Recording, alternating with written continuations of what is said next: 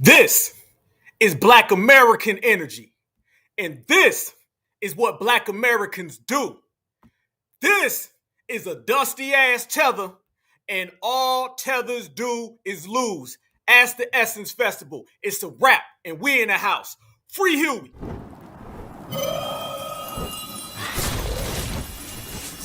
Black Alpha Network. Home of Black excellence. Power to the people.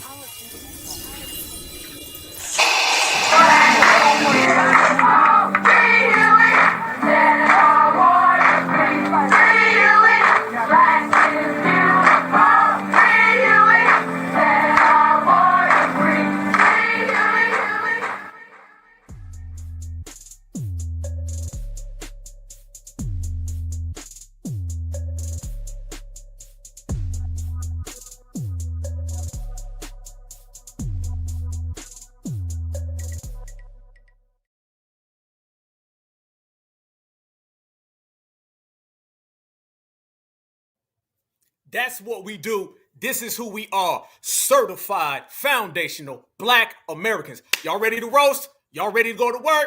We all in here. I need everybody. We in here already almost 400 deep. Smash the like button now. Share this video. We gonna spin it all the way across the world because, family, we told everybody that the tether was over. We told them that foundational Black Americans run this thing, and now they finding out the real way. Did y'all see? I know y'all done heard about, and that's what we gonna talk about. That dusty ass Tether Essence Festival. Didn't we tell them last year when we ran Buster Without the Rhymes off the stage that nothing moves without foundational Black Americans? Ain't we been letting the whole damn world know that this is all about us? We ain't asking, we telling, we ain't begging. We coming out here and we putting in work, fam. Now they done seen it. Now they done seen it because they done got their ABK, all right, that anti-Black karma. And guess what, fam? I think they got a little dosage of that anti-Black karma, but they got some tether karma as well on this broadcast right here today with all my brothers and sisters. Black Alpha, I am here and I'm rocking with you. We gonna break down the Tether Essence Festival and why it flopped, flipped, and failed. We gonna break down the Haitians and the Jamaicans. We gonna break down the Mexicans, the Puerto Ricans,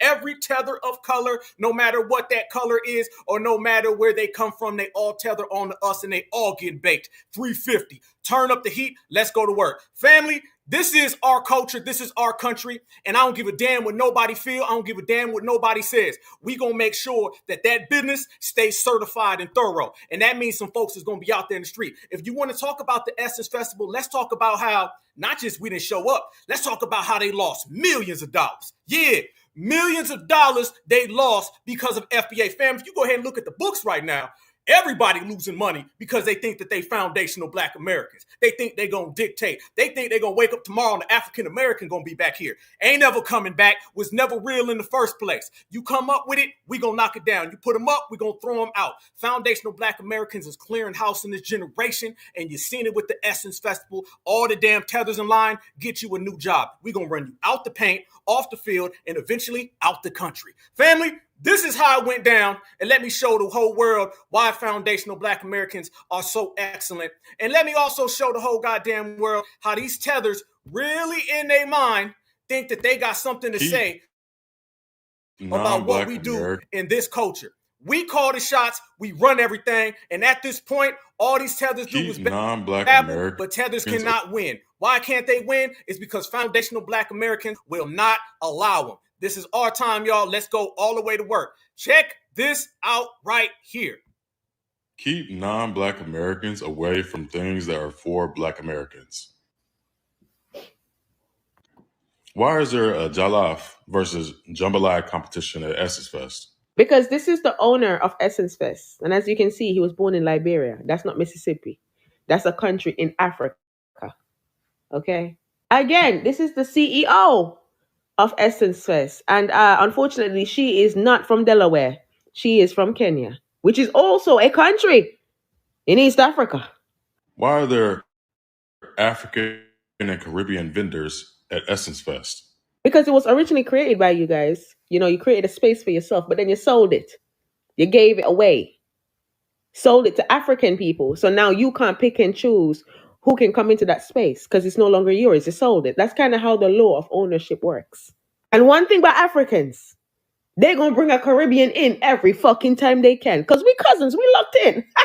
So of course we going to be there. If Caribbeans and Africans want to have an event that's as big as Essence Fest, they can go create it. Now, why exactly would we do that when you lot have already created the space and sold it for us to use? That's kind of like buying a house and choosing to sleep outside. Don't make no fucking sense. And for the Black Americans that have an issue with other Black Americans having pride in being a Black American, where is your racial self-esteem at? Why is it so low? What the hell is going on? I don't think it's them with the self-esteem issue. I think it's you. Just stay at home. Anyway, shout out to all the African Americans that just fuck with everybody. Everybody fuck with you niggas. I know you ain't talking about no damn self-esteem, Mrs. Fufu in the third. I know you ain't talking, fam. Listen to how she straight up said, we take from y'all, we steal from y'all. They cool with it. They proud of it, fam. And notice as well, they throw in the Caribbean and Africans. Y'all notice that they always team up whenever it has something to do with FBA? Yeah, that's why we put all their asses on the line. That bonnet, she got a receding bonnet, y'all. How in the hell do you got a receding bonnet? Your bonnet looks like it's jumping backwards. Every single thing you do is backwards. You wake up backwards. You walk backwards. You talk backwards. Your hairline's backwards. Your homeland's backwards. Your culture's backwards. That's why your future's going backwards. Yeah, which is also a country in East Africa. Why are there African and Caribbean vendors at Essence Fest? Because it was originally created by you guys. You know, you created a space for yourself, but then you sold it. You gave it away. Sold it to African people. So now you can't pick and choose who can come into that space. Because that's the tether. That's the tether right there. Somebody need to tether them goddamn teeth. And what's up with the tethers and the gaps in their mouth? God damn. I thought it was mud pies. I didn't know they put rocks in them. Damn, this look like a brick. Jeez. But fam, listen to what she's saying. They openly are telling you, I am a tether, being a tether, will always be a tether. It's no longer yours. You sold it. That's kind of how the law of ownership works. And one thing about Africans, they're going to bring a Caribbean in every fucking time they can. Because we cousins, we love every fucking time they can. Because we cousins, we locked in. So there you go. So they're tether cousins. They're tether cousins, and she just told you exactly what she is. Family, let's make this clear, okay? How many of y'all, I need all my brothers and sisters in the chat, y'all serious about delineation, right? Okay, let me know in the chat right now. How serious are you about delineation? I need to see. Put 100 in the chat if you 100% serious about delineation, or go ahead and put some 52s and some 22s or some 60s if you are, because a lot of people say they about that delineation life and they not really about that delineation life. So I need to know, family, are you 100% about delineation? Because if you are, you're going to love this broadcast. If you out here trying to delineate at 77%, or 29% or 13%, then you ain't really gonna like what Certified Black Society and Black Alpha has to say today, all right? Because let me tell you about delineation. Delineation don't give a damn. Delineation don't give an F-U-C-K. Delineation don't care about your feelings. And delineation damn sure ain't trying to please nobody. I see 100, 100, 100. Let me tell you what delineation also does. When we roasting tethers, I don't need you to come in here and say, let them talk. No, they done talked enough. And when a Black American's talking, they need to be quiet. When you see Mrs. Receding Bonnet, we gonna let her talk. When you see all the tethers at the Essence Festival, we gonna let them talk. We gonna do that? Okay, we need to be nice. Okay, delineation ain't about nice and ain't about feelings. It's all the way live. And I see a whole lot of hundreds in here. So it sounds like my brothers and sisters is ready to rock today. This is going to be the #1 most exquisite, thorough breakdown of all of the tethers out here in the world today. And we're gonna show the world how it is. That was Miss Bonnet talking. And I played that so everybody gets a good understanding that these people, they are coming on and tethering at 100%. So if they tether at 100%, you better delineate at 100%. Anything less than that would be uncivilized. Check this out right here, my brothers and sisters. This is what the family's been out there saying. But on top of the family saying that, let me show y'all what was going on. Jollof, jambalaya, who the hell is having that at anything that has something to do with FBA? Here you go. Make this make sense for me. How can someone make this make sense for me? How can Africans be angry with the Black Americans who refuse to identify as Africans? People like me who tell you I'm not an African American, so stop calling me that. I don't come from Africa and I'm not an African. We have the Africans getting angry with us because we don't want to identify as Africans. Meanwhile, they're over there on their continent, about 80% of their continent, bleaching their skin so that they can identify as Europeans. So they're angry with the Black Americans because we don't want to be African. Meanwhile, they don't even want to be African. Business, but Essence Fest, we are not coming this year, next year, the year after, until y'all realize that we are Black Americans and we do got the money, baby.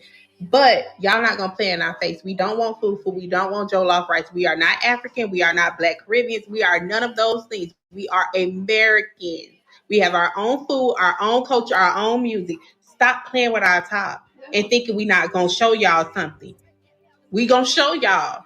Now, if you don't get somebody Black up in there, you might as well cancel this shit because it's gonna be way more empty next year. We're not coming. We are not African. We're not finna cosplay as African. We do not care how anybody feel about it. This is our motherfucking country. That's our event, and y'all need to make it what it needs to be. Bye. Damn! How many of y'all want jollof? And how many of y'all want soul food? I'm asking. We got a survey out here tonight. We're going to have an FBA survey. How many of my foundational Black American brothers and sisters want some jollof? Or do y'all want some soul food? Okay, because they do the jollof. Okay, and honestly, I didn't even know what the hell jollof was until like 3 years ago. Okay, it came to me as a joke. It was a joke, jollof. Do you want soul food or do you want jollof? Do you want a hairline or do you want a falling back hairline? Do you want an actual sweet potato pie or do you want a mud pie?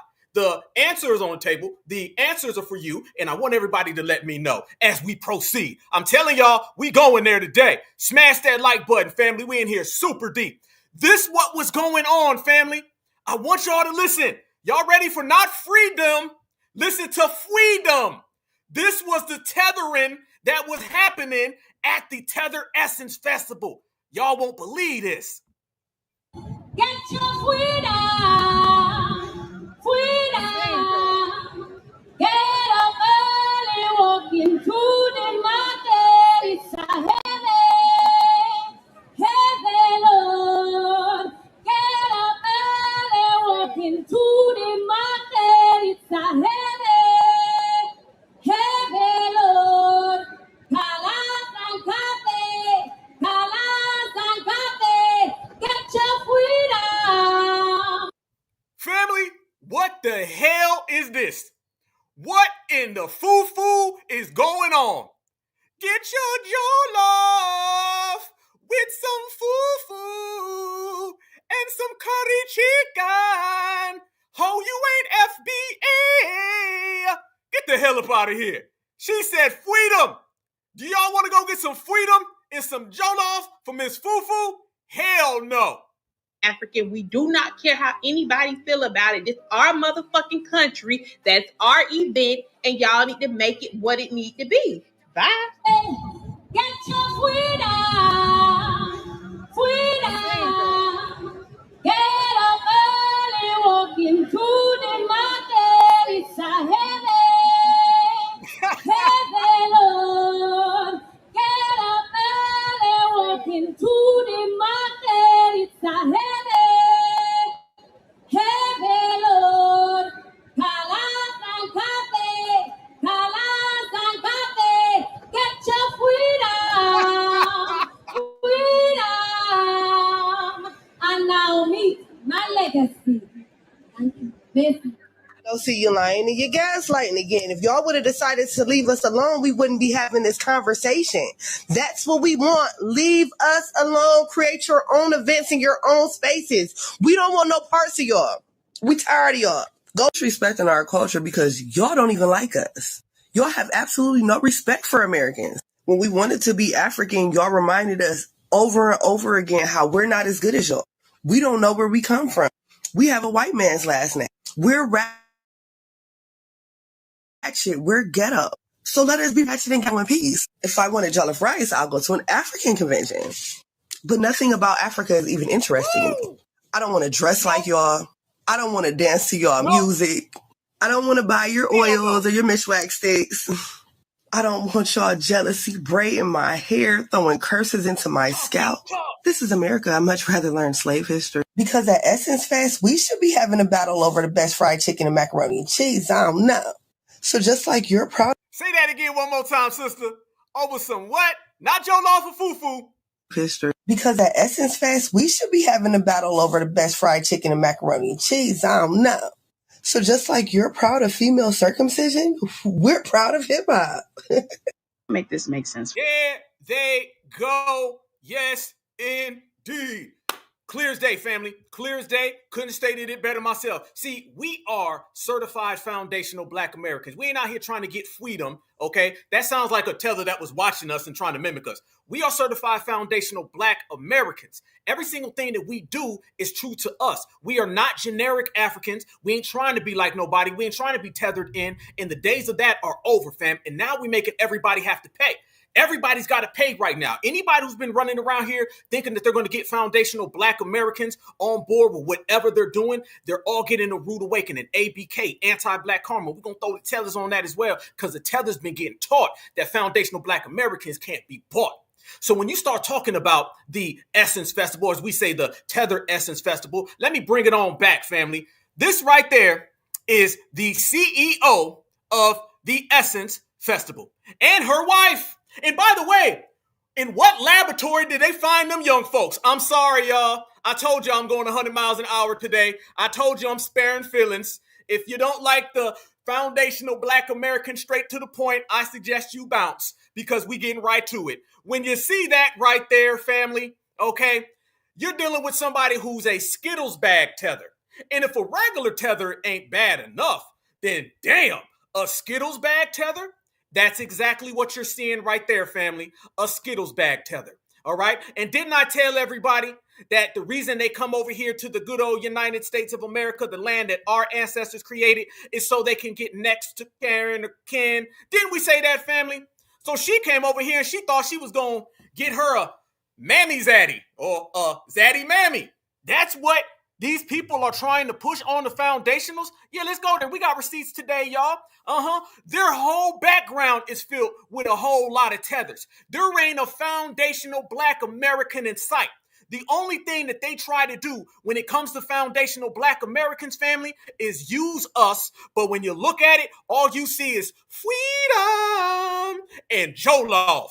And we don't want no goddamn Jollof. You can keep the Jollof.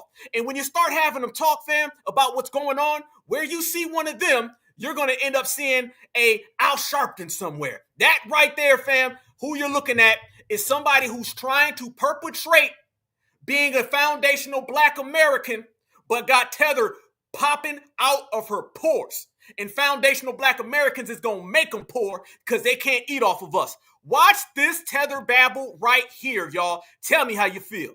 You don't care about breaking barriers from fashion to culture to you in the C-suite. Is that part of your legacy, to people discover themselves and be them, become themselves? Yeah. And, this is Uncle Rev, so I'm going to be appropriate because we're on this show, but this is somebody who has demonstrated what I'm about to explain, and I continue to be really grateful. And I said, you saw me, right? And that's how I feel. Here's the reality, right? And I know you'll understand this, Rev, and others will.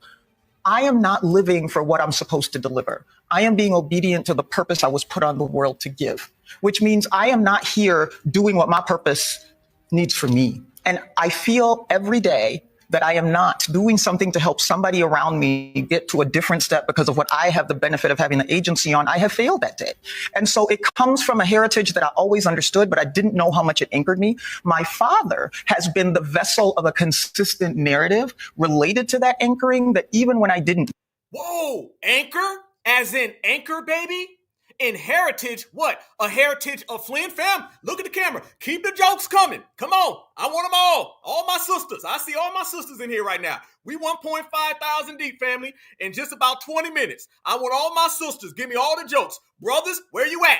Throw them out there. This Certified Black Society, this Black Alpha Network, we baking tethers up today. Did she just say anchor? Yes, the hell she did. An anchor, baby. Doing what my purpose needs for me. And I feel every day that I am not doing something to help somebody around me get to a different step because of what I have the benefit of having the agency on. I have failed that day. And so it comes from a heritage that I always understood, but I didn't know how much it anchored me. My father has been the vessel of a consistent narrative related to that anchoring, that even when I didn't need it, it was there, and he kept reminding me of it. And when I was ready to take the mantle, he gave it to me. And so to your point, there is this idea of how do I get people to believe the narratives of their greatness and their foundation, the thing that nobody can take away from them and is tied to what they're. Whoa. Hold up. Wait. Tell me y'all heard it. Tell me the magic word. Did y'all hear the magic word in there? It starts with a foundation and it ends with an O. Foundational. I be damn, fam. That's what the tethers do. That's what the tethers do, family.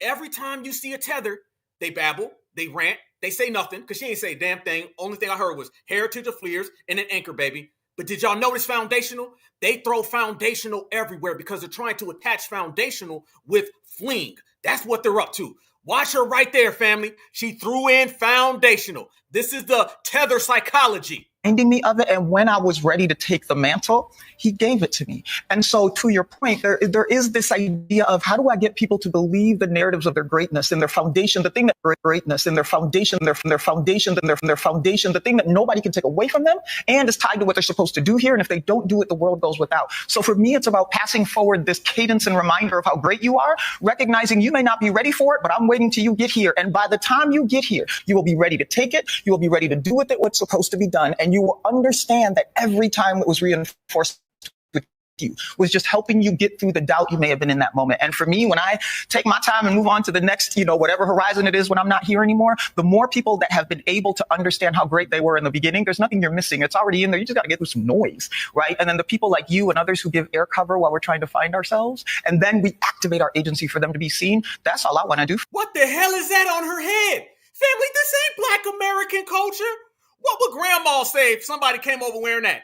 Grandma gonna say, if you don't take that off your MFing head, get that the hell about my damn house. What is that on her head? The days of them putting this on our culture is over. The gatekeeping delineation is in full swing. You can take that back to your homeland with your fleeing heritage, because this ain't nothing but babble talk, and she got a bunch of bobbleheads on the back of her tether head.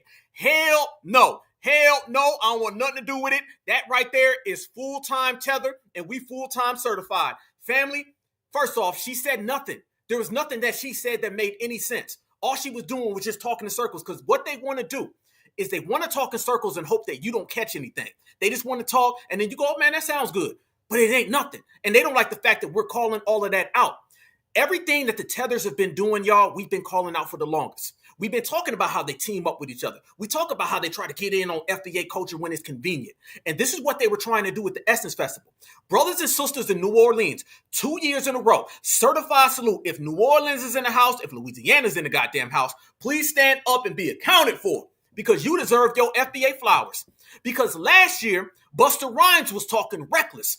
And I'm going to go as far to say, you ain't seen Busta Rhymes pretty much at all after New Orleans ran his ass off of the Essence Festival stage. And if you want to go there, family, the Essence Festival has become a ground, a platform, a spot where foundational Black Americans been standing on business and setting examples. That's the word I'm looking for.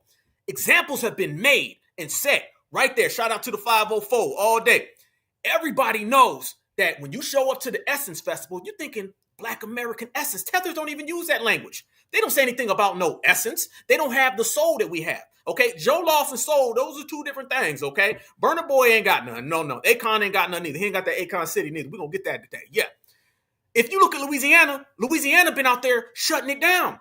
And now the point is made, because guess what?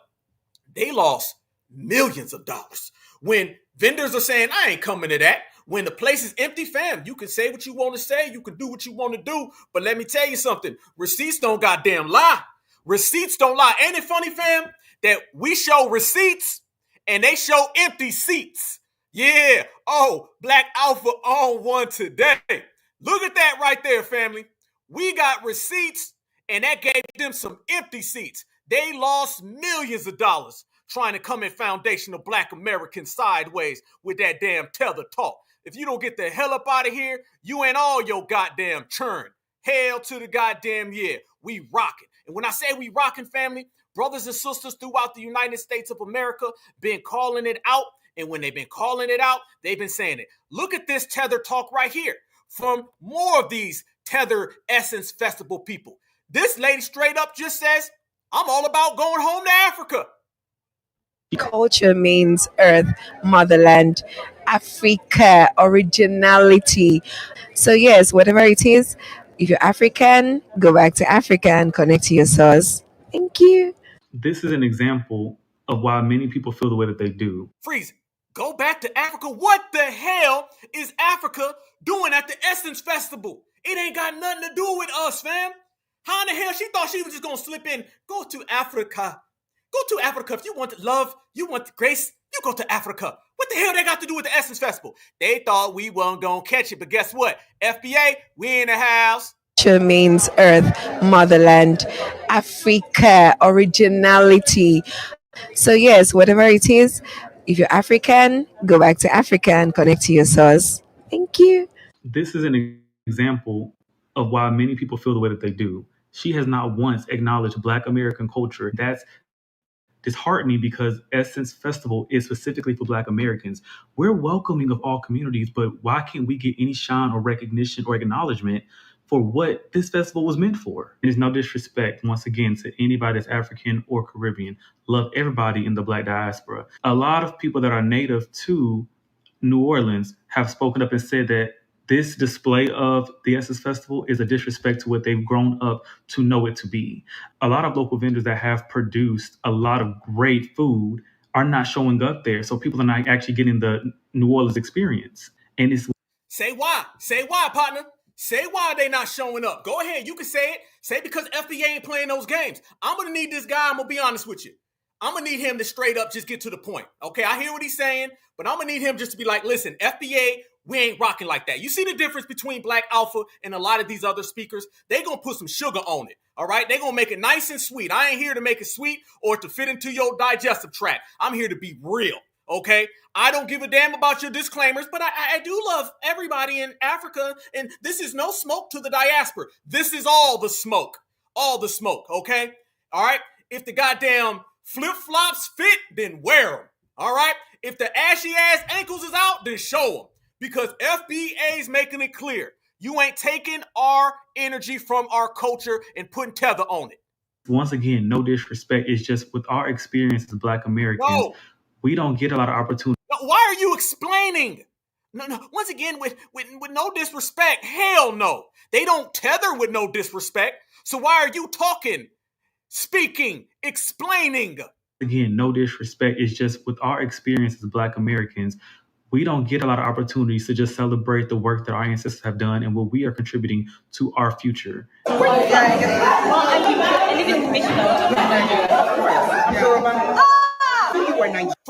Freeze. I want y'all to notice how he was soft-shoeing. He was soft-shoeing right there. He didn't really want to go there. Okay, let me tell y'all, when we go back to delineation, delineation does not know about your disclaimers. Keep the disclaimers to yourself, okay? You're not here to explain yourself. Everything that he's trying to say, they already know. Now look at these people right here at the Essence Fest. Watch this lady say that she's from Africa by way of Georgia, my state. Really? I'm Southern. By way of Georgia. And that's where fam, they clowning. She says, I'm Southern. Look at them, fam. They all up in there looking like they just got back from a wedding in Senegal. And they out there talking about something, I'm Southern. By way of Georgia. Yeah, you ain't from no Georgia. And it's all a game to them. FBA, my brothers, my sisters, y'all here tonight. Okay, we gonna keep it real. We gonna keep it all the way funky in the building today. I want y'all to see this. This is how they feel about you. This is how they feel about your culture. They don't mind coming to take it. They don't mind laughing at you neither. Watch how they sitting there making jokes. They making jokes with Joloff. I just didn't know what tribe. Really? I'm Southern. By way of Georgia. And that's where a lot of people are finding the imbalance because we're being so respectful of everybody that come into our neighborhoods, into our environments. There's a lot of things that could be looked at as negative, but we have to start calling it out. It's not no disrespect. It's just our truth. And as Black Americans, we have the right to feel however we feel. And it's no disrespect. I just want you guys to take yourselves out of your shoes and look at it from our lens. But this is something that we had to experience from our ancestors and present. Boy, if you don't be quiet, get this man the hell off my goddamn screen. Y'all hear this man right here? Y'all got to put yourselves in our shoes, and then maybe you will understand why we are the way we are. That right there is how not to delineate. That is how not to delineate and how not to gatekeep. Get him out of there. Go on with that, on with the new one. They're sitting there making fun of us, and every single thing that you say about a Tether fam, they know about it because they inflicted upon us. Don't get it tangled nor twisted. Every single thing that those tethers do and say, they know exactly what it is. Foundational Black Americans, we are past the stage of trying to explain anything. I was never there. And I got a very, very strong suspicion most of y'all were never there either. We're not here to explain, to complain, or to apologize, fam. We're only putting in work, okay? Because we right now, newsflash to everybody out there, FBA as a lineage, heritage, and culture, we fighting for our existence. We fighting for our existence. Because when the dominant society says we want to bring people over here that will replace y'all, everybody on the planet hand goes up. And they come over here not friendly. They don't come over here needing a crash course on what we've been through. They coming over here to get what you got. They want grandma, they want grandpa willingly. You don't believe that? Then look at the individuals. Look at the way they talk. Look at the way they speak. Fam, so when you're going to be real with delineation, no disclaimers. We ain't sitting here being nice and playing nice. We coming straight at them. Real FBA energy, y'all. And when you start talking about that, more and more brothers and sisters been calling that out, and more brothers and sisters been saying, nah, that was too much Tether vibes, too much Tether energies, and we just quite frankly aren't going for it. This is what really went on at the Essence Festival, y'all. I want y'all to look at all of the tethers that were there behind the scenes, and we're going to put some names and some dates and some faces on it, y'all. Look at all of these tethers there, and I want y'all to notice they always come for our festivals because they feel a way of getting our music is a way of getting into our culture. Watch this. So I want to talk about the Africanization of Essence, okay? I see a lot of people talking about this, and I think it's important for us to go ahead and give a backstory because a lot of people are accusing the brand of moving away from its initial purpose of catering and shining a light on Black American culture specifically. Not global Black culture, Black American culture, specifically women, actually. So Essence Communication Incorporated was founded by 4 Black men, Black American men, who recognized that the Black American female voice was often overlooked. They saw a lane, they filled it. Now, they founded the communications company in 1968, and the first Essence magazine came out in May of 1970. Now, I could remember these magazines coming in the mail because my grandmother had her subscription, so this is a very big staple in the Black American community, okay? From Essence to Jet Magazine, all of it. Now, in the year 2000, Time Inc., which was a major media company that owned magazines like Sports Illustrated, Fortune, People, they came in and purchased 49% of the company. But it was okay because it was still majority Black owned. But that changed in 2005 when Time came back and bought the remaining 51%. Now, from 2005 to 2018, a white brand owned Essence. Okay? There was a little talk about it, but it wasn't as much outrage that we're seeing, right? Because it still was ran how it should have been ran, meaning it was still catering to its intended audience. Things have changed. In 2018, this guy purchased Essence. Okay? His name is Richie Lou Dennis. And guess where he's from? Liberia. He's from Africa. But Richie Lou Dennis is no amateur because he is actually the founder, one of the founders of a very well-known product used in a lot of Black households. Guess what it is? Shea Moisture. Did you know that? Because I know a lot of Black people use this product, okay? Now, even though the company was founded in Harlem in 1991, it's Liberians who actually made it. And the company is actually inspired by Dennis's roots back in his home country because of his grandmother selling shea butter back in the day. Now, in 2020, a Black female anonymous group that is said to consist of employees at the time and former employees accused Dennis of actually harassing them. Also, like workplace, hostility, that he was treating the Black female workers extremely bad, so on and so forth. Whoa, freeze. You know it ain't a tether unless you see some type of issues with women. Yeah. Oh, this sister's breaking it all the way down. And what you see is tether, FLIR. There's nothing FBA on front and there's nothing FBA behind the scenes. This man is a Kenyan, and he obviously has issues with Black American women, like all tethers do, because you know it ain't a tether unless you see one of them upset at a sister. And while they're always so upset with our good sisters, ain't it funny? The men tethers and the women tethers, they always seem to get along with Karen very goddamn well. I be damn. Tether talk.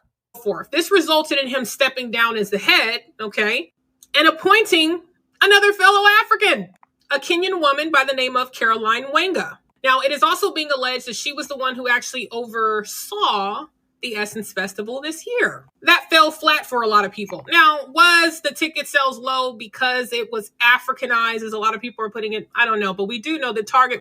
I goddamn know, and I don't want to hear about no damn Target neither. I don't want to hear about no damn Target. Miss me with that Target talk. Family, let's go there. I want everybody to notice that as soon as they got outed, they always go and they go hire one of them. That's what they always do. See, when foundational Black Americans simply say, hey, this is our culture, this is our era, we're going to stick to our own, they say, oh, you're being xenophobic, nigga. Nigga, stop it, right? Ain't that what they tell us? Look how he came in.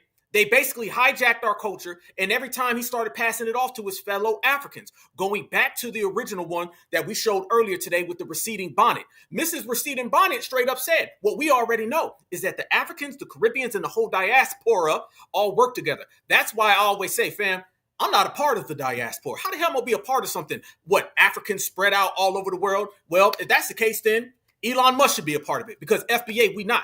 We are our own, operating on our own, doing our own goddamn thing, and they can have whatever they want, okay? So don't allow nobody to try to tell you that. So you seen these people behind the scenes, making moves, getting together, and clicking up, basically. And we've all been knowing that's exactly what they do. It's a tether affair and a bunch of tether palooza. And FBA ain't going for it. The more they on tether time, more we on certified time. But see, tether time is temporary. Certified time is all the time. And if you listen to them, fam, they basically tell us that this is a tether takeover.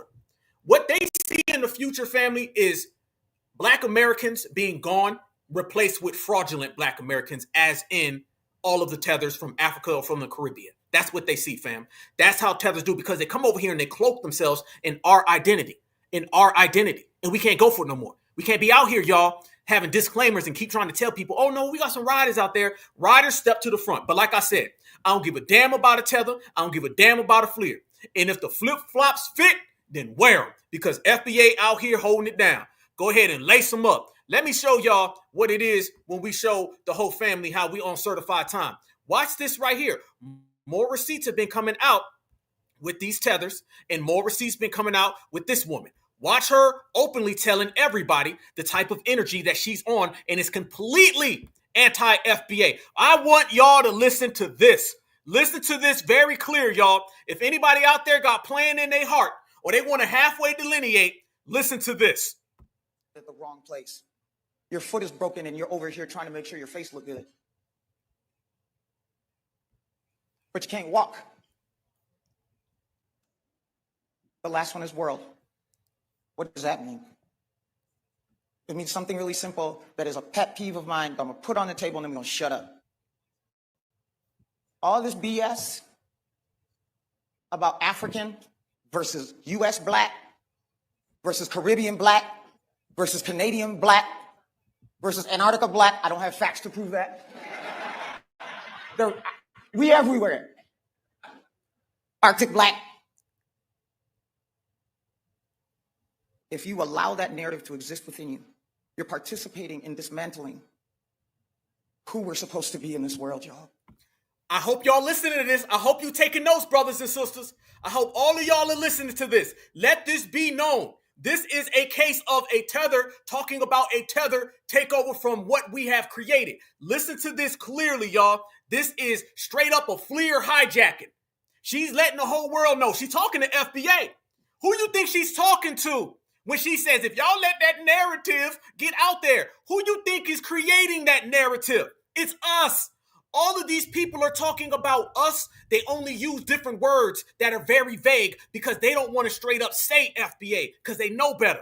What she's really saying is, y'all Black Americans, y'all foundationals, y'all better stop, because we can't have what you created. And anybody out there who believes other than that is a bad black. Ain't no damn blacks all across the world. What? Unity? What? Solidarity with people who come over here and undercut us and say they're going to get rid of Black American history, Martin Luther King history, or say that our history is their history?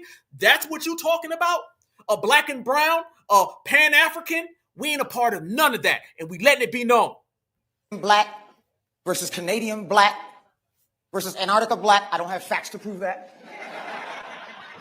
We everywhere. Arctic black. If you allow that narrative to exist within you, you're participating in dismantling who we're supposed to be in this world, y'all.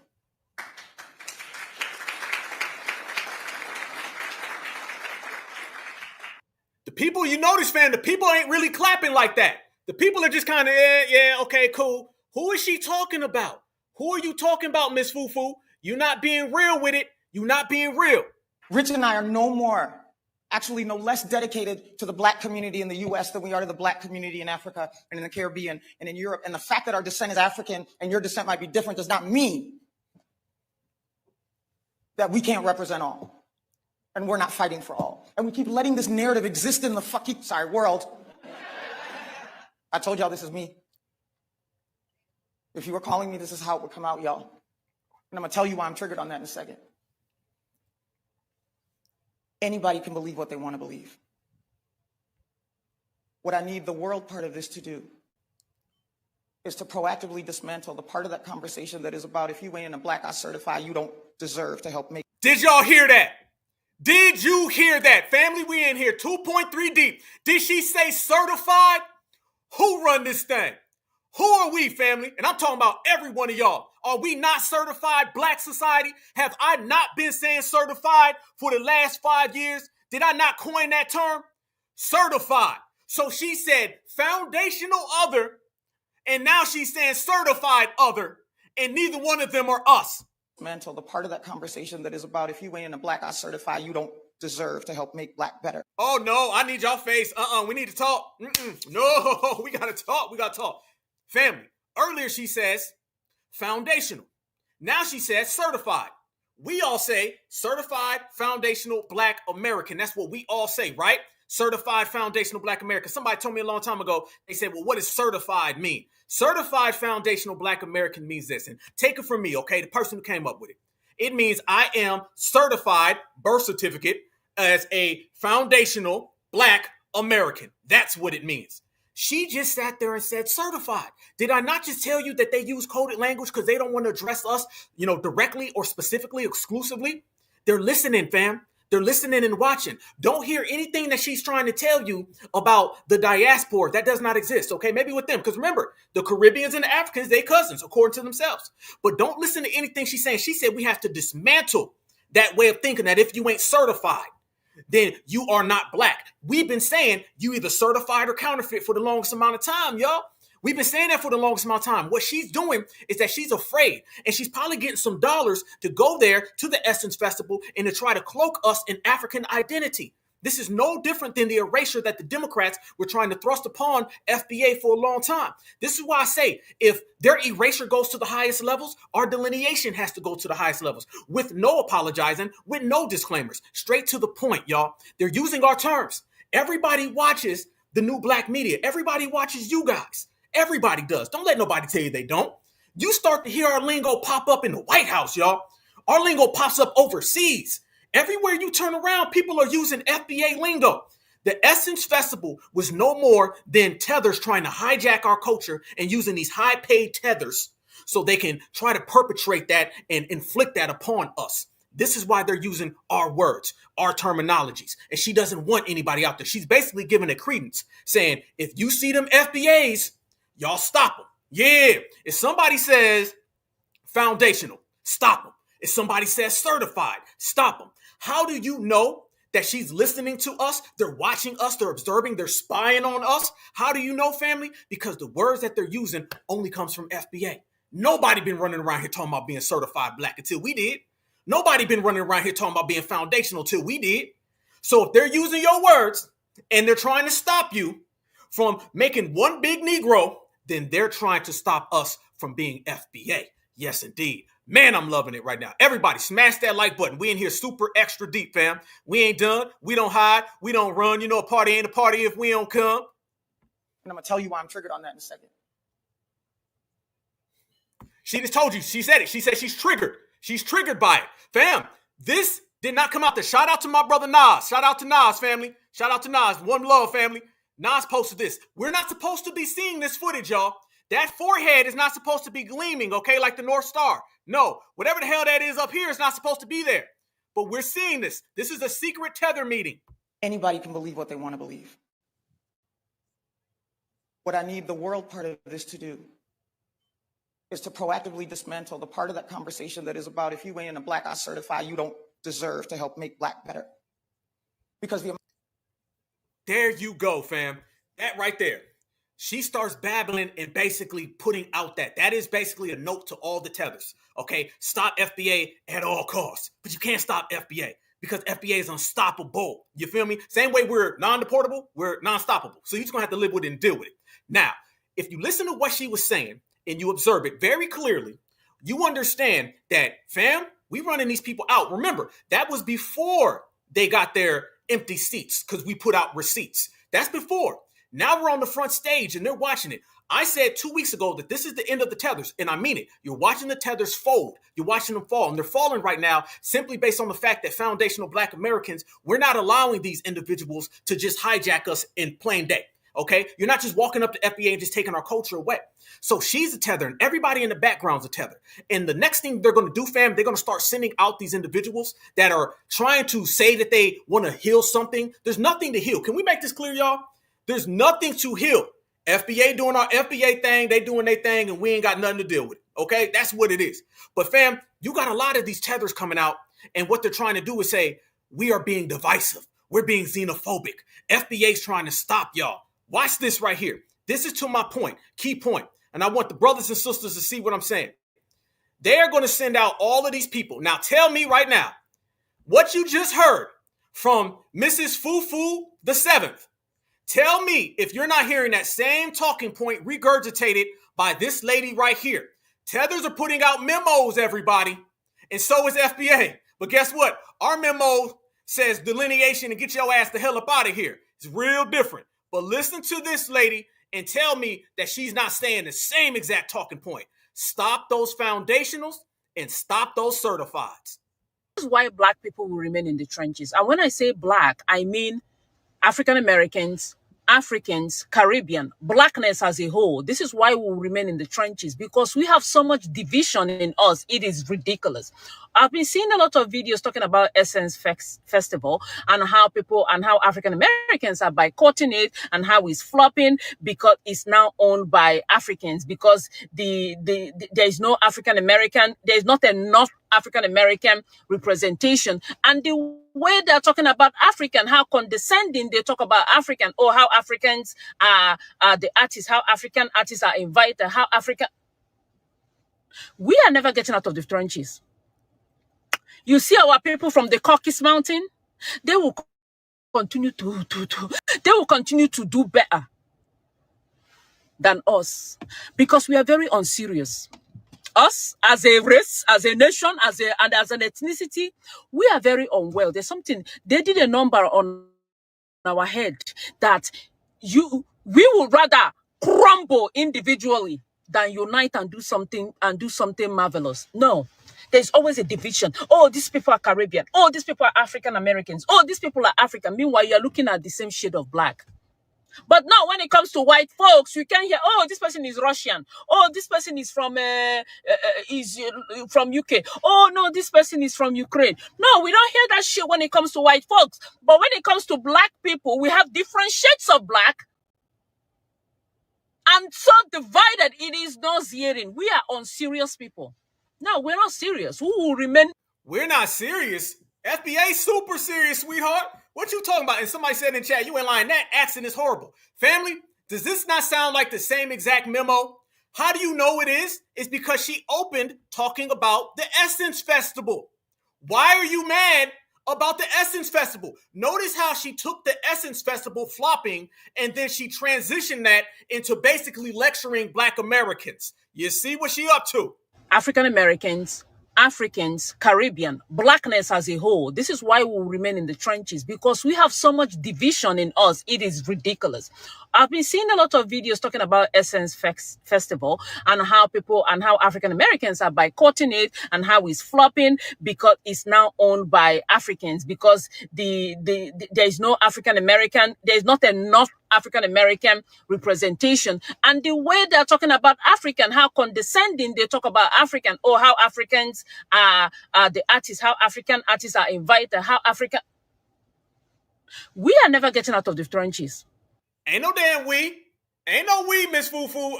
No, you keep all that we over there. No. I want y'all to notice, though. She come out talking about the Essence Festival because that right there is a Tether temper tantrum. She's mad because we canceled that, made it flop, and embarrassed them. That's what they don't like. They don't like the fact that they've been embarrassed. They don't like the fact that the Essence Festival crashed, and it's a laughing stock, and everybody's laughing at it in broad daylight. They don't like that fact. So what she tried to do, fam, she tries to come out and start speaking about the Essence Festival, and then she says, I don't like the way Black Americans do this, that, and other thing. I want everybody to notice, they always start off talking about the diaspora, and then that conversation immediately goes into Black Americans. That's what it's really about.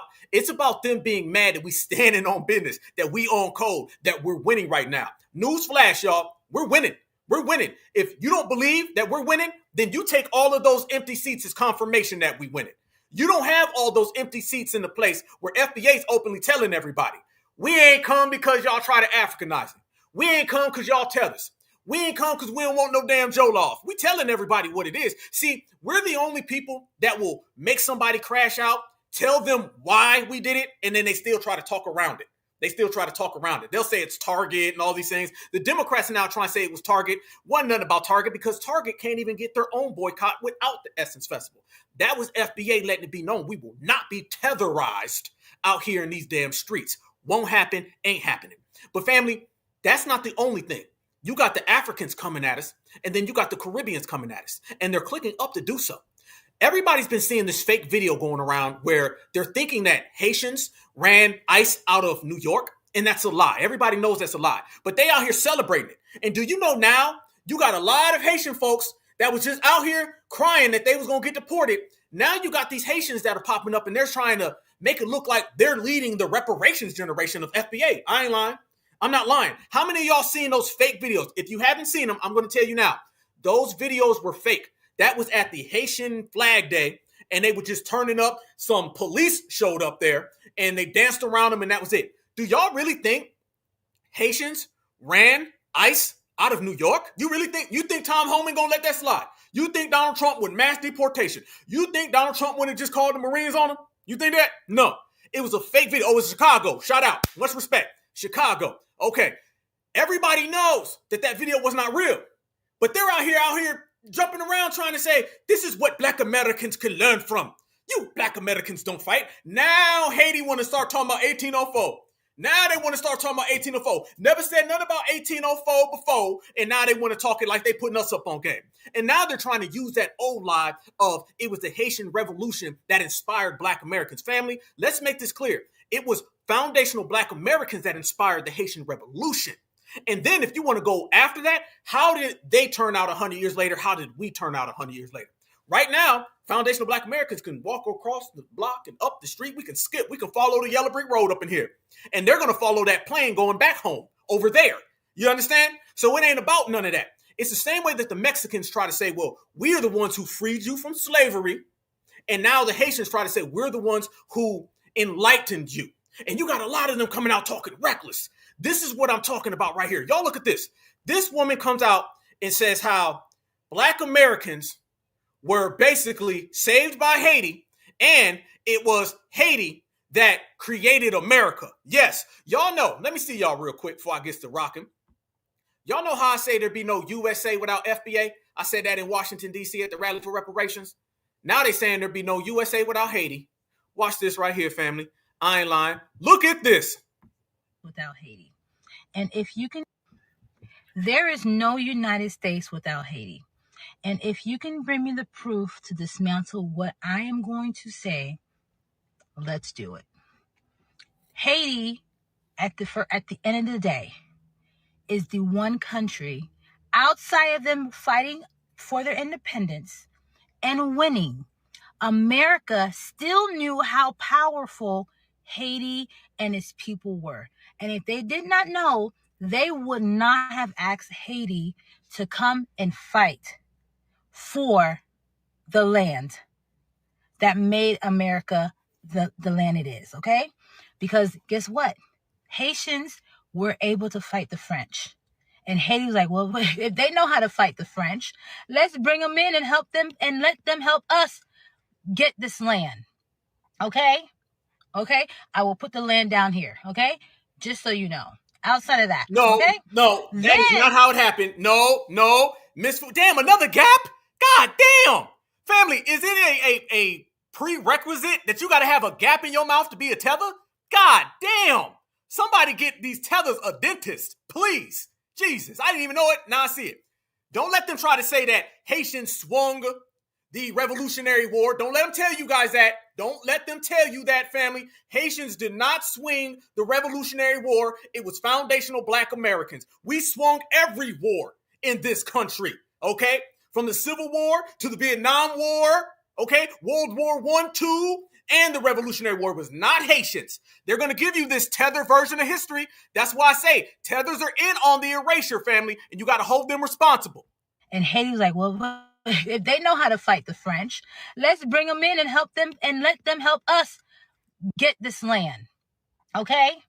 Okay? I will put the land down here. Okay? Just so you know. Outside of that. Okay? Then we helped them fight for the land. New Orleans was built by Haitians.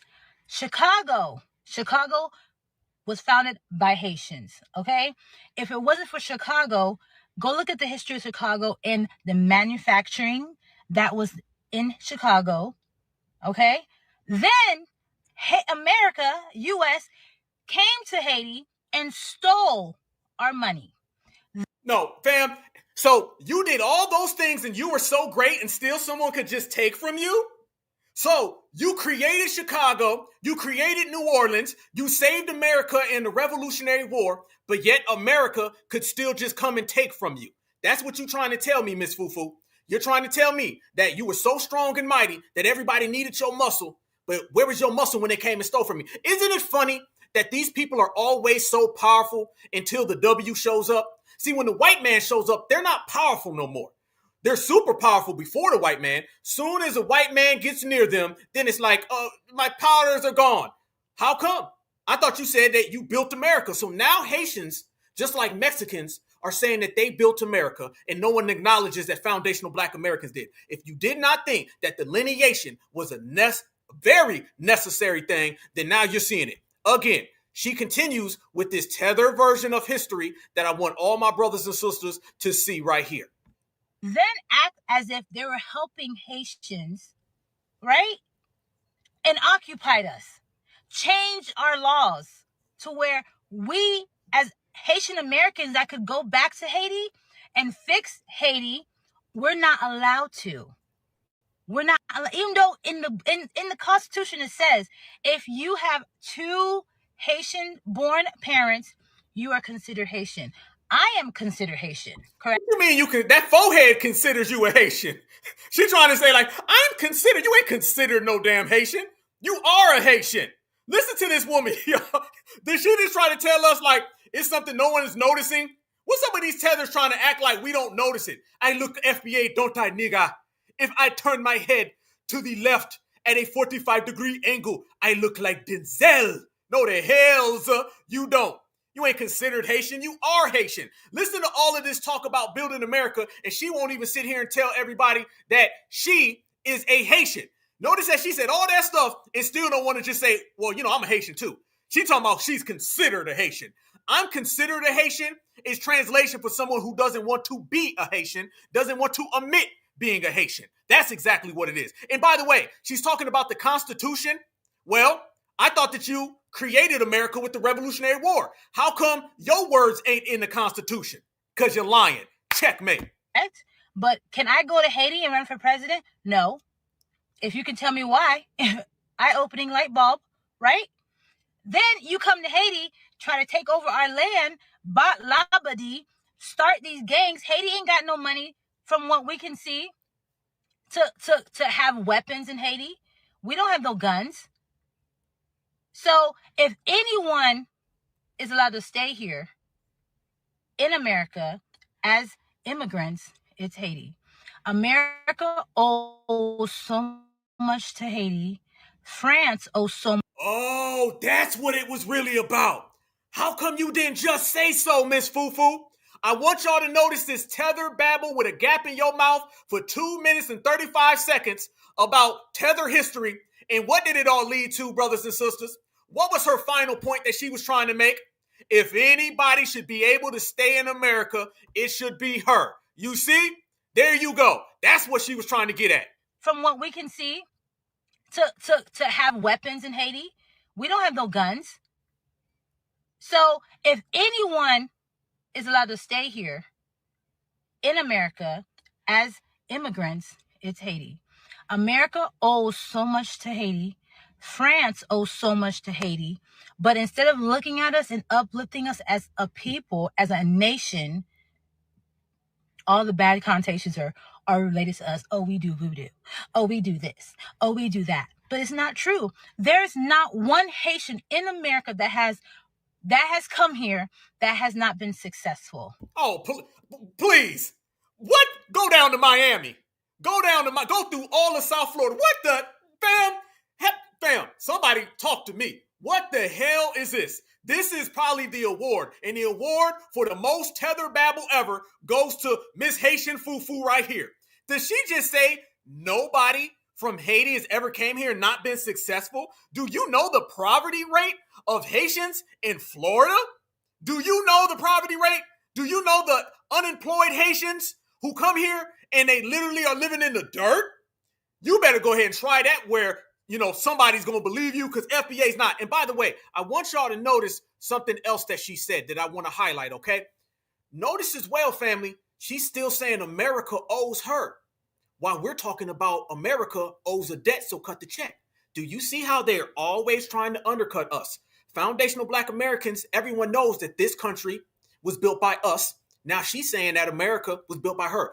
This is really a Haitians built America speech so she can get our reparations. Family, this is FBA, our ancestors built America, you owe us a check. This is that speech where she took out FBA and she put in Haiti. And she's saying now Haitians built America so she can get her some Haitian reparations. Not wanting reparations from the French. By the way, y'all notice that these people always want reparations from America and never from their colonizer. You want to come to America and get reparations from America instead of just getting reparations from the French, from the Italians, from the Germans, from the Dutch. How come you don't go to that European country that colonized you to this day where they got beaches where you can't walk? How about you go get your reparations for them? It's funny that they always skip over their European colonizer and then they come talking about America and it just happens to be where we trying to get our money. This ain't nothing more than a Tether trying to say that they deserve reparations. This is an undercut of our reparations, family. That's exactly what this is. Exactly. And you got to understand it and learn how to train your eyes, family. That's exactly what she's trying to do. There's Haitian remnants throughout the whole entire United States to this day. Fashion designers, music producers. What's her name that's in the house right now? That was under Biden. Haitian. Yep, and she just got completely fired, that Pierre chick, and she's with a W woman. So that Pierre lady, who's a Haitian, and the Essence Festival chick, they're both with W women. Go figure. Are everywhere in the American society, but they don't want to recognize us. Even though Haiti is the way it is right now, I guarantee you it wasn't by mistake. It was by design. So give us our flowers when our flowers are due. I will never be ashamed to be Haitian. Ever. No, goddamn. Woo, snap. Goodness gracious. Football field. Nah, you are ashamed to be Haitian because you wouldn't even say it. You're saying that you're considered one. Ever in my life. I make sure my son knows his history and who his people are, who we are. So when you guys come here and say, oh, they need to go back and make Haiti better, please tell me how. The first thing we need to change is our education. Where is the money for the schools? Where did all the money from the earthquake go?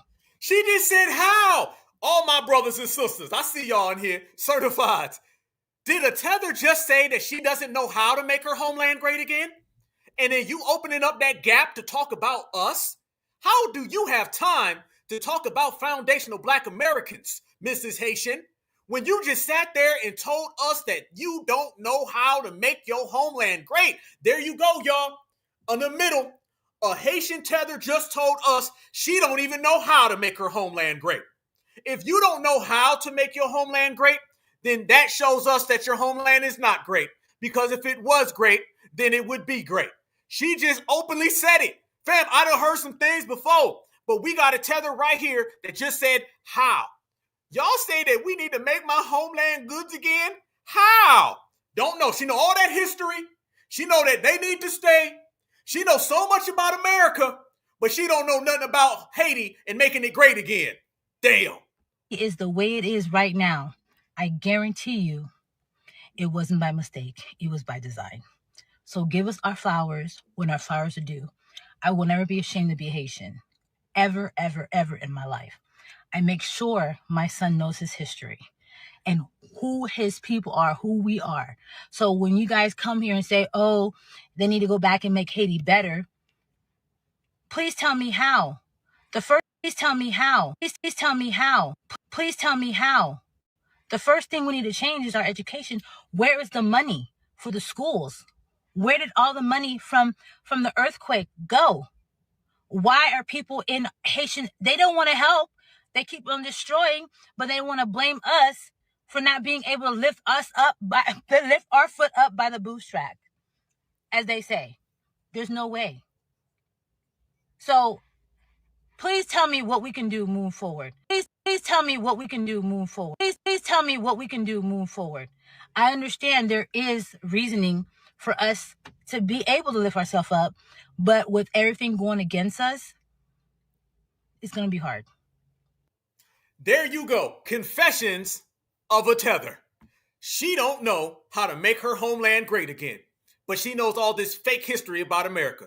She's asking us. She wants some advice. She wants some advice, fam. She said, I don't know how to make this thing move. I got an idea. How about you move? How about that? If you want advice on how to make things move in Haiti, how about you move to Haiti? Yeah, that's simple, right? If you want to know how to make Haiti great, then maybe you should go to Haiti to do it. She's sitting there saying she doesn't know how to make Haiti great. And at the same time, family, she's not in Haiti. How can you make Haiti great in America? You know why? Because you don't want to go back there. This was all translation for her saying, I ain't going home. I'm going to keep my ass right here in America until that TPS expires, which is in about a month. And then back in Haiti, she's not going to know what to do. These people are coming over here asking us for advice. They're asking us how to build a country. She just sat there and told us that Haiti built America, and now she's saying she don't know how to build Haiti. That right there is an oxymoron. You can't have both. You can't separate them. How can you tell us that Haiti is such a great place that you cannot build, but you tell us that Haitians built America? Isn't it funny that these people always lose all that damn skill when it comes to deportation? When it comes to deportation, they lose all that skill. We've been hearing about how Mexicans are the hardest workers, right? And then when you look at these little buildings they build, them things crash in the wind. We've been hearing about how Mexicans were so strong and they built America. But when Tom Homan comes calling, they hit the ground and start spazzing out and start crying. We hear about how Haiti built America.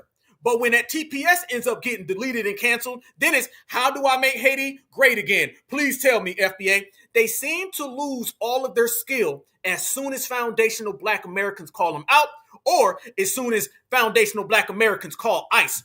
All of that goes out the window as we proceed.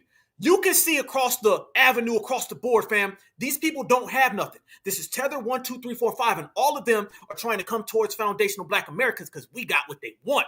Citizenship. We got what they want. History. Remember this, y'all. Every single Tether has no history in America. We're the ones with the rich tradition of history in the United States. You got to remember, y'all, they come over here with a white supremacist mentality, but they try to assimilate into black culture. All right. They try to assimilate into black culture with a white supremacist mentality. What's the reason behind that? It's to infiltrate us so you can hijack our history and at the same time have a white supremacist mentality so you can steal brown nose mommy and zaddy. That's what it is. They don't like the fact that we're calling that out, and we're going to continue to call that out because that's what we do. And brothers and sisters was calling it all the way out, especially with the Essence Festival. Family, this is what we be saying about how these people try to take from foundational Black Americans, and we ain't tolerating it no more.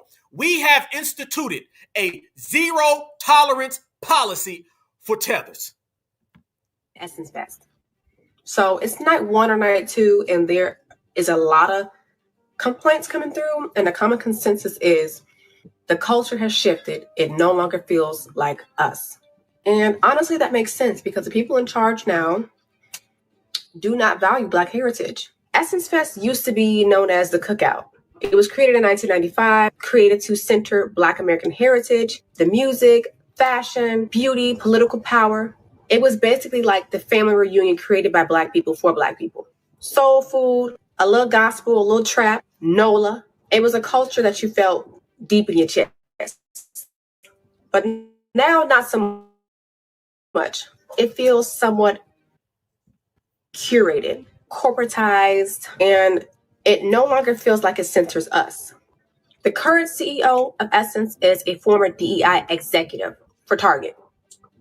So the very thing that Black Americans are protesting, she was the center of, and now she's the center, well, she's the head, the CEO of Essence. Upon more research, I found out that she is originally from Kenya, and she moved to the U.S. when she was about 10 years old. The point of me bringing that up is she doesn't seem like she values Black American heritage, because if she did care, the festival will still reflect the very people it was built for.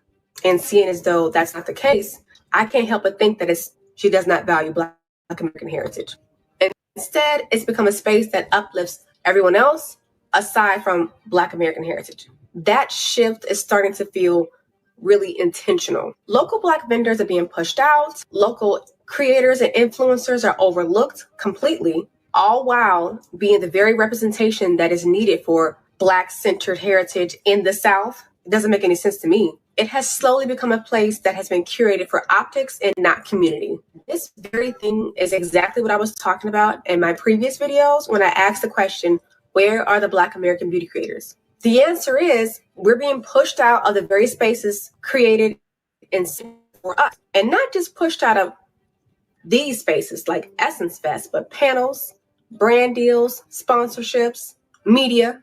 And all of this didn't happen by accident. It has happened through leadership, branding pivots, and sponsorship deals that prioritize global Blackness. Global Blackness, a movement that often leaves out the specific culture and heritage of Black Americans. And when brands talk about inclusion but sideline the very creators who made the culture, we should all be asking, if Essence no longer feels like us, who is it for? What happened to Black American heritage at Essence? Freeze. I want everybody to notice. Now you're starting to hear foundational Black Americans come from everywhere. And they're starting to use people like her. I'm just going to be honest. I got to say what it is. They're starting to use people like her to say things that we've been saying in the grassroots for a long time. I'm only going to keep it real, y'all. I'm only going to keep it real. Let's keep it real, y'all. They'll start using people like this individual, and they'll say things that FBA's been saying. See, there ain't nothing new. We got to make it clear. They're sending out a lot of people to say what we say, so they know that foundational Black Americans won't get the credit because our credit moves. You understand where I'm coming from with that? They know, let me use this individual to say something that FBA been on. FBA been on that. Now you're starting to see all of these people pop up and they say, you know, Black Americans deserve reparations. Black Americans are delineated. How long have we been saying that? How long have we been talking about delineating and separating? How long have we been talking about standing on business? That's nothing new to us. We've been on that type of time. But you're starting to see a lot of people pop up. Why? It's because if they can take the words out of our mouth and give it to someone else, it's going to dilute what we've been talking, all right? They'd rather have our message being told by somebody else so that individual can navigate. I always tell people, it's like a designated driver. All right. They want reparations and delineation to be in the hands of the designated driver, not the driver. Because when you give somebody your reparations keys, now they control where the movement goes. So we have to start watching who ends up taking our terms and our words and who's saying it. Yes, the messenger matters. That's why we have to find foundational Black American people who've been vetted, who say things, not just he made some points, okay? Not the broken clock. We got to find brothers and sisters who exactly say it and we know are standing on business out here in them streets. Because if not, you're going to have somebody like Roland Martin. Roland pop up every few weeks and he says something that he knows we've been talking about. Roland Martin was running around here talking about black first. Black first. And you know damn well who he got that from. All right? They send these people out to say what we say so we don't get the credit for saying it because they know when we say it, it's more powerful. And speaking of power, there's a lot of power being a foundational Black American, something that they can't comprehend, something that they can't get together. Remember all of that talk where these people were saying how FBA's out here in the streets and foundational Black Americans are just xenophobic and we don't know what we're talking about and what we're saying doesn't go. I want brothers and sisters to realize this right here. All of that talk is designed to keep FBA down. And remember when they were saying how all of those people in Haiti built America and all that. And I said, it's funny that all that energy disappears. Well, family, let me show y'all. Certified Foundational Black Americans. Let me show y'all this. Look at some of these people from the diaspora when the W man shows up. Yeah. When Brad shows up, they don't talk the way they talk when they talking to us. Look at this man right here. Watch what happens when ICE shows up. Let's go. Go. You guys are fucking garbage. Hey, make them work for their fucking paycheck. Make them work for their fucking paycheck. Fuck these motherfuckers. Fuck you. No. No, these are fucking. What's your name, sir? What's your name? Can you please say that? No. No. Fuck you. I can go wherever the fuck I want. What's your name, sir? No.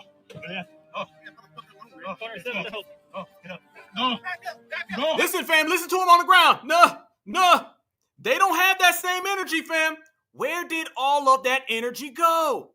Where did it go? Watch this, fam. That's a Mexican guy recording a Haitian guy getting deported. All right? Now listen. Back up. Hey, now don't fucking back up. I said back up. That motherfucker alone, man. Get up, fucking. No. Back up. Back up. What the fuck you doing, dude? You fucking touch this property. What the fuck? I said back up. Listen to him. He's screaming. Listen to him, fam. No. Don't deport me. Not me. No. What happened to all that FBA is xenophobic? Look like ICE is xenophobic. Wrong, dude. You're fucking white, dude. Fuck motherfuckers. Fuck you guys, dude. Fucking punk, dude. You guys gotta control your fucking composure while you're fucking weasel motherfuckers. Thank you. Hey, fucking Texas motherfucker. Fuck you, puto. Take it out. Fuck you, bitch. You take it out, bitch. Yeah, you fucking punk ass motherfuckers. Yeah, fucking your skull, dog. Challenging you to a fucking fight. Challenging you to a fucking fight. Yeah, fucking your skull, dog. Yeah, fucking your skull, dog. Skull, dog. Skull, dog.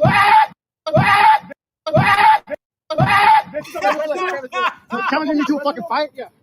Well, like a fucking animal, huh? Like a fucking animal? You fucking piece of shit, motherfuckers. You guys are fucking bitch, motherfuckers. This is a fucking Germany, you fucking punks. Look at that right there. Bam! There you go. There goes Mr. Zoe that they said ran ICE off the block. There you go, right there, family. You see it. I see it. We see it. Check it out. There it is, family. What happened to all of that energy, though? Look like he getting snatched all the way up. Look like they got him all the way under wraps. I don't see none of that talk that they was telling foundational Black Americans. I don't see it, fam. Hell no. But listen to this. Watch how the Mexican guy turns on him. The Mexican guy is about to say, oh, by the way, Haitian, I'm sorry. You got to be quicker than that because the Mexican guy is not really on his side. The Mexican guy is mad at ICE. Watch this, fam. Watch the Mexican throw the Haitian under the bus. Sorry, dog. Hey, sorry for your luck, homie. Fuck. Should have been faster. Hey, sorry for your luck, homie. Fuck. Should have been faster. Sorry, dog. Hey, sorry for your luck, homie. Fuck. Should have been faster. Luck, homie. Fuck. Should have been faster. Damn! Did he just sit there and say, sorry for your luck? You should have been faster? That lets you know that the Mexican dude ain't rocking with the Haitian dude. So the Haitian guy is out here hating on FBA, and the Mexican guy didn't even help him. I be damned. Bad day. Hey, sorry for your luck, homie. Fuck. Should have been faster. That's fuck. There you go, family. You can't make this up in these streets of the USA, fam. So look at that and how that played out right there. Dude sat there and was cussing out ICE, but he wasn't cussing out ICE on behalf of the Haitian. No, he was cussing out ICE on behalf of Mexicans. And the Haitian guy probably sat there and thought he had a friend. See, they come over here, fam. They always trying to make friends with everybody who doesn't like them. See, that's their whole jam. They make friends with all these individuals who don't rock with them in the first place. So he's over there trying to make friends with the Mexican guy. The Mexican guy said, adios, amigos. He might as well just said it. He might as well said, adios, amigos. Peace the hell out. You should have been faster. You know how I translate that? I translate that as, goodbye, I don't need your help. Don't want your help. Don't ask me for nothing. That lets you know, because all y'all tethers want to come over here and come down on foundational Black Americans. You got spite, jealousy, and envy for FBA, and you're extra friendly to everyone who isn't FBA. Because the people who come to the United States of America, they view anti-Black American hatred as a gateway to whiteness. We in here preaching tonight, y'all. They view coming down on foundational Black Americans, being anti-FBA, hating on us. They view that as brownie points in a gateway that eventually they may be accepted from white Americans. If not white Americans, they'll take it from Puerto Ricans and Mexicans. It's the social pecking order, okay? And that social pecking order is you're going to have the dominant society, and then you're going to have the TOCs, okay, the tethers of color. And the tethers of color are always trying to snuggle up next to one another so they can all get some type of brownie points. And the best way to do that is to hate on FBA. This is why we cannot trust people who come to the United States of America. Everybody who comes to the United States of America is anti-Black until further notice. That's what delineation is. If you bout that life, you bout that life, okay? And we ain't gonna say it twice because that's the way it is, fam. Everybody travels here. I don't care if you're coming here from Asia, and I don't care if you're coming here from Africa. People who are 2 shades darker than midnight will get over here and they'll tell us that we're the N-word. And they'll say it with the hard ER. Why? Because they feel the harder that ER is, the more they get a gateway into whiteness. Everybody knows it. This has been the real facts about migration, immigration, and what we call now tethers. And we've been putting that on the table, making everybody have to deal with it. And when I say that there is a systematic breakdown of our lineage and these attacks come from everywhere, I want you to notice, fam, that they have these fake studies who come out all the time. And what are these fake studies trying to prove? They're trying to break down our lineage. See, this is the lineage reparations generation. Everything is lineage based. So they're coming up with new ways that they can put dents in our lineage. One of the ways they do that is coming up with these fake studies. How many of you guys seen this fake study that was the talk of social media the last few days? Some very good debates, but I'm going to give you guys the truth. How many of y'all seen this nonsense article that came out? Black family reunions are down 44%. Many people claim the dynamics of their family changing once their grandparents passed away. Do y'all see this? And by the way, this is from that Black Millionaire, which I heard some tethers run that as well. So we're going to go ahead and chalk this up the same way that we chalked up the Essence Festival. Family, y'all see this BS? Yeah, absolutely, April. Fake studies. Absolutely. You seen that too? Okay, a bunch of people seen this. Yes. Y'all know what it is. Absolutely, Summer. Negative propaganda. This is all designed to weaken this reparations generation that we have. They're coming up with everything because the old ways aren't working. Things they used to do aren't prevailing. So now they have to come up with this type of stuff to try to make us feel we not family no more. Man, ever think grandma died? We just don't have no love no more in this family. How do you even compute this? That's the question I asked to everybody. Did any of you guys get a survey? I'm asking this to the family right now. Did any of y'all get a survey? Did a survey come in the mail and ask y'all this question, or did somebody just make it up? See, the days of just making things up about our era, our generation, our lineage are over. Because if you allow them to make things up, they'll always make things up. They'll say things that don't compute. How in the world do you even come up with this study? Did anybody get a survey that came and said, yep, man, 44 and 44%? What in Oddball number. Okay, it's not an odd number, but it's an oddball number. 44%. And they say it's since 1997. Let's make this clear, okay? Grandma may have passed, and I lost my grandparents in the 80s, okay? Grandma may have passed. However, there's new grandmas born every day. And you mean to tell me that with social media, our families are separate now? Do y'all know I've come across family members that I never even knew existed based on Facebook, based on social media accounts that we all chop it up and we talk? See, they don't like that. One of the things that they were trying to do with us, they were trying to cause divisions between North and South.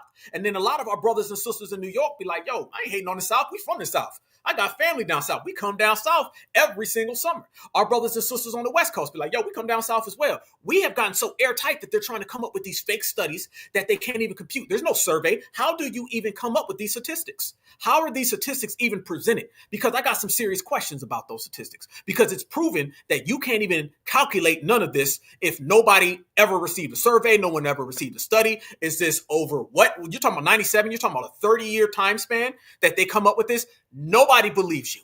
And this is nothing but Tether stuff. These are the subtle attacks. And one of the things that I'm thinking we're making very clear, and we're being very productive with this dialogue and conversation today, is that we're breaking down so many of the different angles in which they come at us. I always say it's all the windows, it's the attic, it's the basement.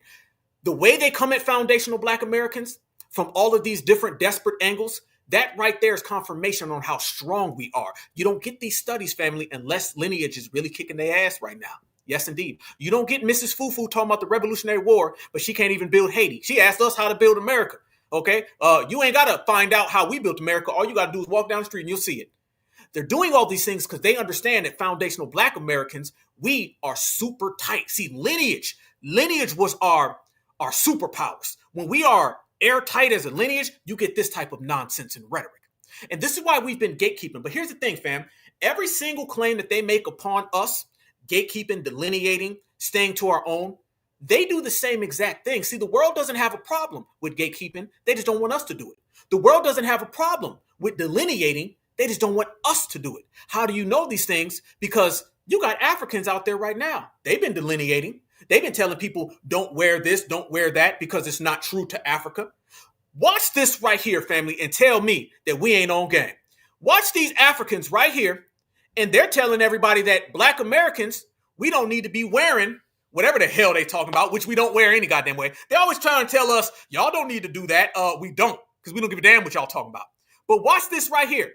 Stop playing dress up in our culture. Nigerian Asa Oki is not a costume, whatever the hell that means. Doesn't this sound like delineation? And then ask yourself, why is it okay when y'all do it? And again, Ashoke is not a costume, guys. Don't think you just want to wear Ashoke. I've had a lot of tribes wearing Ashoke. Oh, other cultures. Other culture. Yeah, I know. Ashoke, yeah. our Yoruba Ashoke. It is not a costume. It is specifically for Yoruba culture. If you're from other tribes or maybe other culture, you have your own outfit or cultural wear or attire. But what's Ashoke? Because we might have an American listening. American. So Ashoke is the traditional wear for the Yoruba culture, like an attire. It's they make it for the fabrics, where they make it from all these traditional threads and everything, and that is specifically for the Yoruba culture. And that's where sometimes you find the parents wearing it, you find the couple wearing it, Akbata for the men and Iran, but now they've changed it to dress or skirts. Now that we are transforming it every day, but it is specifically for the Yoruba culture. The Ghanaians have that, just like they have the kente. That's Ashoke is for the Yoruba culture. Edo culture, they have their own outfits as well. So don't think you're getting married to a Yoruba guy because you went to wear their costume. No, no. I was going to say, because I'm going to round up in a second, but I was going to say that I do think, okay, so my last question would be like, as Nigerians or Yorubas, not even Nigerians, but as Yoruba people, how do we gatekeep that? Because with the rise of... Listen to what she said, gatekeep. She said, how do we gatekeep? Isn't it funny that they talking about gatekeeping, but it's wrong when we do it? They talking about delineating. And fam, we're talking about as a lineage of 50 million people. They talking about tribe. Listen what the lady says. She says, as Nigerians, I mean Yoruba, they want to gatekeep tribes, but get mad at us for gatekeeping a lineage. You see the tribalism, hatred that they have towards FBA in every single thing that they do. going to say that I do think. Okay, so my last question would be like, as Nigerians or Yorubas, not even Nigerians, but as Yoruba people, how do we gatekeep that? Because with the rise of our Afrobeat artists, for example, you know, they're blowing up. They're in America. They're taking the culture, the language everywhere across the world. And of course, it's really cool to see other people like really accepting that. And you know, they're thinking, oh, like I like Nigerian stuff. I want to wear Nigerian clothes on my wedding day. How do we gatekeep that? They're still allowed to wear Nigerian clothes because if you're getting married to a Yoruba guy. No, but if that's not the case, because if they're not Yorubas a lot of at the all. time I see people that are not necessarily. We need to keep educating them. That's all we can do. Because if you're not Yoruba, I wouldn't expect an Igbo girl to wear Yoruba culture if you're not outfit or attire. Actually, if you're not getting married to a Yoruba guy. I think it's, even to be fair, I even see it with Kente as well. You know, like I think America. I might keep the word America in or not, but no. Hell no, Miss Fufu. Notice how she keeps going back to America. Y'all notice how she, right here, she keeps going back to America. She's making this statement about us. That's what I was saying, fam. They always make this about us. Out of the whole damn planet Earth, they don't talk about anybody else taking their culture. She is harping on, in America, they take this. She sounds like she got a British accent. Because in America, they don't got no problem with the Jamaicans. They ain't got no problem with the Haitians. They ain't got no problem with anybody. Their issue is with Black Americans. That's who it really is about. She says America 100 times. Fam, they're talking about Nigerian customs aren't a costume. Name me the time in this whole thing that you heard them mention anybody other than America. They don't bring up nobody else other than us because they target FBA. They target us for hijacking. They target us for stealing, and they target us with their vitriol. Yoruba guy. I think it's, even to be fair, I even see it with Kente as well. You know, like I think America. I might keep the word America in or not, but I think they're currently on this whole like road to like discovery and wanting to connect with their roots, which I think is beautiful, and we've always encouraged them. And we encourage you to embrace our culture, But you know, they are now taking it one step further, where it's like, okay, I want to wear the Kente and I want to wear the Ashoke, and it's kind of like, okay, how do we gatekeep and make sure that the right people are wearing these precious things at the right time? It is very precious to us. Get the hell up out of here. I showcase. Get the hell up out. First off, man, FBA ain't wearing none of that. They swear that we be doing what they be doing. Man, FBA ain't running. I don't even know what the hell she's talking about. Aklo, Kasi, or whatever the hell. FBA ain't on none of that. You see, I see, we all see. That was directed towards us. Okay? Let's make this clear, okay, with all the tethers. Because I know tethers is out here listening. We 2.8 thousand, okay? Everybody smash that like button, all right? Let's make this clear. Tethers target foundational Black Americans. They have no problem with anybody else. I believe, I'm just going to say it. I believe that they like being harmed by the dominant society because it's still attention. That's really what it is. It's like a prostitute. How a prostitute is okay with a pimp putting his hands on her because if he didn't, she wouldn't think that he loved her. That's pretty much how tethers are. Tethers are okay with taking that lashing from Zaddy because if Zaddy did not whip them, then they wouldn't think that Zaddy really loved them. I'm saying it because this is the mentality of these people. They love the dominant society more than they love themselves. Every single thing that they say, how they walk, how they talk, how they move, it shows you that's the type of time they're on. They love them some Zaddy, and the fact that they come down on FBA for no reason. We don't give a damn about how you are. We ain't dressing like you. You ain't got no style. Nobody's waking up trying to dress like a Nigerian or someone from Senegal or Ivory Coast or Zimbabwe, the Congo. Hell no. FBA ain't on none of that time. You trying to tell the people who set the precedence of global fashion, the whole world is trying to act like us, do our dances and our moves, and you trying to tell us that we dressing like you? That's what you're trying to do? Nothing they say lands because it never takes off. You got to take off to land. And if they ever do take off, they crash out. So we, FBA, we live rent-free in these people's minds. We live rent-free because we winning. We live rent-free because we're shining, and we live rent-free because they are not like us and they never could be. And the fact that they always got something they say towards FBA and they target us, do y'all know they out here now trying to say that they and their little Jollof, jambalayas or whatever the hell that don't nobody eat, they're running around here now trying to take credit for food that FBA creates. They're trying to say that they created soul food. Yes, the hell they are. Yes, the hell they are. Every single thing. And notice, y'all, you don't ever hear them talking about Brad or Chad. Look at what Brad and Chad and Karen and Ken do to them. And then look how much they don't ever talk about Chad, Brad, Karen, or Ken. I always tell people, the dominant society hits them with that latch. They get up and then they blame Marquise. They get up and then they blame Shaquita. Everything that the dominant society does to them, they blame us for it because they would never blame Zaddy. They love him too goddamn much. Watch this right here. Oh, we calling it how it is. Look at this right here, fam. They out there now trying to come after our brothers and sisters. And I'm telling y'all, they got some obsession with New Orleans, fam. Tethers love Louisiana. They love Louisiana, man. They always want to come after Louisiana. Listen to this cap now and watch this sister shut it down. Essence Fest. That lady got up there on that podium and she said, yes, motherland, Africa. It came from Africa. The blankly disrespect. I don't know about y'all, but Black Americans is tired of being the bottom of the totem pole. We give you culture, you take it, you run with it. You know what I do respect about BET though? BET says Black excellence. It always do in their commercials, Black excellence. And I always wondered, like, why do they just say Black excellence? And now I understand why, because you can't intertwine the two. Now, I don't know about y'all, but I ain't never woke up and said, let me play some African music.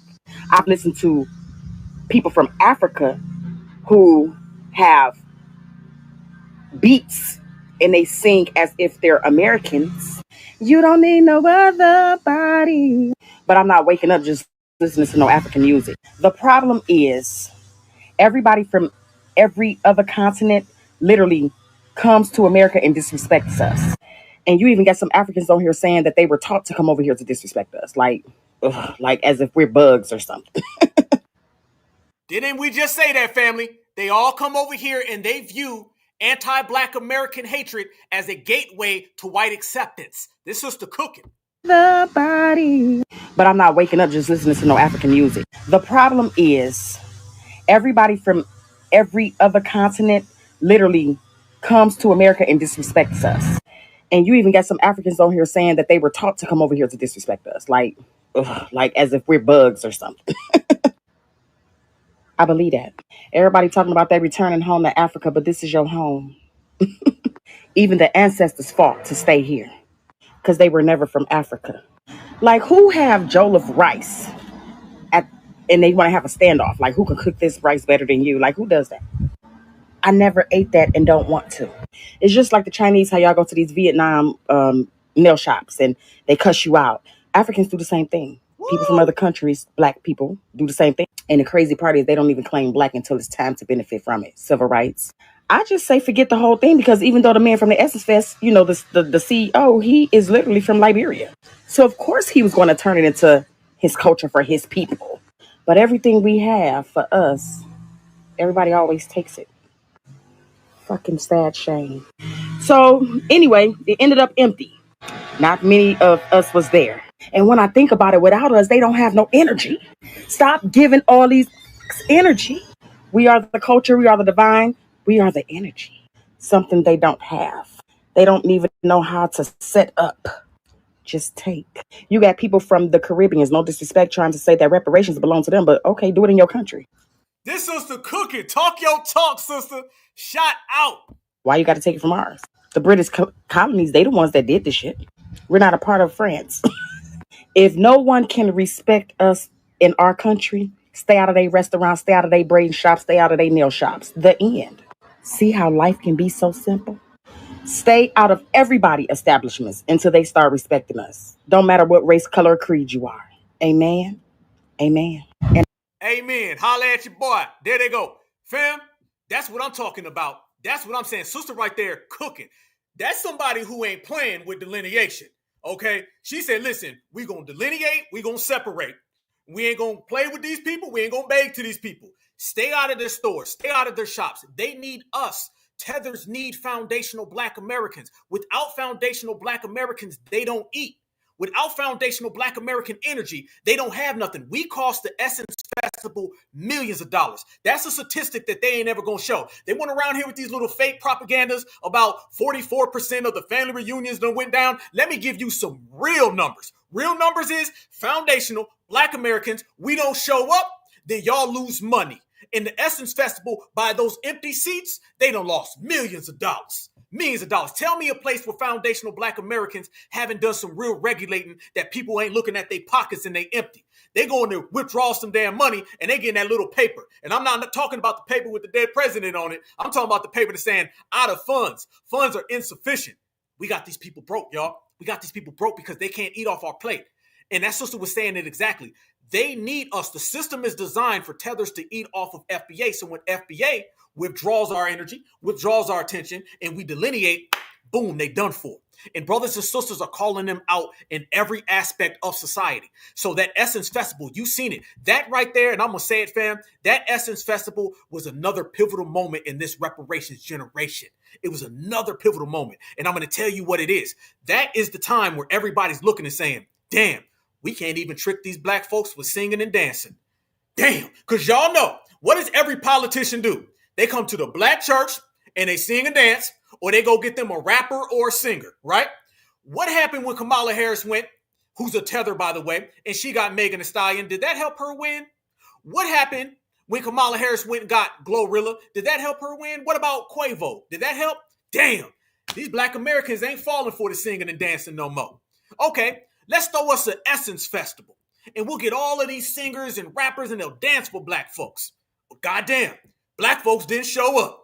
Only thing they had was some Jollof jambalaya battles and a hell of a lot of empty seats, a whole damn stadium worth. So what does that tell you, brothers and sisters? That tells you that delineation isn't on its way. Delineation is not on the front step. Delineation's in the goddamn house. And guess who built the goddamn house? We did. And watch how brothers and sisters are making it crystal clear for everybody to see. And I'm loving it right now. You go ahead and allow us to give you receipts, and you will get empty seats. And by the way, shout out to Beyonce, because I look at her tour and it's sold out. Damn. Check this out, family. This sister right here breaks down the Essence Festival again. So that's loss after loss after loss. And y'all know how it go. The one thing that people will respect is loss of money. Boycott. People have been saying that Essence Festival has been African-wide. Our fellow Black Americans have been saying that it feels like an African festival, which is actually crazy because when you think of the Essence Festival, I hear R&B in my head. I don't hear Afro beats. And that's coming from a person that's first gen, born in America, with African descent, West Africa specifically. I don't understand why the fuck we over there in the first place. Other than that, I said, you know what? This is a business move. It's coming from a higher up perspective. Please, remember what I told y'all earlier. Listen to what she just said. I don't hear Afro beats. And that's coming from a person that's first gen, born in America, with African descent, West Africa. A tether using our terms, y'all. That's an anchor tether. Listen, you got to catch what they saying. There goes the anchor tether. Didn't I just tell everybody that they're going to start using tethers to use foundational Black American talking points? I'm sorry. She's saying what we've been saying. Only difference is now she's trying to use it like it's her thoughts. No, the hell it's not, y'all. That is an anchor tether baby. Trying to talk like a certified. That's why certified, if you call yourself Black American, call yourself a certified Black American. You call yourself a freedman, say certified freedman. You call yourself FBA, say certified FBA. Because you're going to have a hell of a lot of these people right here, and they're going to say, man, that's true now. As a first generation African, that is a tether. Africa specifically. I don't understand why the fuck we over there in the first place. Other than that, I said, you know what? This is a business move. It's coming from a higher up perspective. So I did my research. Just in case you didn't know, Essence was owned by 4 Black men in the beginning when they first started, I think in the 80s, late 80s. And then they sold half of their business, 49% that is, to Time Inc., right? And then Time Inc. bought the rest of Essence in 2005. So from 2005 up until 2018, Essence was not Black owned. And then Time Inc. sold Essence to Meredith Corporation. That's the corporation they sold it to. Meredith Corporation owns People's Magazine. They own Sports Illustrated, and they own like a cooking book. They own the top ones. And you own a wig that is at a 45-degree angle. Listen to what I'm saying, family. Everything the sister just said a minute ago about us not going to their stores, that was a Black American. Everything this individual was saying sounds exactly like what the Black American was saying. It's just not coming from a Black American. A first, second, third, fourth, fifth generation is a tether. Remember, when you're a foundational Black American, that means that you're a foundational Black American from here all the way back to 100,000 years ago. When you're a first generation anything or a second generation anything, that means you are a tether from here all the way back 100,000 years ago. When they start using those first generation, second generation, third generation, that translates to I'm a tether. And that's what she is. She is a tether using foundational Black American talking points. We cannot allow these people to say the same exact things that we say, because I promise you, if brothers and sisters say, man, talk your talk, sister, I know you a first generation tether, but I feel what you're saying, let her say that to you. Go ahead and give her those keys. She'll take them, and 2 weeks later, she's going to get on code with whiteness. And she's going to get on code with all of her people from Africa and from the Caribbean. This is why you are anti-FBA until further notice. And this is why if you're a first, second, third, fourth, fifth generation, you're a full-time tether. A first generation, second generation, 15th generation is a full-time tether. Because when we say generation, we say civil rights generation, we say reparations generation, lineage generation. When they say generation, they mean the first time their asses got here off of a boat. Big goddamn difference. So listen to the wordplay, y'all. Listen to the wordplay. I got you another tether that says the same exact thing. I've been piecing together all these folks so you can understand that when you start dealing with delineation, delineation has to catch the people who are saying things directly and the folks who are talking indirectly. And we catch all their asses because we on code, we on point, we on game, and stronger than ever. Watch this right here, fam. This is another tether, and I want y'all to see. She's doing the same thing. Only difference is she's referring to foundational Black Americans as MAGA. Yeah, another talking point. Watch this one, fam. And notice, soon as you see them trying to cover up that hairline, the FBA tether alert is in full swing. Shout out to Mecca for actually posting about an event that she actually attended, because leave it up to you all, leave it up to the Black American MAGA. You would think that there was no representation of Black Americans at that event. Let me give this disclaimer. I am first gen Black American from my mom's side, and my dad is first gen from his side. Stop. There you go. Boy, we own it, don't we? Listen to that. I told you we got receipts. Receipts equal empty seats. Didn't I just say? Did she not say the same thing the last girl said? All of these tethers aren't saying the same exact thing unless they all get the same exact memo. They all get the same memo. Don't sit here and hear these people say stuff and say good points, because soon as she get them keys, she going to get on code with whiteness, and she going to get on code with tethers the same way all the tethers at the Essence Festival did. Play blackity black. Use our talking points. Soon as they got in, they started hiring people from Liberia. They start hiring people from Kenya. She does the same thing the last girl did. First generation, second generation, third. Okay, so you a goddamn tether. Just say it, Mrs. Fufu. Just say it. You would think that there was no representation of Black Americans at that event. Let me give this disclaimer. I am first gen Black American from my mom's side, and my dad is first gen from his side. Remember, first gen equals tether. There's no such thing as a first, 100, 82, 05, 7, 29, 28 generation unless you are tether. The comments I'm seeing are so xenophobic. There's no way that we could literally be in a recession. We're not in the middle of a recession. We're knee deep in a recession. And the only answer that you all can come up with as to why Essence Fest was not as lit or not as popular or maybe not as packed as previous years is because it's no longer being ran by Black Americans. Give me a break. During this time of year, flights can go anywhere from, because it is expected that Essence Fest will be held in New Orleans. I've seen flights for $500. The average American do not have a savings account with $1,000. Then how come Beyonce's selling out? Do I gotta, fam? I'll keep showing the damn Beyonce picture. Don't make me. I will put up Beyonce again. How come Beyonce keeps selling out? You don't hear anybody talking about Beyonce didn't sell no tickets because it was $22 in the third. Beyonce didn't have the money. Don't say that, because Beyonce ain't got no problems selling out anything. Beyonce living real good in the neck of the woods. The only people right now who are suffering are the Tethers. It's FBA, it ain't Target. It's FBA, it ain't plane tickets. It's FBA, it ain't the economy. You think they're going to spend $500, right? With increased layoffs, lots of instability in this economy, $500 to go to a festival? Use your common sense. Oh, shout out to Mecca for actually posting. I've used my common sense, and my common sense says that you are a Tether anchor baby who clearly is trying to hide that forehead. And y'all need to stop trying to hide your foreheads, because it makes your forehead look even worse. Ain't nothing worse than they trying to hide it and it still sticks out. That's just terrible. Bad news. But if you look at Beyonce, she's selling out.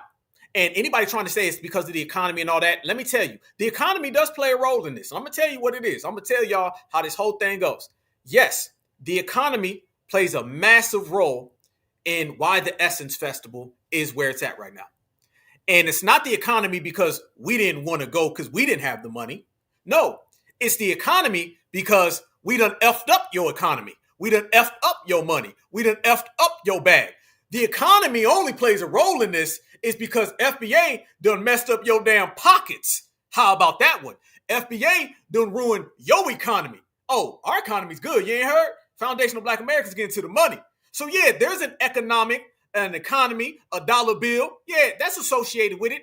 But it's about us making your pockets empty. Family, the Essence Festival's pockets are as empty as they damn seats were. I said it. They seats are empty. They pockets is empty because foundational Black Americans kept our ass at home. I told y'all we can stand on business by staying at home. When foundational Black Americans just stay at the house, we get things done. Sat out the election, look how that worked. Sat out the Essence Festival, look how that worked. They can't sing and dance us no more. FBA saying we ain't coming, we ain't involved in none of that. So now what?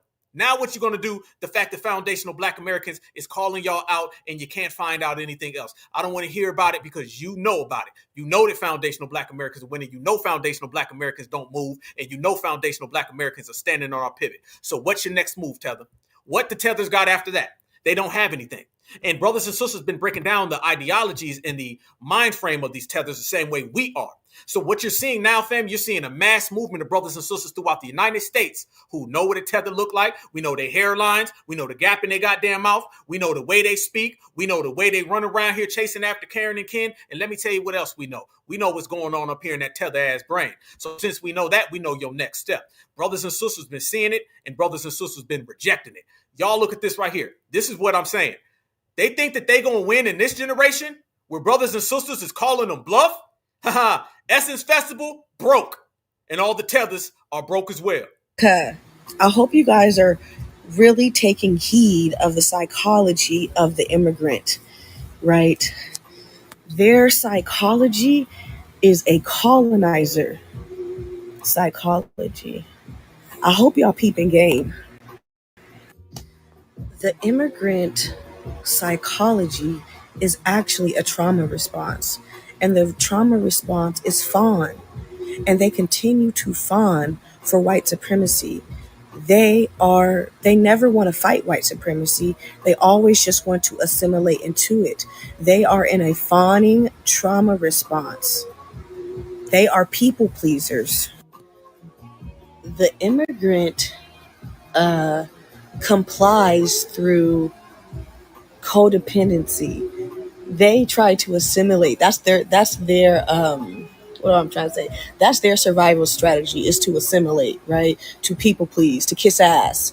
They say shit like, we work harder than y'all, and we respect our families. Y'all sound like, we good, massa. We good, massa. Don't hurt us, massa. We not like them, massa. That's how y'all sound. Silly.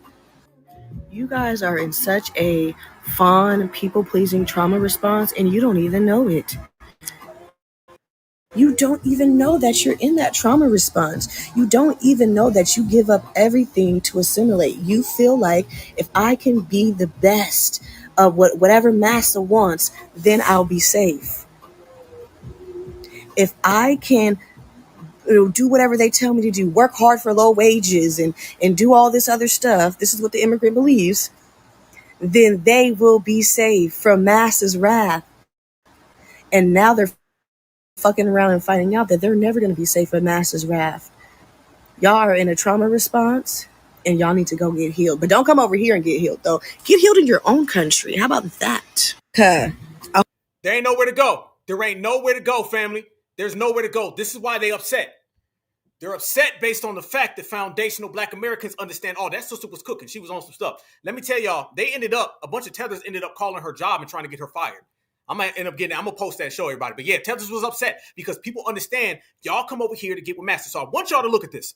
Look at everything that we're saying about Tethers, about their mentality, about the way they move. 1, 2, 3, 4, 5. We're all on the same page of delineation and calling their ass out. They're all on the same page of using the same Tether talking points in the same Tether memo. You understand? They want us to be Africans. There's this thing now where they want Black Americans to put down being Black. And they want us to put down being American. How many of y'all seen me, I don't even want to say debate. How many of y'all seen me just kind of G-check Mrs. Fufu yesterday in the space? I don't know if y'all seen it, okay? We had this Miss Fufu who called in, and she was saying that being Black is a misnomer. And then she said, we're Black like crayons. She said what we should really be is the Indians of America, and we should go to the government with that. How many of y'all end up hearing that last night in the space? It was a very, very good thing. Well, family, there's this new movement now of trying to get us to render being Black, trying to get us to submit being an American. If you look at it from this aspect, they want foundational Black Americans to get rid of all the things that empower us. See, being Black was something that they knew a long time ago was something they could control us with. We took that, and now we control ourselves. FBA, we are the masters of flipping something on people who hate on us, fam. We are masters at that. That's what we say. You give us lemons, we make lemonade. Let me tell you something. We'll flip lemons and lemonade. We'll flip the United States of America. We'll flip a reparations check. We'll flip the N-word, and we flip Blackness. Blackness empowers us. See, this is why they're so afraid of us as foundationals, because they understand anything we get our hands on, it turns to gold. Anything that a Tether gets their hands on with their ashy ass fingers, it turns to shit. Trust me. There's a difference between turning something into gold and turning something into shit. Everything they touch, from their homeland to their hairlines, that all crashes out. Every single thing that we touch, it turns into gold. Our homeland, words, terminology, verbiage, everything that we say. That's why they're afraid of giving us reparations, because they know we'll flip that same way we flipped America, same way we flipped the N-word, and the same way we flipped them lemons and turned it into lemonade. We in here easy work. But you have this Miss Fufu who calls in and she starts trying to tell me that being Black is a misnomer. She said we're all about crayons, all of that. I want everybody to notice, they never wanted us to stop being Black back in the day, because Black was considered a bad thing. And then we started saying it loud, we Black and we proud. We started saying Black is beautiful and beautiful is always Black. Now they saying, oh, don't be Black no more. Stop, please, please. Everybody now is desperate to try to stop FBA from our empowerment. I want you to notice that. Everybody wants to stop our empowerment movement by stripping away the words that we use. They don't want us to say Tether no more, because Tether empowered us, because now we can highlight all the little sneaky ops. They don't want us to be American no more. They want us to be African, because American citizenship empowers us. They don't want us to be Black no more. They want us to be the brown, Indian, person of color minority, because Blackness empowers us. Do you see where I'm heading with this? Do you see why every single day that there's a new op that pops up and is trying to convince us to render and surrender things that we created? We ain't doing nothing other than staying certified. Did we not hear that Tether earlier? And what did that Tether earlier say? She went after the term foundational. And then she went after the term certified. Every term that we come up with has empowered us. Rest in peace. Much respect to Neely Fuller Jr. Neely Fuller always spoke about how we have to come up with words that are empowering, and you have to have your verbiage correct. First step, we empowered ourselves with our language. Now they're going back and taking it. They didn't have no problem when we was minority. Notice that nobody cared about the words we used when those words were words they gave us. When they gave us minority or person of color, I ain't never seen somebody pop up and say, y'all need to stop saying that. Quit calling yourself person of color. Family, outside of us, certifieds, did you ever hear anybody trying to get us to render being a person of color? Nobody ever had a problem. Did you ever hear somebody trying to stop us from saying minority? No one ever had a problem. They never had a problem with words that we use as long as those words were words that did not empower us. Soon as we got empowered by words, now there's a big thing. So about a year and a half ago, you started to see people come out. And what were they saying, fam? They were saying things of the nature that foundational Black Americans got to stop. We got to surrender American. Okay. The first step was stop being American. And now there's a new wave of stop being Black. Family, I'm not lying. That right there is it. That, fam, you take all that away from us, fam. Foundational Black American. Certified Black society. They taking all that away. They don't want us to be foundationals. They don't want us to be American. They don't want us to be certified. They don't want us to be Black. Goddamn, what else do we have left, y'all? What we working with? What we got left after that? None. So I want everybody to notice this. And then you got these people, and somebody came out and was like, no, Black Alpha, she was right. Because when she said that Blackness is really from the Indians, fam, Black Americans are the Indians. Black Americans are the natives. Black Americans are the originals. Black Americans are the foundational. When you say Black, that is synonymous with all of the people here in America that are the originals. Us, we knew that. Grandma told us that. We don't have to do any of this extra stuff. So hell no. Somebody was saying, well, let her talk. We want to hear both sides. There ain't going to be no both sides. It's going to be the FBA side, or you can get your ass the hell up out of here. We don't go into their places or their spaces so they can keep the hell up out of here. And if you're halfway delineating, you ain't delineating at all. So get your ass out of here. Take your feelings with you. We G-check around here, and then we set examples. So you seen people calling up and saying, hey, we're Black Americans. I want y'all to see this right here. Dr. Kubar Vasquez, he comes out and he starts trying to get Black Americans again to get on board with the African. Get on board with that. So you got the people coming at us, stop being Black. Then you got the people coming at us saying, stop being American. One day, if you ever quit calling yourself Black American, you have no more power. Watch this right here, family.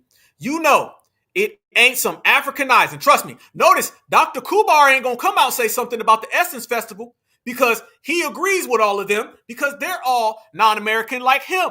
And they're all on some African. Somebody calls into this podcast and they tell Dr. Kubar, I ain't no damn African. I'm an American. And watch how the whole y'all need to stop being America kicks in. Let's go. My call. Dr. Umar, much respect. Listen, I'm going to make some comments and I want you to respond to them because you have some hosts and you have some listeners at WBON that feel this way. So number one, Africa is not a country, it's a continent. So with that being said, I don't know where I'm from, what country in Africa I'm from. Also, with that being said, I've been born and raised in America. So I am not Black. I'm not an African American. I am an American. So I choose to be patriotic. This is my flag, red, white, and blue. I am a Negro. I'm in the Constitution. I'm a free man. So this is who I am. I am not an African American. Again, I'm not Black. I'm an American. Respond to that, Brother Omar. Thank you, Cliff. Yes, sir. For Please. Notice that the guy says, I'm not Black. I am an American. So this is somebody calling Dr. Umar who's kicking the I'm not Black. Dr. Umar is kicking the you're not American. So the question and the answer are both wrong. The person calling, saying that he's not Black, and then the person answering, Dr. Umar, who's saying you're not American. These are the people who are trying to stop us from being who we are, family. The logic is completely ridiculous because America will turn 250 years old next July 4th of 2026. There's no race on earth that is younger than 250 years old. So everyone has an origin story that predates the creation of the United States. The ironic thing about Black people is we're the only people who have term limits on our Blackness. Chinese come from China. They've been here 10, 20 generations. They're still Chinese. Irish come from Ireland. They've been here 20, 30 generations. They're still Irish. Arabs come from Arabia. They're still Arabs after 200, 300 years. Black people are the only people who after being in America for a certain amount of time, no longer want to be who they are and completely try to dissolve and hide themselves, within the culture of the dominant population. You will always be an African. Everybody knows you're African except us. Very well said. Let's continue the call. Was he serious though? He was quite serious. But again, I appreciate those comments because if he didn't make the comment, we wouldn't have heard the response. Correct. Right? And that response landed on more ears than just the gentleman that called. I hope it landed on his heart too, because what Dr. Umar said was out of love. Yes, right? And out of awakening and out of revelation. Yes. And that's the goal of the conversation today. Yes. I'd like to think it is. I think we make Freeze. That's what I'm talking about right there, everybody. That's what I'm saying. I want everybody to notice this. I want everybody to pick up on this key point right here. By the way, fair use. This is about teaching, scholarship, research, and commentary. Fair damn use. Check this out, y'all. The guy calls in and says that he's not black. Dr. Umar says you're black, you're just not American. So I want everybody to see that they're giving us these people from different angles. You got the one person over here, one person over here. They're both wrong. We're foundational black American. Why the hell can't we be both? You understand what I'm saying? We foundational black Americans. Easy work, fam. That's easy. That ain't even difficult. It ain't hard to explain. We're foundational black Americans. They understand that if they can strip us from being who we are and they can strip us from one of those terms, they'll take one, but they really want both. They really want both, fam. They don't want us to be neither one of them. They don't want us to be neither one of them. And I want everybody to notice this as well. I want everybody to notice that when foundational black Americans start kicking foundational black American isms, they get upset. Dr. Umar said we're the only people who have term limits. And what he tries to do, he tries to say how FBA, foundational black Americans, he says being black outdates America. And my answer to that is, and this is why Dr. Umar don't want no smoke with me, the reason being is foundational black Americans, we were foundational black Americans before America and after America because we created America. All of that coincides into one aspect. All of that goes together. So when they try to tell you that you're one or the other and you got to pick and choose, family, keep doing what the hell you doing and you stay on game. We are both foundational black Americans. Don't surrender none of that. You got to keep that clear. That's why we always, look, shit, I ain't got to say nothing. Look at this right here, fam. Look at it right there. Foundational black American, foundational black American, foundational black American. We're going to keep on saying that because this is who we are. And I think Tariq said something the other day about how the term foundational is so powerful. You got to continue to say foundation because what they're going to do is they're going to try to spin it and they're going to have people saying, well, I'm black just like you. I've been also that same way. That's what the Essence Festival is. If you remember, listen to the lady with the Essence Festival, what she kept saying. She kept saying blackness everywhere, blackness everywhere. And that's what they've been running with, is that everybody in the world is black. Melanin equals black. We've been saying, no, the hell it don't. You got to be a foundational black American here, United States of America. So all that everybody is black stuff, that's just another way of getting in the game. And we're the only people that individuals use our lineage to have conversations about. FBA, we don't have no goddamn conversations about nobody else, but these people are always talking about us. These people always have some type of conversation about what we're doing. We don't go over to Nigeria and have no damn deep conversation about them. I want y'all to see this tether right here and how this tether's trying to fake like he's arguing with another tether, but in reality, he's trying to set some type of framework for who black Americans really are. Listen to this. They get devious, they get desperate, they get tricky, but FBA get on game and check their ass. Watch this, fam. This right here, this tether is trying to tell another African what tetherism is. Watch this.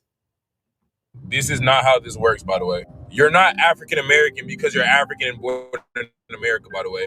I'm African and born in America. I don't consider myself African American. African Americans are descendants of the slaves that were brought here from Africa. You can't be African American. No, the hell we're not. No, we're not. An African American is an African who came here to America. We're not African Americans. Hell no. Listen to what he's trying to do, y'all. And he's trying to make it look like he's lecturing Africans. This is reverse tether psychology. And you know there's not a lot upstairs, okay? All the lights are on, but ain't nobody home. He's trying to say that if you come from Africa, you're just an African. But if you're one of us, then you're an African American. Still putting African on us. And he's trying to make it look like he's correcting another African. This is not designed to correct an African. This is designed to trick FBA. Nice try, Mr. Fufu. This is not how this works, by the way. You're not African American because you're African and born in America, by the way. I'm African and born in America. I don't consider myself African American. African Americans are descendants of the slaves that were brought here from Africa. You can't be African American if your ancestors weren't slaves that were brought here from Africa. So that's not how that works. You're African. You're just African. Anyone who calls himself Black American just wants to deny their African heritage. You heard that? You heard that, family? Now he's trying to get in on Black American. He started off trying to tell us what African American was. Then he starts saying, well, if you denounce being a Black person, then you ain't really who you say you are. Listen to that, fam. Nice try. African. Anyone who calls himself Black American just wants to deny their African heritage. There's African American and there's African. That girl I replied to is African American. No, there's not. No, there's not African American and American. Africans are African Americans. Foundational Black Americans are foundational Black Americans.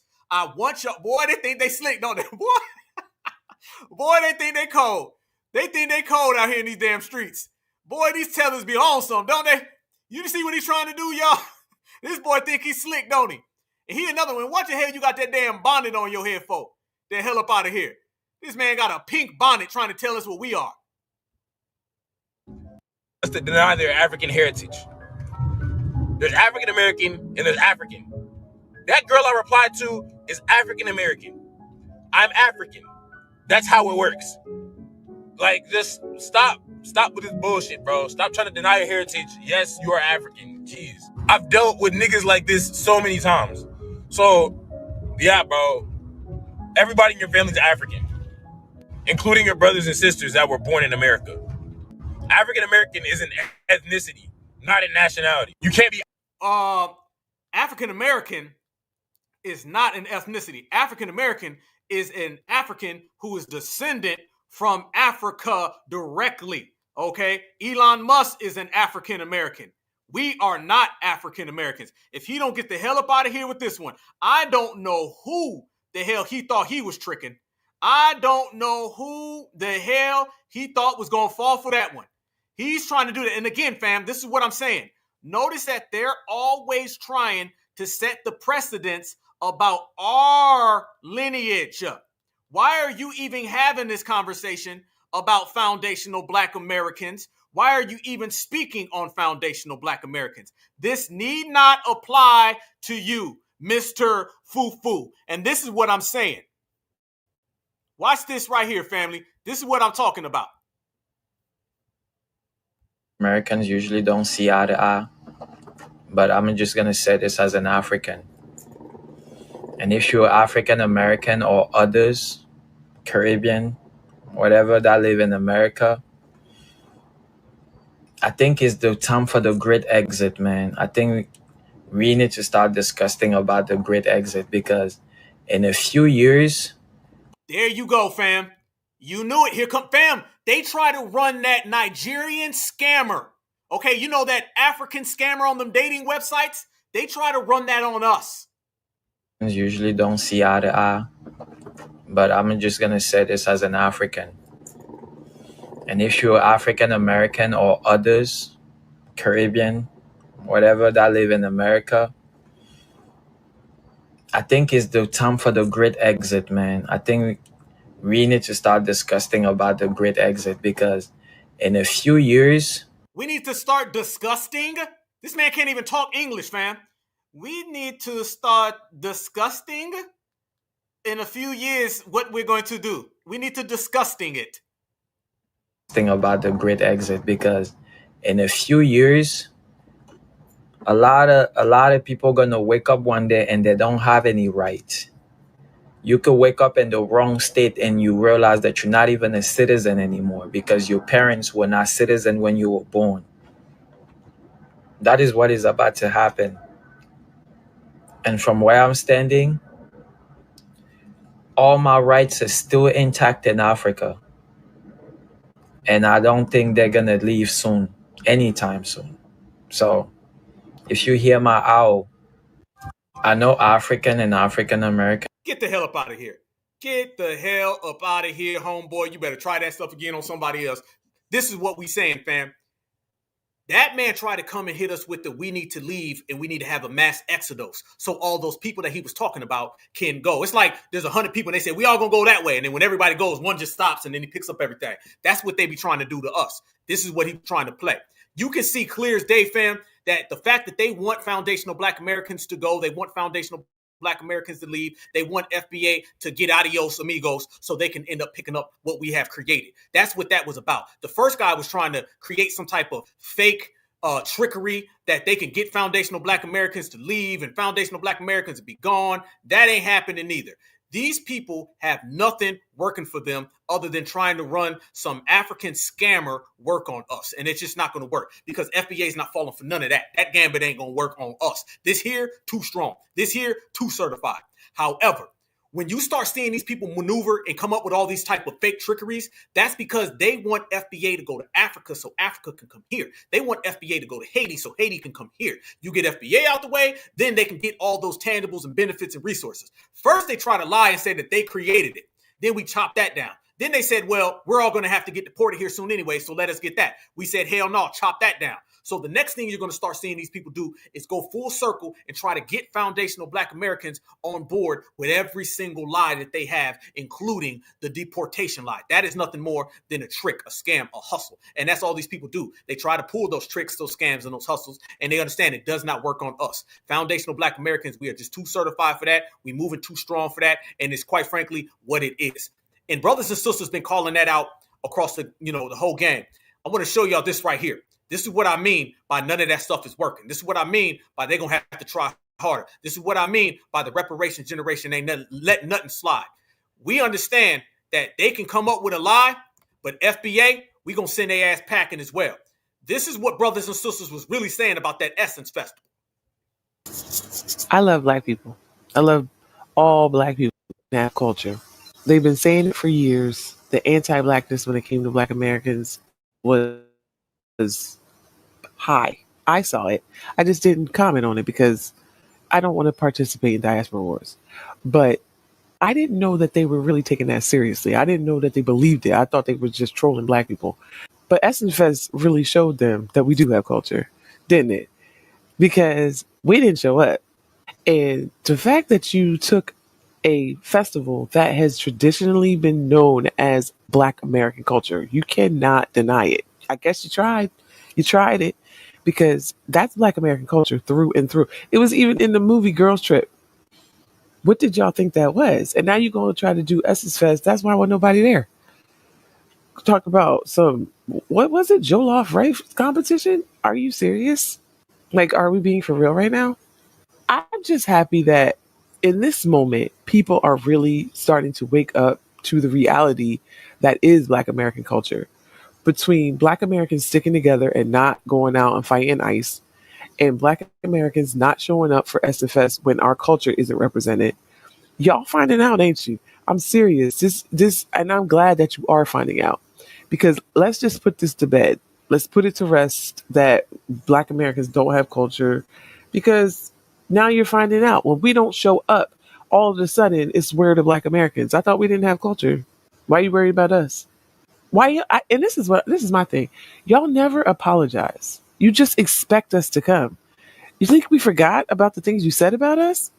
I don't understand why people don't come back to us, Latinos included, and say, you know what? There is anti-Blackness. We were talking about you. And you know what? Now we recognize the error of our ways. We're sorry and we need your help. No, you don't do that. Nah, it's fine. And they don't have to. You can keep all that. I don't want your goddamn apology. I don't want none of your apology. But it shows you again. Remember that y'all don't have culture talk? Now the world is starting to see, well, since we ain't got culture, then you can't have our culture. That's what gatekeeping is about. Gatekeeping is saying you can't have hip hop. Gatekeeping is saying you can't have blues. You can't have jazz. You can't have gospel. We taking everything back and it belongs to us. That's the way you got to get on code and that's the way you got to move. And that's how we've been moving, fam. Everything belongs to us. It is ours. See, we used to have this mentality that what was ours wasn't ours. And we were supposed to share it with the world. That's what the old mentality was. People thought that to be Black in America, you had to basically share with everybody. Everybody had to get a piece of the pie.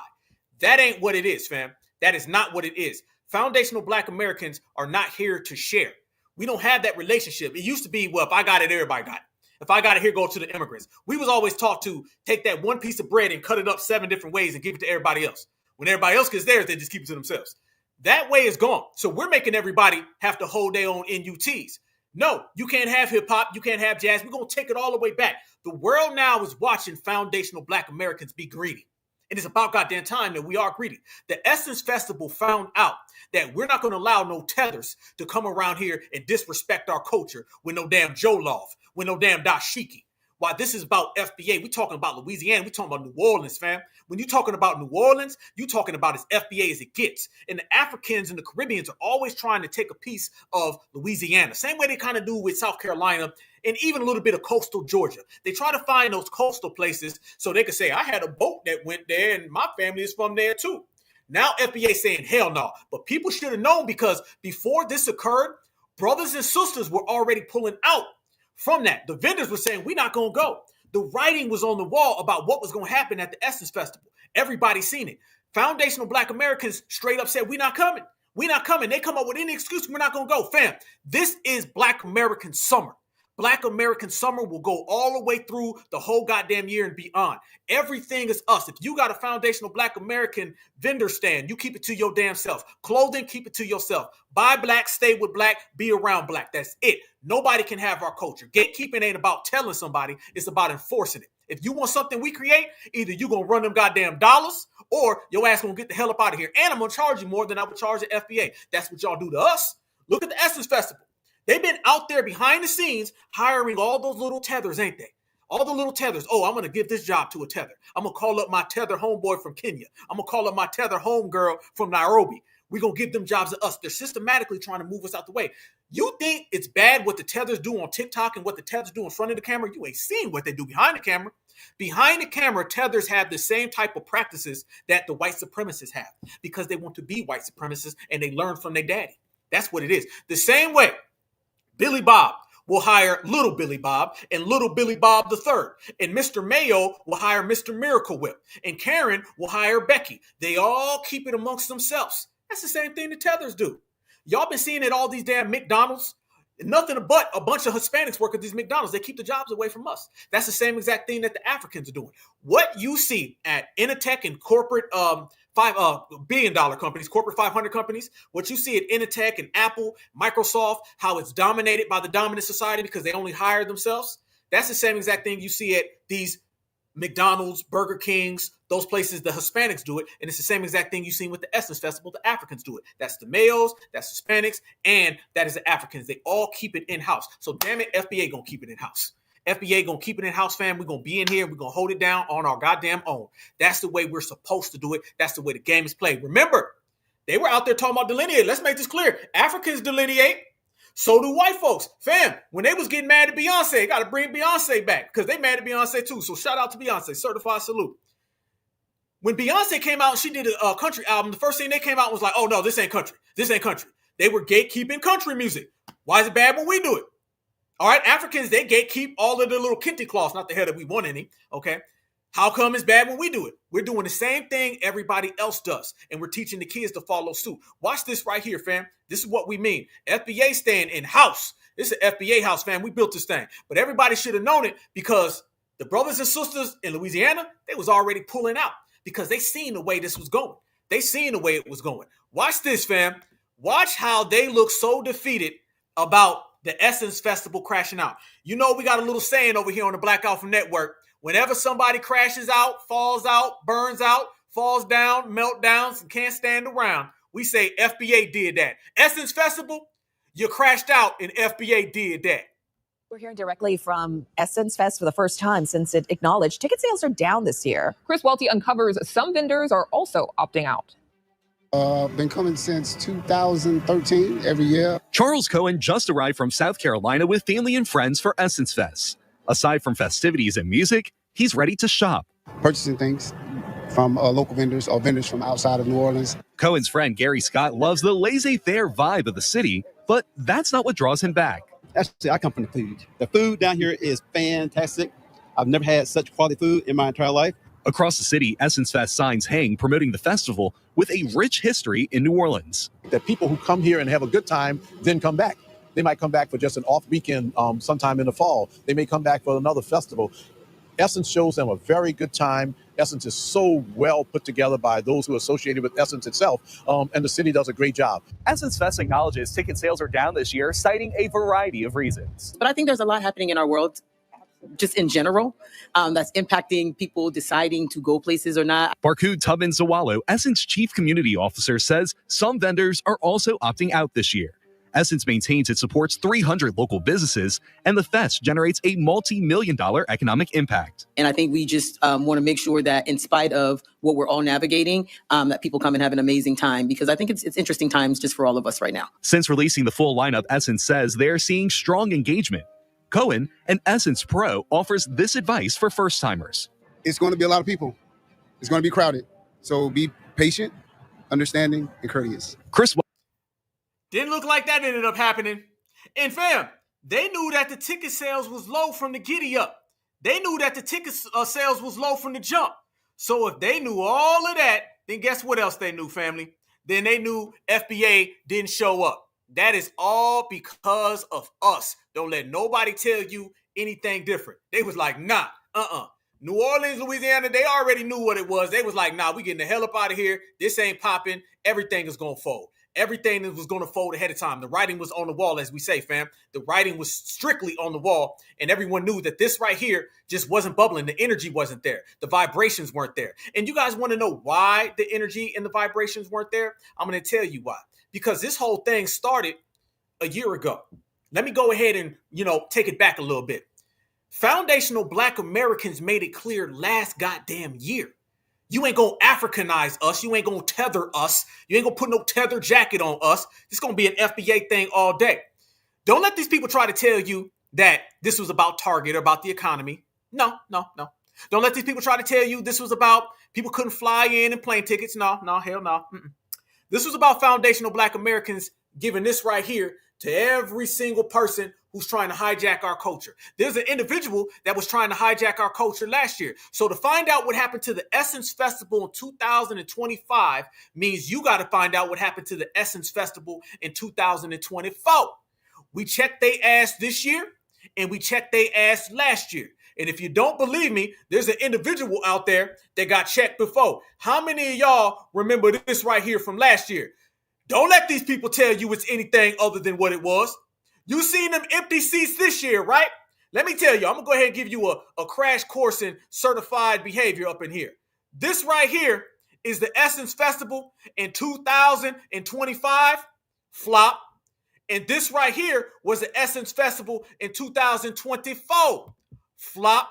What's the common denominator? FBA did that. Orleans, y'all look like y'all tired. They ready? I don't give a fuck how many seats is empty in this. Everybody that's here, get the fuck up.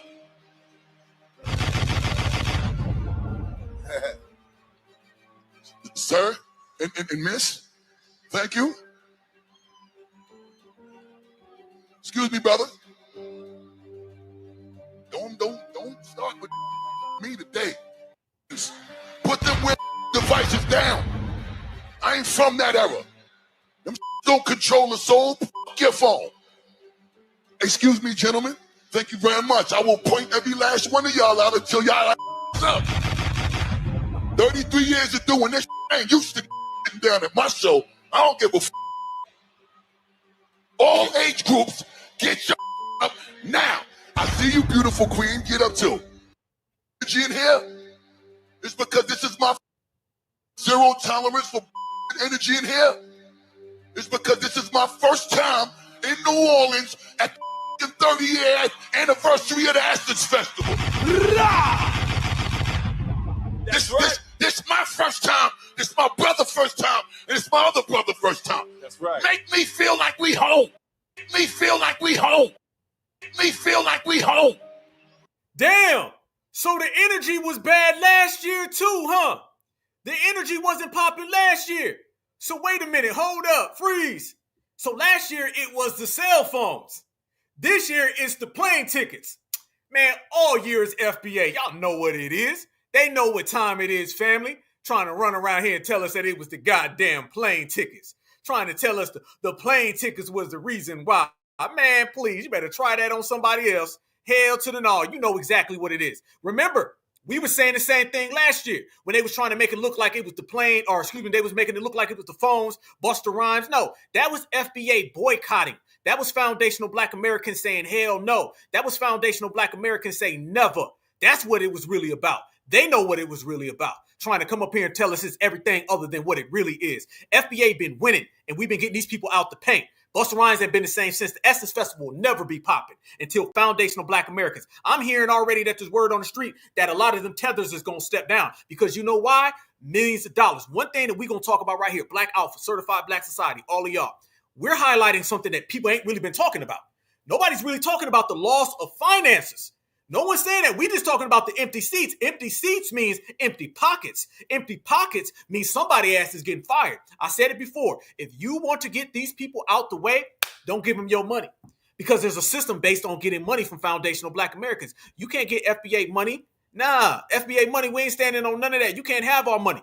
Foundational Black American money gonna be for foundational Black Americans. Foundational Black Americans only gonna spend with each other. We affecting these people's pocketbooks. They all about to step down. They all about to step down. That's what it is. We out here for real, putting in real work. Brothers and sisters know what it is, fam. Check this out. When I say that it's real out here in the field and these people know what it is, fam, everywhere they turn around. Breaking news, Black people once again, the focus. Check this out. It lets you know we win. Breaking news you can use, folks. You're going to want to hear this. The Asian community has decided to express their offense at the use of the C slur by once again bringing Black people into it and comparing it to the N word. If you're wondering what that C word is, you're not alone, which makes it painfully obvious that it does not compare to the N word and begs the question, why was the N word brought up in the first place? So, other communities now are trying to say that there's a word for them that's the equivalent of our words so they can try to get foundational Black Americans blamed for something again. You see what they be doing, fam? This is typical of all of these people. It's always about Black Americans. Community has decided to express their offense at the use of the C slur by once again bringing Black people into it and comparing it to the N word. If you're wondering what that C word is, you're not alone, which makes it painfully obvious that it does not compare to the N word. Everybody has to have their version of what FBA goes through. This is the I want to be oppressed. They got to have their version of the N-word. They got to have their version of reparations. They got to have their version of Built America. Everybody, their version of slavery. Every single thing. And fam, I'm just going to say this. Ain't none of that stuff worked. Ain't none of it worked. Ain't no other versions of what FBA's done. There ain't none. And foundational Black Americans are out here putting in work. Shout out to our sisters, because a lot of our sisters been holding it down. Check this out. This is more energy. These people been out here trying to run with FBA. FBA been letting them know you can't hang with us. Hell no. Y'all, I'm so happy. Black Americans, I am so happy. One thing I could say that came out of this here Essence Festival, she thought that she was going to be bridging the gap when really she just woke more Black Americans up to the fact that them motherfuckers is trying to colonize us.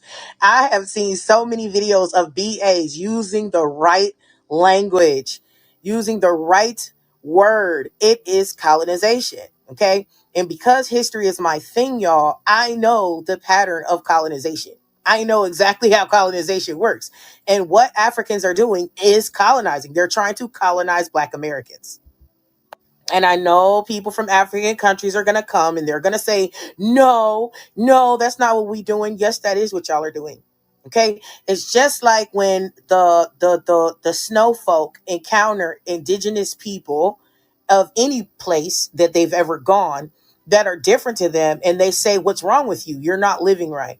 You're not living right. You're not doing right. You're not talking right. Right. So what you need to be is more like me. That's why everybody aspires to whiteness. That's why everybody has to assimilate into whiteness. A lot of people from African countries want us to assimilate into them. Okay. And they think that if it's not like them, and because we are Black, right? If it's not like them, they're just, they think that we're like savages. We're undeveloped. We're uncivilized, like all of that different shit, when really we're just who we are. And then the fact of, if you listen, like you let them talk long enough, and we've all had many conversations with them, they find it absolutely preposterous and mind-boggling that Black Americans like being Black American, and that Black Americans are happy just the way that we are. This is why they oftentimes try to convince us that we couldn't possibly be happy. But what about your roots? But what about where you come from? Or you don't know where you come from, or you don't have a language. You don't have any African language. Don't you feel empty inside? Like, no, bitch. I feel just fine. Like, I don't feel lost. I don't feel disconnected. I don't feel nothing. The fuck? Like, Black Americans have community. I've always felt like I belong. Even times when I didn't feel like I belong, I still felt like I belong. Right? It has its ups, its downs, its good, its bads. Every community has that. Sometimes we get along, sometimes we don't. Every community has that. Okay? Some families are absolutely perfect, some aren't. Every community has that. But not every community has Black American culture. Not Woo! Talk your talk. every community has the Black American experience. And this is why I say, and so many of us say, I would choose to be Black American in every lifetime. Talk your goddamn talk. Man, Sister Cooking. Hell yeah. Oh yeah. Shout out to her. Certified salute. She made some real good points. Real good points. First off, yeah, okay. Black every time. I don't give a damn. We can leave and come back in the year 3037. Bring me back as a certified Black. There they go. Bring me back as a certified Black. That's what it is. But she makes a good point, fam, and one that a lot of people don't talk about. These people try to unhappy us. They try to unhappy us. Like, they don't want us to be happy. They don't want. I'm gonna find her IG. I'll post it. She be cooking. Shout out to her. I'm gonna get it for y'all, man. She be on one. That is a good point because they don't want us to be happy. They want us to be in grief. That's why everybody's always like, is it bad for you? I know with Black folks, all those Dear Black People videos, do you ever see them on social media? They always have those Dear Black Folks videos. And it's always them kind of like trying to tell us, well, I understand Black folks. I know exactly what you're dealing with. It's got to be rough, huh? They don't like the fact. Fam, why do you think they was getting so mad at us line dancing? Us line dancing was making them so mad because foundational Black Americans, we weren't out here tripping. Foundational Black Americans, we weren't out here saying, man, you know, it's a terrible thing, man. It's just hard to be Black. See, when they can make you not happy, then you won't be happy about your situation. Your situation to mean you're not happy about your location. Your location to make you get a plane ticket and fly somewhere else. So it all goes back to your happiness. Get foundational Black Americans to live in this state of misery, then tell them how bad America is, and then maybe they'll leave, and then you can pick up that FBA flag and start waving it with your ashy ass knuckles. It's all about that. One thing that we do, and we've done a great job, is to highlight the reverse tether psychology because they all use that African scammer, that Haitian scammer. They always use this scammer thing. Anytime you see them out there selling stuff on the corner and all that, that's the type of game that they run on us. They run that tribalism hustle on FBA. And then they get mad that we don't fall for tribalism hustle because we're not tribalistic and we invented the goddamn hustle. So none of that works. Don't fall for these tethers trying to hit you with the tribalism hustle, man. That's what they always do. That's what they always do, trying to make you not happy. And brothers and sisters been calling it out. Shout out to my brother Tariq. Tariq is one of the people who called out the Essence Festival years ago. We talk about receipts, give folks them empty seats. Look at this, fam. Tariq was calling out August 13th, 2022. Our brother Tariq made this. He said the Kenyan editor of Essence is upset that foundational Black Americans are aware of the cultural differences we have, and we aren't allowing any and everyone to speak for us. Remember, those non-FBAs at the Essence have been publishing this type of nonsense for the last decade. See that? See that. Our brother was calling it out. This is what we saying, fam. Every type of thing that they think that they have on us, it just isn't going to work. Brothers and sisters are calling it out ahead of time. That is 2022. Our brother Tariq was calling them out back then. Because guess what? They were posting a lot of those fake propaganda things back then. Look at this. Thursday is Marriage for White People. It was by Ralph Richard Banks, the Black Stanford law professor who suggested Black women stop exclusively dating Black men. See? There they go. This is what was coming from all of those tethers at the Essence Festival, y'all. This is why the jig is up, and this is why they being ran out the goddamn paint. Check this one out. A newlywed whose white husband calls her the N-word during sex feels disgusted, betrayed, and ashamed, and isn't sure how to make it stop. You see what I'm saying? This is what the people behind that Kenyan dude, okay, and the Kenyan woman, all of them, because they're all a bunch of Kenyans, this is what they've been saying for a long time. And notice, our brother Tariq points this out. He said, remember, those non-FBAs at the Essence Festival have been publishing this type of nonsense for the last decade, okay? Also, they're upset at foundational Black Americans are aware of our cultural differences that we have. Cultural differences. This is what we're saying, fam. They have been upset at us for a long time. They've been trying to run this game for a very, very long time. And brothers and sisters been calling it out. All right. Shout out to Tariq for that one. Okay. What I tell everybody, receipts, I have their ass in empty seats. This is what it is. So, man, we've been setting the block on fire, y'all. We've been setting the block on fire so damn much, everybody coming out. Can I bring up Stephanie Mills? Can I go ahead? Stephanie Mills, you don't really mix her words up. She pretty much says it direct. Did y'all see what Stephanie Mills came out and posted today? Oh, yeah. The whole damn planet is watching the Essence Festival go down the drain. I'm talking about down the drain in the sewer. Nothing. No money. No appearances. It was a flop and a failure. And everybody's watching right now saying, God damn, them FBAs did it again. It was the Democrats. It was the black and brown. It was the minorities. And now it's the Tethers at the Essence Festival.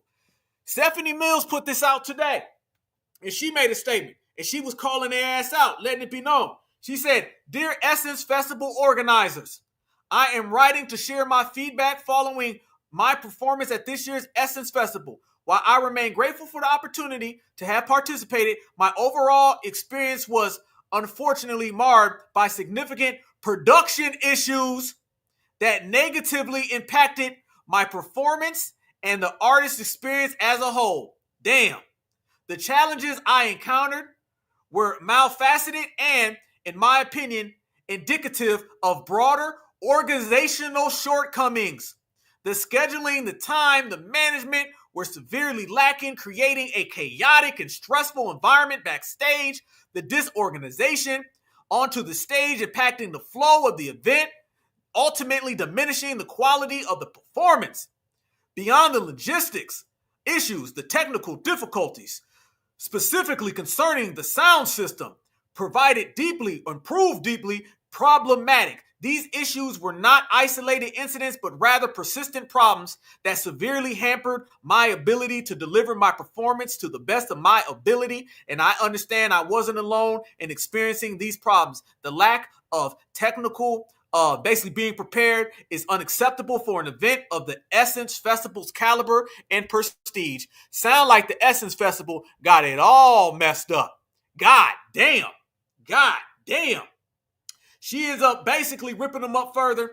And she says, overall, the level of professionalism I witnessed fell far short of the standards I expect from such a highly regarded festival. I believe the comprehensive review of organizational structure and operational management is necessary to ensure that the future Essence Festivals run smoothly and meet the high standards associated with the brand. I sincerely hope my feedback will be taken seriously and utilized to address these significant concerns in ensuring that vastly improved experience for both artists and attendees in the years to come. Family, the Essence Festival had a terrible showing. It crashed out beyond FBA not showing up. These folks couldn't even get their paperwork in order. These folks couldn't even get their game tight.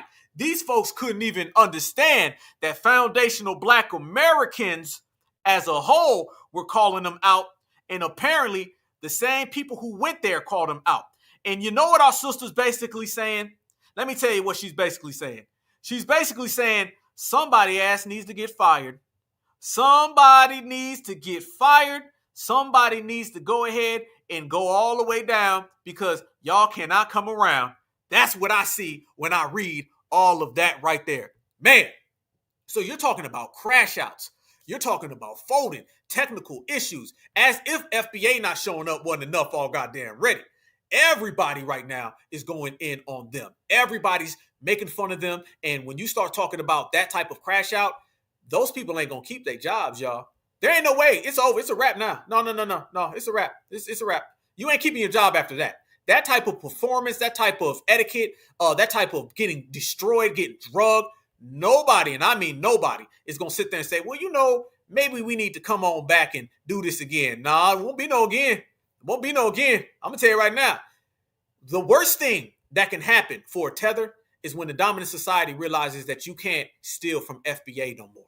That happens. See, the dominant society is petrified of a Tether that tries to steal from us, and they sponsor that Tether, and then they come to find out that Tether ain't really making anything move, and everybody's coming out, crashing out, and making fun of them. Oh, the dominant society can't handle that type. Oh, no, they can't, because they invest too much money in a Tether for a Tether to have that type of low response. So the fact that our sister basically came out and was like, nah, it's a wrap, it's done for. More people are going to be jumping off of that ship. They're going to be doing it broad daylight. They're going to be doing it on their own. They're going to be making it clear. They know exactly what's going on out here in these real streets, okay? They know exactly what's happening out here in the real world. Shout out to the family, because, fam, another thing that people been exposing with this whole festival, as we call it, if that's what you want to call it, one of the things that people been calling out as well, that is, I mean, significant in terms of them crashing out and why they're really the biggest embarrassment of the country right now. Everybody's laughing at them. They can't get off the ground. They babbling. They hurt. All of that is fine and dandy. But I'm going to tell you what's the worst part about it. The worst part about it is that this is a situation that not only has foundational Black Americans highlighted, but everybody from all across this whole country is looking at the Joe Law stuff. Everybody's looking at all of that. Everybody's looking at that. And now you're starting to even deal with a hell of a lot of people who are tethers. See, you're going to always have a tether that's going to try to jump off that tether boat. Yeah. You got tethers now trying to jump off that boat. Yeah, because tethers understand one thing. They know how to run. They know how to swim. And they know when the boat is sinking. So when you see a tether with a forehead like this, and then they come out and they start saying that the Essence Festival was bad and the Essence Festival should be about Black Americans, you know it's real bad. And I'm going to show you exactly the individual that I'm talking about. Family, the tethers is out here saying they don't want nothing to do with it. This lets you know as well. This is the crash out of all crash outs. I'll be damned. I'm sorry. I had to say that about that goddamn his head. Damn. But it's true. Watch this, y'all. Okay, this is for my Caribbean people. I'm not African, so I'm not speaking for Africans. I'm speaking for Caribbean people. What is the issue with Black Americans wanting to have Essence Fest be about Black American culture? Why can't we fold ourselves into their culture? Black Americans are very accepting of other people's culture. Black Americans participate in our cultures. Black Americans show up. Black Americans love Jamaican food. They love Bahamian food. They love Haitian food. They participate in our cultures all the time. What is wrong with... No, we don't. And I don't like none of that stuff. I'm just being honest with your family. I really don't. I stick to FBA food all damn day. And is this a forehead filter? Family, I've never seen a forehead filter. I mean, is this real? A forehead filter. Somebody talk back. Them saying Essence Fest is supposed to be about Black American culture, and it should remain as such. And why don't we wait for their invitation of us into their culture? Why is this a controversial take? And I don't think it's being xenophobic. I don't think it's being exclusionary. When you are a group of people who have to live in a country where exclusion is the default for you, and then you create something, and other cultures say, no, you're supposed to, we know, we can still be united as a diaspora and still maintain our separate identities. People owning their separate identities doesn't mean they're not united in the diaspora. I need y'all to understand that. I engage and participate in Black American culture as I do with Caribbean culture, as I do with African culture. I appreciate all the separateness that these cultures hold. We can have separate cultures and still celebrate each person's culture without needing to merge them all to be one thing. We're not there yet. It can be, right? It can be. We're not there yet. And I'm confused why this is a debate.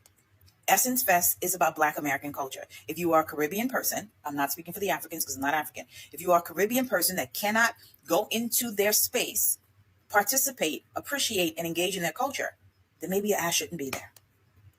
I somewhat understand why Black Americans say that they are empathy fatigued, because everybody expects them to have empathy for everybody, but none is ever extended to them.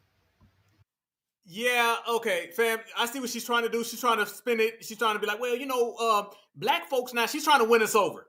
She's trying to win us over, fam, because it ain't really working for them. That's really what it is. This is I got to win the Black Americans over thing because what I thought I had going ain't really working. So I'm going to go ahead and come down on all these other people. But in reality, none of this means anything because a tether gonna tether and foundational Black Americans is going to do better, okay? Foundational Black Americans is out here living real good, real great, real smooth. And they understand that. So this is why they're coming out with these distress calls. And the distress calls are making them crash out. Boy, that is a damn forehead filter. I've never seen one of them before. Never.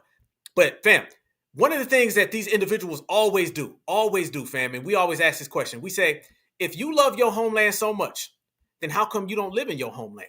That's the $1 million question. So I see a lot of tethers that are trying to turn on each other. But at the same time, fam, them same tethers who are trying to turn on each other, they out here as well trying to make amends with one another because they know that, again, two tethers of a feather going to flock together. And FBA sees past that. Let me tell you this, though. The main key and the main component that ended up making them crash out, making them fall out, is that foundational Black Americans know exactly what they're going to do and say next. Okay, shout out to the great sister who sent me something saying how they purposely shunned Stephanie Mills. They did that on purpose. That's a damn good point. Damn good point. They purposely did that because they carry anti-Blackness with them everywhere they go. Everywhere they go is anti-Blackness, fam. Anti-Blackness everywhere you turn from these individuals. So damn right, one of the things that they did is they try to take our sister and run her out. That's what they really tried to do. All right, that's what they were up to. They were taking her and they probably sabotaged her set because if that would have been somebody from Africa, oh, they allowed that. They would have been super good with it. But when it comes to a foundational Black American, you know exactly how they are. Look at this though, fam. This is some of the footage that came out, and this is what they were doing at this damn Essence Festival. Look at this. Look at this, everybody. Y'all look at this. Y'all see this? What does this have to do with FBA, fam? What does this have to do with foundational Black Americans? Not a damn thing. Not a damn thing. This has nothing to do with FBA at all. Look at this.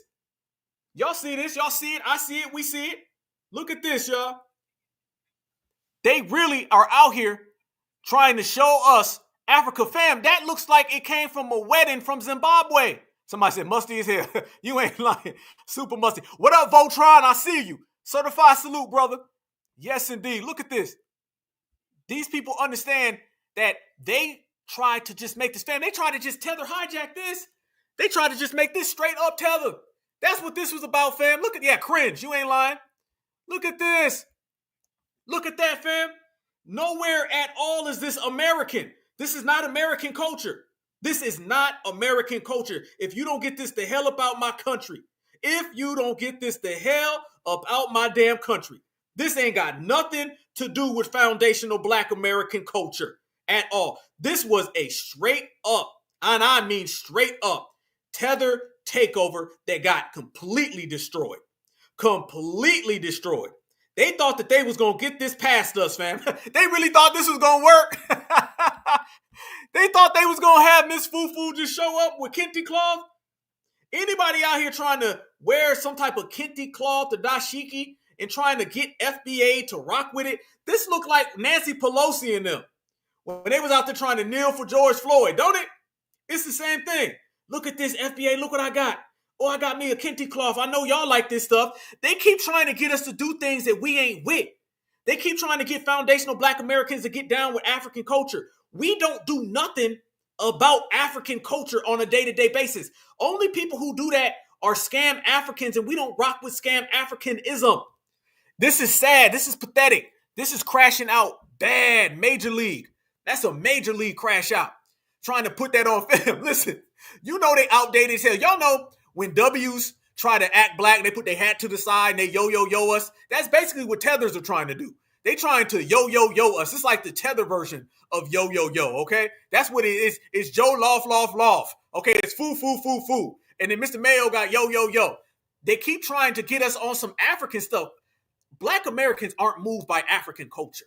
We, first off, have such a strong, prominent culture to ourselves that we don't give a damn about African culture. You can miss me with African culture, first off. I don't want to hear about your African culture. You can miss me with that all the way. Miss me completely with your dashiki and your fufu and your jollof. I don't eat African food, and I'm going to be honest with you, I don't eat Caribbean food. Everybody, teach his own. It's a free country. Do what you do. I don't eat that. Okay, dashikis and kente cloth, I don't wake up and say that. I don't listen to African music. I don't listen to Caribbean music. I'm FBA all goddamn day. There's so much greatness in this circle. It's a full-time thing, okay? All right, you got 24/7. All right, we're going to add an extra. We 25/8. All right, right here, Black Alpha Network, Certified Black Society, we 25/8. There's so much greatness. Why I got to listen to an African try to cosplay a foundational Black American when I can go put on some Whitney Houston? Why I got to hear some fake-ass African rapper when I can go put on some DMX or some Tupac? I ain't got to go outside of our culture for greatness. It's the same way we don't have to go outside of America for greatness. Everything is right here. What we say, you got the good stuff at home. FBA got it all. We got it made. We don't have to travel the world. Absolutely. We ain't got to go there. Fam, how many times do you walk down the street, go to the store, walk to the gym? Do you see somebody walking around wearing a dashiki? When was the last time you seen somebody wearing a damn dashiki? They trying to win us over with a dashiki. They really think that, fam? That FBA gonna say, man, I'm down with that. I got to go to the Essence Festival. I'm gonna go to New Orleans with all that great culture in New Orleans. And you know what I'm gonna do when I get to New Orleans? Man, I'm gonna put on the dashiki. That's what I'm gonna do. Man, you heard, man? They got that new kente cloth. I ain't never called up one of my partners and say, hey, man, Amazon got a sale on some kente cloth. Man, you know what? I ain't gonna go to that macaroni and cheese. No, I want the jollof. No, damn that. I don't want no fried chicken. Nope. Give me that damn fufu. They think that we move by that. We not moved by that. Okay? You trying to get the greatest people of all time to jump off the damn ladder and go down 100 notches. Not happening. You trying to get the people who create everything to go after something that is a fake version of what we've created. You trying to get the people who don't flee to flee. Every goddamn thing you doing is wrong. Everything you're doing, you're crashing out trying to get FBA to fall for that. But what do you expect from people who love their culture so much that they always come to my culture? Look at this, family. This right here is exactly what I mean when I say these people better go make their homeland great, because these people are always over here worrying about mine. Notice this video and y'all tell me everything y'all see wrong about this. This is a simple question. They ask, what's so great about your homeland? What's so great about America? And where are you? This personifies a tether right here. Watch this, fam. Who has the better culture? Who has the better dancing? Who has the better music? Who has the better food? Where would you rather be right now? Where do you have the most families? Where have you made the most memories? Where do you currently live? Where would you rather What? Wait a minute. Whoa. All of that, and where do you currently live? Who has the better culture? Who has the better dancing? Who has the better music? Who has the better food? Where would you rather be right now? Where do you have the most families? Where have you made the most memories? Where do you currently live? There you go. Look what the where do you currently live is. All that best this, best that. It sounds like you need to go back home and get the hell up out my country is what that sounds like. Everything is always about their homeland until it's about their homeland. Everything is always about where they from until it's time to run. You see what we be saying, y'all? These people just mooch off of foundational Black America. They don't give a damn about what we got popping off unless they can get it and steal it. They don't give a damn about what we create unless they can have it. This is that tribalistic hustle mentality. These are tribalistic con artists. Yeah, these are tribalistic con artists, fam. And you see it, and I see it, and we watch it and witness it. They don't give a damn about anything unless foundational Black Americans created it, and then they can take it. They try to replace it, but they can't make it. That's what it is. We know exactly what they're trying to do. And it just, quite frankly, ain't working. It ain't working, y'all. They're going to have to come up with something way better than this. Because if they think for 1 minute, FBA is going to be sitting here saying, man, everywhere else is better. Well, where do you live? Well, I currently live in Kenya. I currently live somewhere other than the place that I said is so great. It's funny how the place they say is so great ain't the place that they currently live. You don't like your homeland because you ain't ever done nothing. You know, we got to update this too, because I know they say, make America great again. That's what they say, make America great again. I can't tell them to make their homelands great again because it never was. All right? It never was. Haiti's still running around here talking about 1804. How'd that work out after 1804? I'm just asking. These people have homelands that they're not in, and they have homelands that they've, clearly fled from. And on top of all of that, they don't have anything prideful to point to. See, people don't like the fact that foundational Black Americans, we have so much that is powerful that we can point to.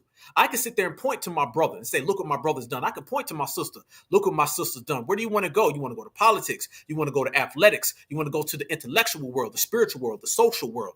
Where do you want to go? You want to go economic? Everywhere that you can point, you're going to find foundational Black Americans there, not just existing, but dominating.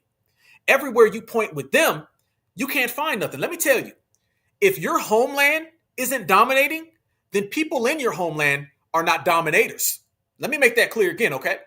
Foundational Black Americans, we're dominators. You name it. I just gave you all. You want to name sports. You want to talk about politics. You want to talk about the social world. You want to talk about inventions. The reason why you can find so many people in America that dominate is because foundational Black Americans are the ones who are doing the dominating. Okay? We dominate everywhere we go. I said earlier, everything we touch turns into gold, fam.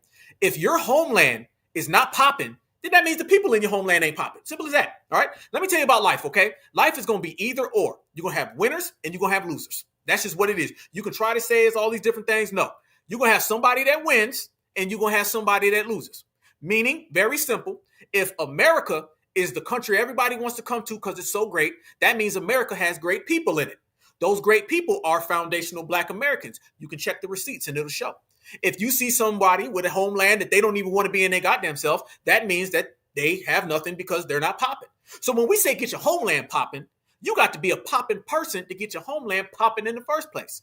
So the failures of your homeland trickles onto you. This is just simple mathematics. If your homeland is in despair, that means you're in despair. If your homeland is in ruins, that means you're in ruins. If your homeland is great, then that means you're great. And they don't like the fact that foundational Black Americans are so strong and so powerful and so mighty, and we have a country that we built that reflects it. See, America reflects FBA greatness, all right? The greatness of this country is reflected because of FBA. The failures of their homelands are reflected in them. This is why they don't know what to do. This is why they're seen as international beggars. All they do is jump from country to country, from state to state, can't find anywhere to go. So when you're looking at it from the global scale, the global scope, and meaning everybody on the planet, you give me everybody, they know that them broken down homelands have broken down people. They know that America, all right, land of the free, home of the brave, the beacon of shining hope, all right, the great house on the hill. These are things that America says about America. Ronald Reagan said America was the great house on the hill. All the presidents say that it's a beacon of hope. Everybody say the land of the free, the home of the brave. Okay, why? Because FBA. And they don't like the fact that all of that greatness is attributed to us and all those failures are attributed to them. And again, them, those, and they apply to them, to beep over there, excuse my language. And all of that greatness applies to us right here. This is what I'm talking about. They think they slick, but all that little tribalistic hustler stuff, you know what I mean? They like the people in the 80s that would open up the coats and they'd have all them fake ass watches, all that fake watches, all that you on them dating apps trying to con 500 pound W women from Massachusetts to come over there to your goddamn small village. None of that works on FBA, okay? You better take that tribalistic hustle somewhere else because we see you. Watch this right here, fam. This further lets everybody know that FBA ain't falling for it. Haitian Flag Day, yada yada yada, whatever, go celebrate. We don't really care about that either. But for people who are saying that you're so prideful in a country that you come from, that y'all are so busy being fighters and we were the ones who needed you, why do you need us? Because remember, we needed you. I just have a quick question. As a Black American and that keeps seeing like all these different groups every week that are having their supposed rights stripped from them, why do y'all always come into Black Americans' comments?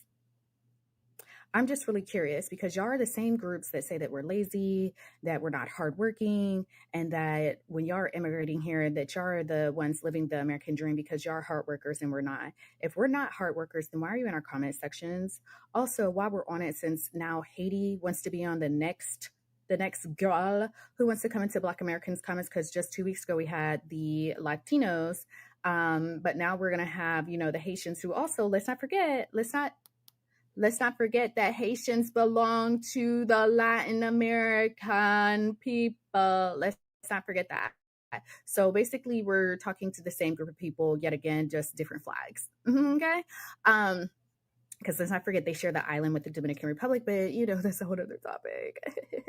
Why do y'all keep talking about that you guys are the ones who freed the slaves in the United States? Why are you also the ones that are sitting here using that rhetoric to try and mobilize Black Americans into caring about immigration, which we've told you time and time again, we didn't vote for y'all to be deported. We didn't vote for that because when we voted for everybody to have their rights, have their freedoms, and stay wherever they want to be. We're not the group who are the villains here, but yet every fucking week somebody wants wants to make Black Americans villains, and y'all always want to throw up slavery. It's giving xenophobic towards Black Americans, and y'all think that y'all cannot exhibit xenophobia because you're like, oh, you're American. Y'all do the same thing that when we're telling white people they're being racist, and they're like, we're not being racist, you're being racist, because that's reverse racism. That's how y'all act. But I have a quick question. Just like we had to school the Mexicans on the history of their supposed Black president who wasn't Black at all. He was triracial and didn't look anything of the sorts of Black, and they killed his ass after 260 days when Damn, boy. Goddamn. This might be a little too much for the tethers to take, y'all. They tether brains can't process this information. he freed the slaves, and they participated in transatlantic slavery. So they didn't, once again, free the slaves in the United States. It seems to be a growing theme that y'all always want to come into Black Americans' comments talking about, we freed y'all, we freed y'all. I don't think so, honey. I don't know what they're telling you in your lands about the history, but y'all did not free anybody in the United States. As a matter of fact, most of y'all had your own slaves and your own things to worry about. So there's that. So on to the new bitches on the crew that want to get on our jock. Let's go over to the Haitians. So I keep seeing the rhetoric that Haitians keep stating that they're the ones who somehow mobilized and freed the slaves in the United States of America. They're also the ones who, during Juneteenth, were talking about we should be able to celebrate it and play whatever we want to because we freed you. Yeah, the same way the Mexicans tried to say that like 2 weeks ago. So everybody freed us except for us. It's giving that y'all still go back to the rhetoric that you think we're lazy. And so then that leads me to the next thing. How in the hell are Haitians talking about y'all freed us while simultaneously being the ones who don't want to stay in your country? If you're such fighters, such go-getters, why are you not staying there? Why are you continuously telling the lie that you freed us? As a matter of fact, why do you guys keep telling the lie? Why do you keep telling the lie that you're the ones who made us aware about revolting against enslavers? As a matter of fact, that's simply just not historically accurate and true. 1526, because we're going to read you to filth, because that's what we apparently have to do to all you bitches, is that in 1526, guess what? Oh my gosh. Get your history books ready. 1526, there was actually the first slave revolt in the United States, which would be considered like South Carolina, the coast of Georgia, as we know it today, was by what? By African people that were brought over. Now, this is not the time to have, well, we've been here, that's a whole nother topic, whole nother conversation. But y'all keep sitting back talking about, oh my gosh, we were the ones who helped free the people in the United States. That's why we have a right, a duty to be here. I'm sorry, y'all slave revolt wasn't until 1791 to 1804. So unless y'all are trying to sit up here and say that we had podcasts, newspapers, and television, where are y'all getting the rhetoric that y'all sat back and y'all are the ones who freed yourself, then came to free us because we weren't actively revolting in the United States? It's one thing to say that after y'all's revolt in Haiti that y'all actually impacted the abolitionists, but it's another thing to sit back and tell the lie that y'all are the ones who freed us and that we weren't revolting against enslavers until we somehow got word, got wind, or somehow a pigeon came and shit on our faces and told us. Damn. Man, oh man, oh goddamn man, oh man. There it is, there it go.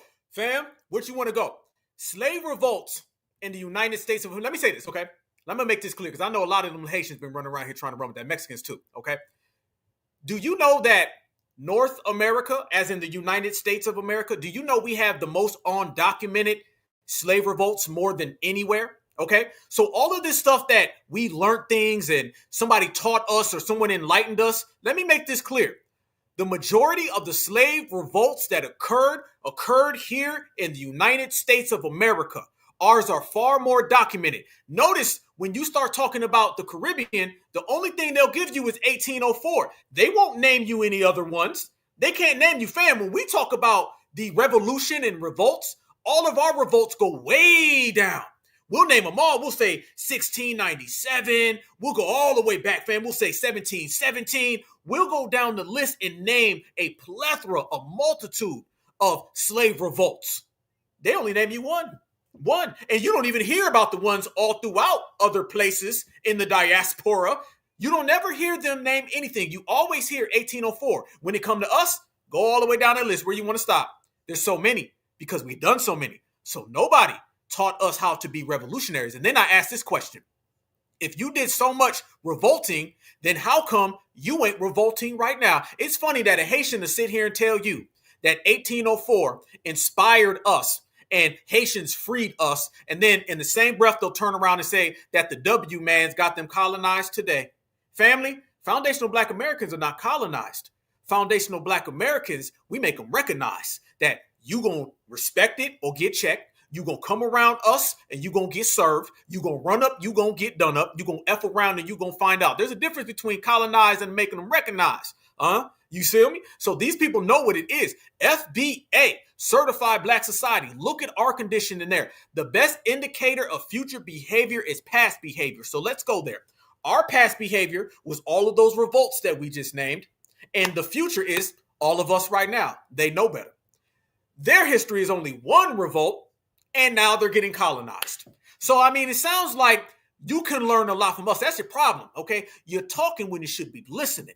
You should be listening to FBA. See, you're so much of a tether, so much of a fleer, so much of a op that you want to take what FBA's done and put your name on it when you could simply just be quiet and listen. Family, see, tethers had their opportunity to listen to us. FBA, going back generations before, we try to put these people on game. We try to tell them about the dominant society. We try to tell them what supremacy does. If they would have spent that time and utilized the game that we gave them, they wouldn't be in the situation they're in now. So basically, they had door A of listening to FBA, or they had door B of trying to be like Zaddy, and door B got their asses getting whooped by Zaddy and deported. You should have been listening. You should have been listening. And the fact that they weren't listening, family, that's on them. That's on them so they can swim, okay? And they can swim harder. What I say, FBA winning, tethers keep swimming. Look at this right here, fam. They've been trying to run with this thing, and we debunked this clearly. This is another thing that we've debunked. All of that stuff that Haitians ran up on ICE, man, hell no. But look how they was out there trying to celebrate it, fam. They out here through a fake celebration. This is where these people are at.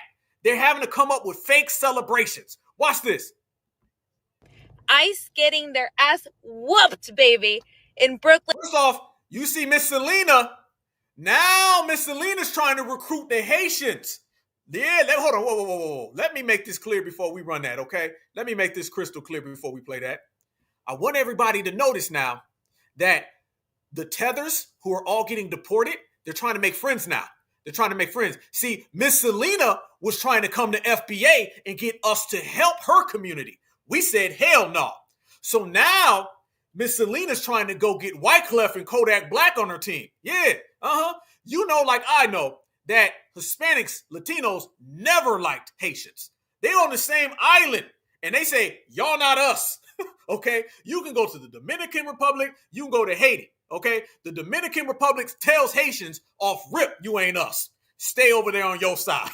They done put a line in, they in one house. They done put a line right in the middle of the living room. Right down the living room, they said, you stay on that side of the sofa. Don't you come over here to my side of the sofa. Because my side of the sofa is the white side. You ever notice this, family? When we say these people like supremacy, y'all ever notice this?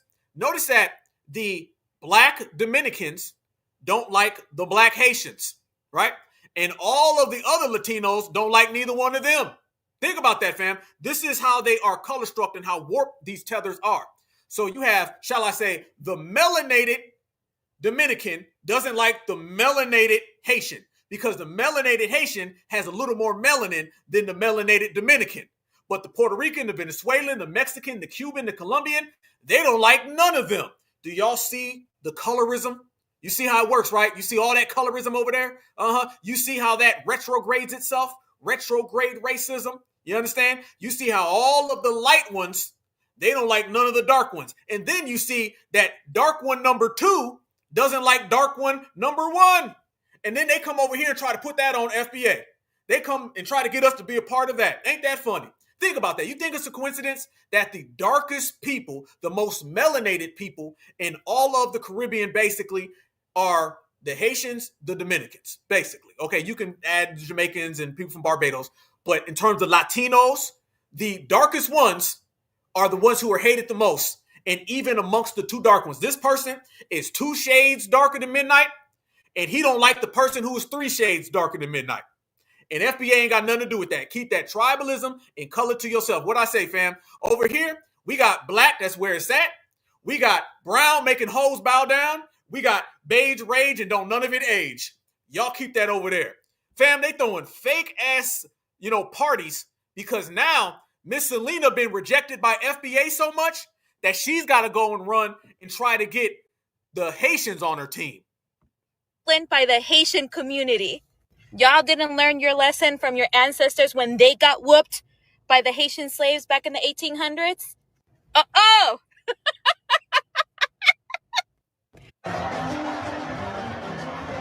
That's not ICE, y'all. Oh, ICE slid his way into Brooklyn. Little Haiti. Nope, that is not. That's a lie. That family, that is not ICE getting ran up on by fam. Wait a minute. Family. Look how fraudulent these people are. They're trying to say that that's Haitians whooping on ICE. Do you think Donald Trump would allow that? Do you think Tom Homan would allow that? What happened when they try to pull this type of stuff way less than this in California? Did 700 Marines not show up? Did the National Guard show up? They really were trying to convince us that Haitians did this to ICE in Brooklyn. And fam, they was really out there throwing fake TikTok parades. They was out there having fake Tether parties. They was having FLIR parties. They was saying, woo, the Haitians, boy, y'all best leave them alone. People was really having TikTok parades. So ICE slid his way into Brooklyn, Little Haiti to be exact, and the Haitians had to brush them up on their history. Quick lesson. It was the year 1804 when Haitians won their independence, and they did not win their independence by marching. The Haitian Revolution has inspired Black Americans to fight for their freedom. Haitians does have a huge part when it comes to slaves being free in the U.S. The crap. I'm so freaking proud of the Haitian community. This is how you do it. If we all did exactly what they did, we could do this. We got to stand together. All I've been saying is fight back. Fam, you already seen, look at this, Mrs. Selena trying to recruit the Haitians to crash out for her community. And now you got Karen trying to get Haitians to crash out for the liberals. And none of it happened.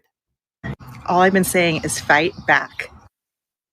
So you mean to tell me that ICE agents in Brooklyn tried to go get some Haitians and the Haitians put some paws on them till they left? They believe this.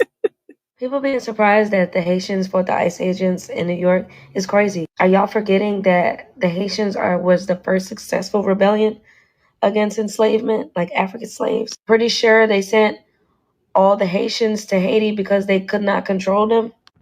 They said that the Haitians beat ICE up. That's fucking right. I need to see the video. Where's the video at? Somebody tag me in and send it to me because I need to see it.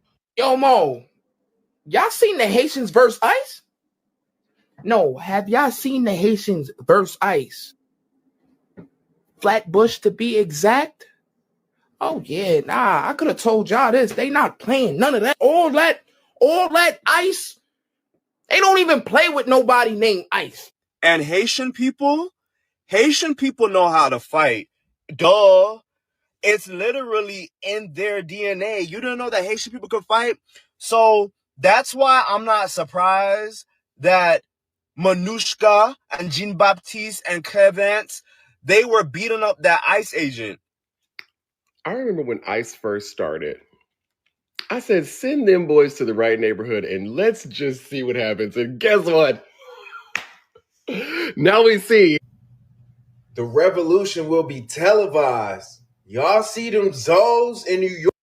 There you go. That's what I'm trying to tell y'all. Look now how they trying to say the revolution. They trying to make it look like Haitians done started like this new revolution. Man, this is the certified foundational Black American reparation generation. If you don't get the hell out of here. Beat down. I've been watching these videos just in awe. I'm not even Haitian, but baby, I wish I was today. I'd have my motherfucking flag on. ICE getting... No, hell no. Family, ain't none of that went down. Nobody seen none of that. That didn't go down. See, let me tell you the play of all that though, fam. What they were trying to do is create this scenario where Haitians done evoke some type of spirituality, okay? Let me make this clear, fam. What they was really trying to get at, they were trying to spin this. I believe this was some propaganda as well. I think this was fake. This was fake like the Essence Festival. This was fake like all of the dashikis and the kente cloth. This was fake like just like the family reunions going down 44%. All of this is fake and manufactured. Let me tell you what they were really trying to do, okay? This is them trying to make it look like the Haitians done turned up and now Black Americans need to get involved. They were trying to evoke some type of diaspora spirituality, right? Now, when FBA is talking about plantations burning, they didn't say nothing. When FBA is talking about Lake Lanier, by the way, shout out to Lake Lanier again, and all the lakes that got things popping off, nobody says nothing. They're trying to say, y'all Black Americans, look, y'all don't do nothing. Them Haitians done did it. This is what they were trying to do, fam. They was almost trying to make it look like we're slackers and we're just sitting back, not marching. We need to get off the couch and go join that Black power that the Haitians have created. That's really what they're trying to do, right?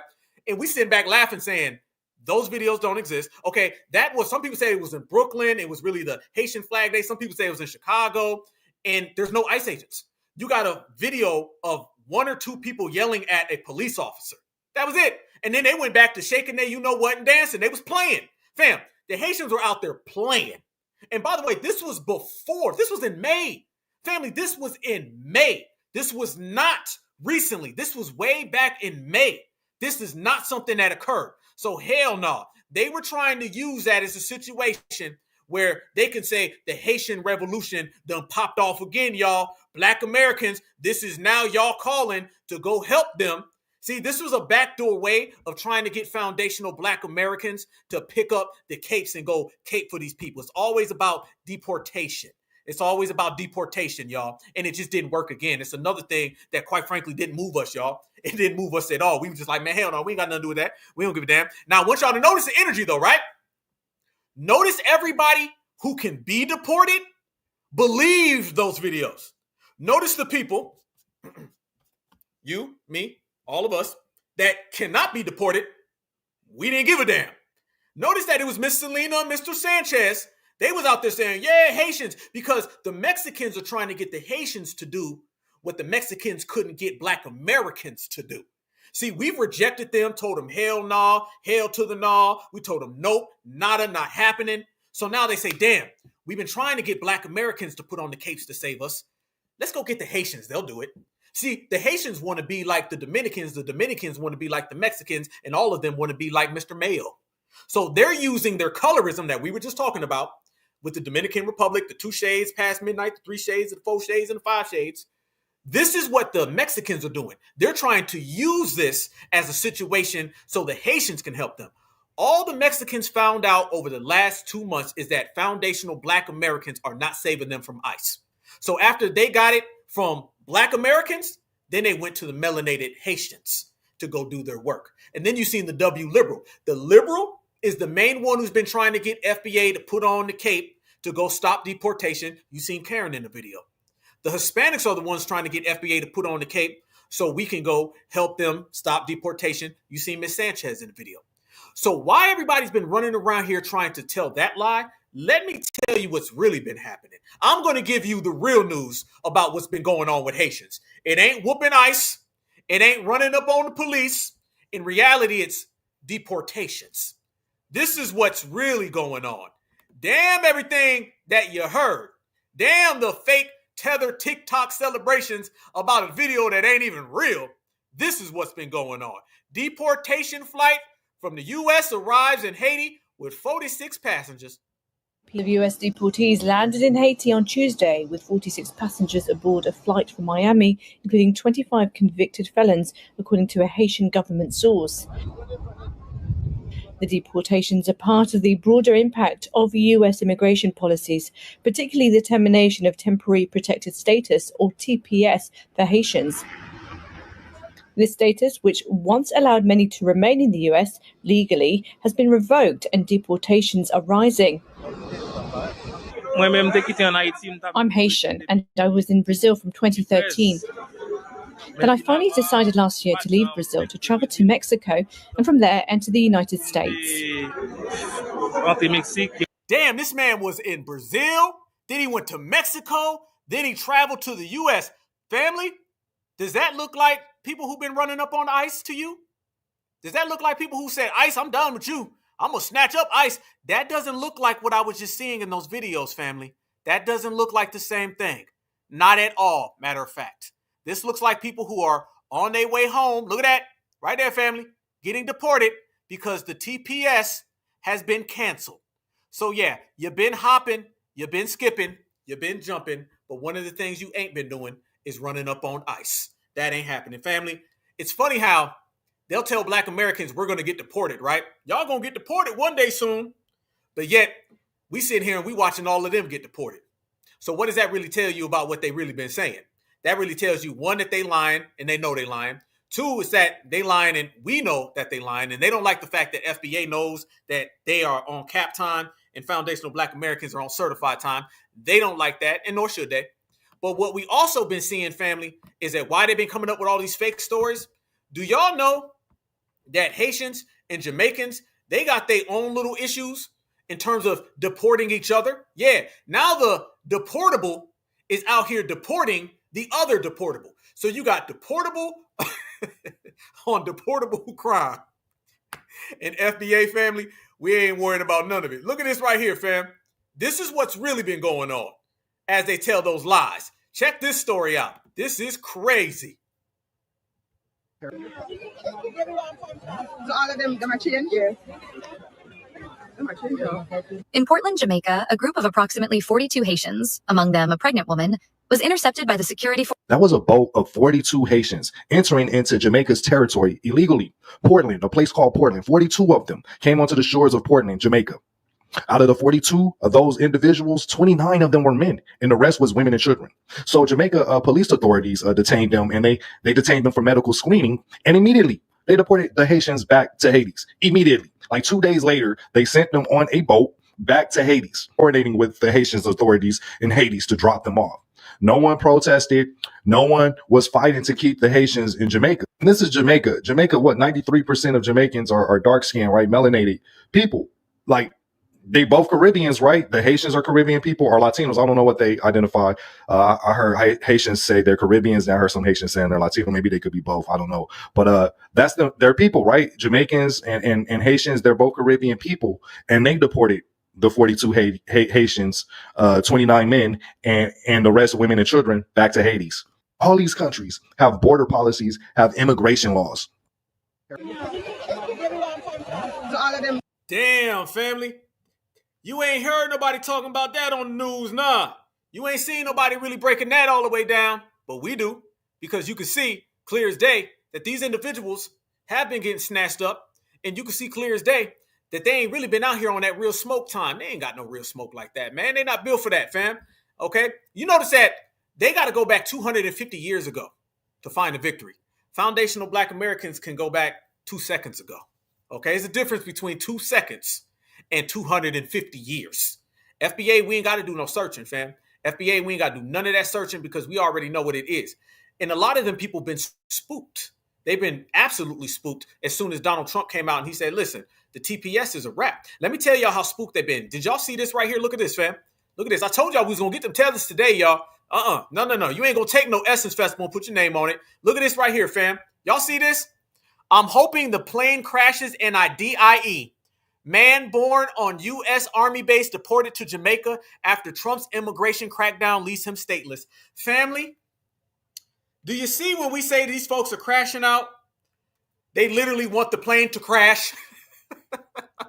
Tell me y'all see this. Oh, and by the way, this is the same guy that they were telling us we were going to get deported because a U.S. citizen. Y'all remember that, right?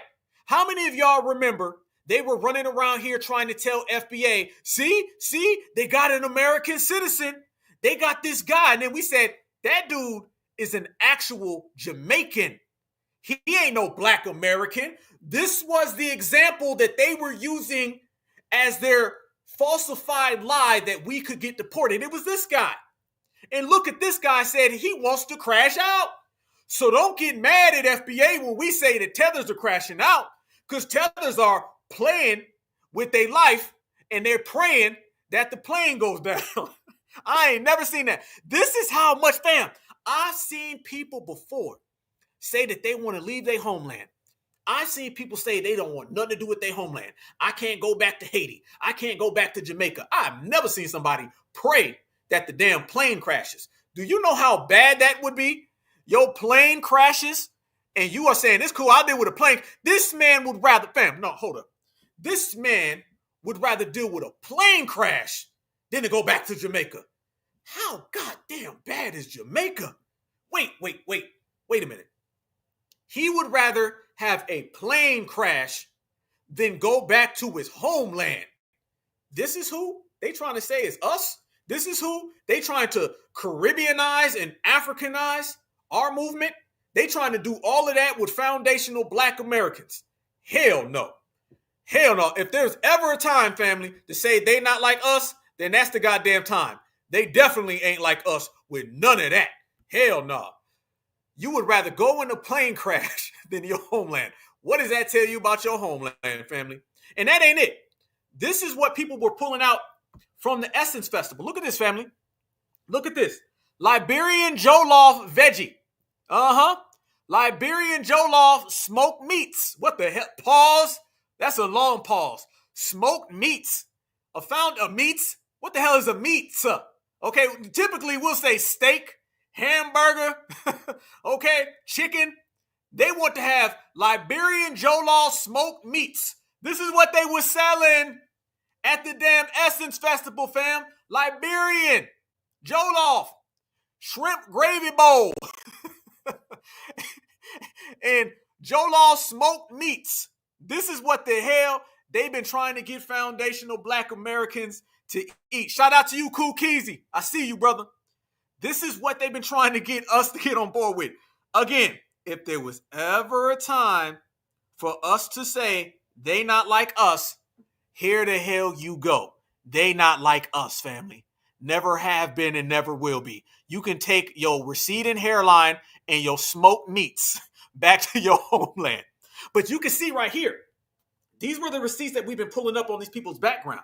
Look at this right here, family. The Essence Festival of Culture, held annually in New Orleans, is the targeted festival in America by per-day attendance, attracting over 500,000 attendees daily. Over the 3-day event, the lunch signals and recognizes Essence global intent and expansion, aiming to build a solid foundation, there you go again, for its global Black community and bridge the gap with Nigeria as the focal country due to its rich talents, history, and traditions. You see that right there, fam.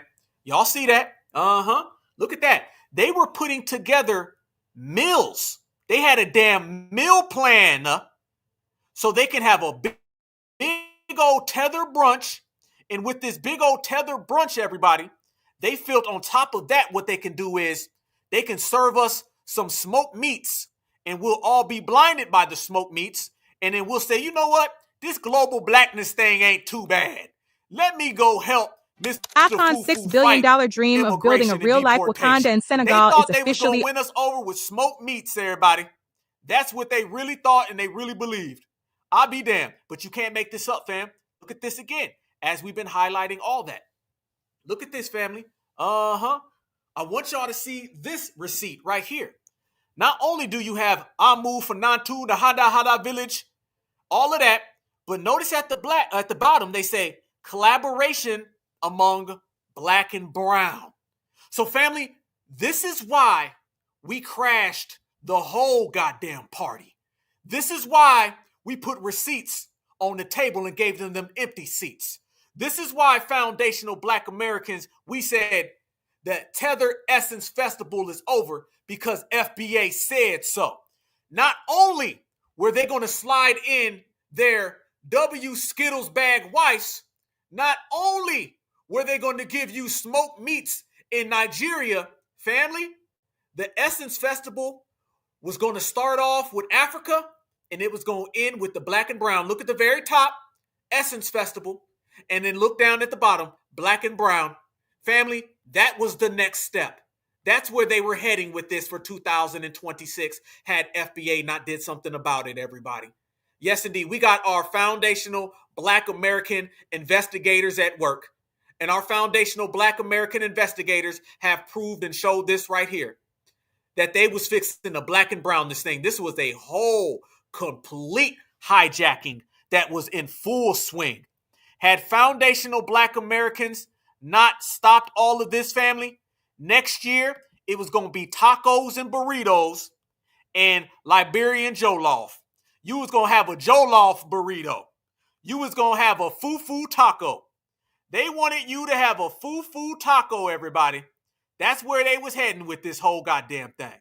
So when I say that G-checking and wrecking is very, very, very, very important, When I say getting these people to hell up out the paint is very, very important, you goddamn right it is. Because not only by us ending the Essence Festival and all of their lies was important just to delineation today, it was very important to delineation tomorrow.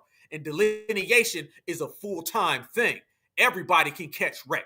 So you can see right here, clear as day, they were fixing to Africanize it in 2025, and they were going to black and brown it in 2026. And FBA put it into all of that because that's how certifieds get down. That's how we function. So if you notice and you watch and you observe the way that we've been out here, fam, we've been ending careers. We've been ending political parties. We've been ending receding hairlines as well. And speaking of receding hairlines, and speaking of things ending, this week in Wakanda news. See, FBA, we've been so preoccupied with checking folks and wrecking folks and being our excellent, exquisite selves that while we were ruining the Essence Festival, something else occurred way over in Senegal. Yeah. How many of you remember Acon City? Do y'all remember Acon City? How many of y'all remember Acon coming over here and telling us that we need to go back to Africa? How many of y'all remember Acon telling us that we want to be oppressed because everything that we have here in America, we can get in Africa? Y'all remember that, right?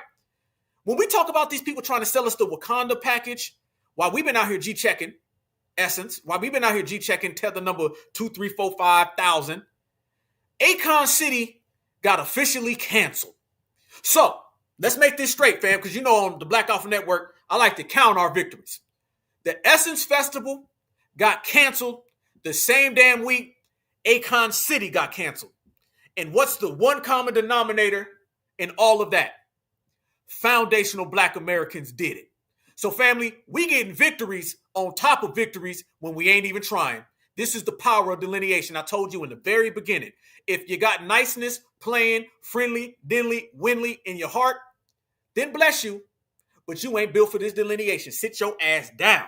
If you got G-checking, wrecking, riding, shining, and grinding in your heart and in your soul, Majar's spirit to go along with it, then please stand up. Delineation is in full swing. And I guess you see Mr. Acon, his Acon City is in full disarray, meaning that shit ain't gonna happen. Watch this, enjoy, and remember, y'all, there ain't no USA without FBA, and apparently there ain't no go back to Africa without us either. Akon's $6 billion dream of building a real-life Wakanda in Senegal is officially over. Remember those wild, futuristic designs for Acon City? The ones with the crazy, curvy skyscrapers that look straight out of a movie?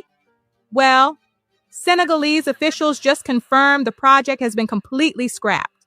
For 5 years, we heard about this high-tech, eco-friendly city that was supposed to run on its own cryptocurrency called Acon.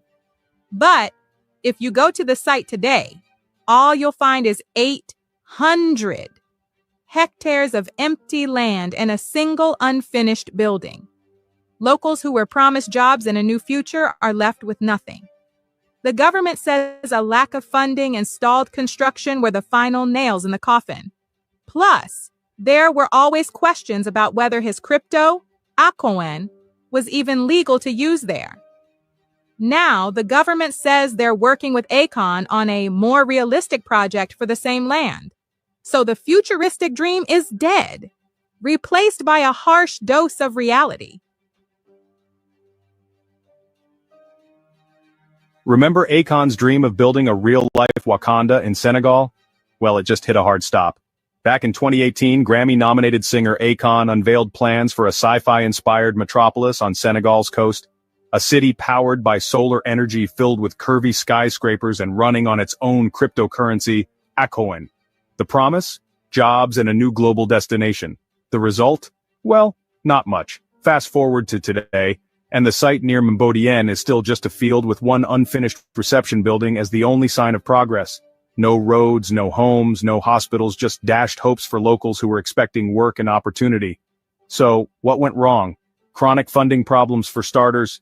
Investors never showed up in force, and Acon, the city's much-hyped digital currency, ran into legal trouble and technical mismanagement.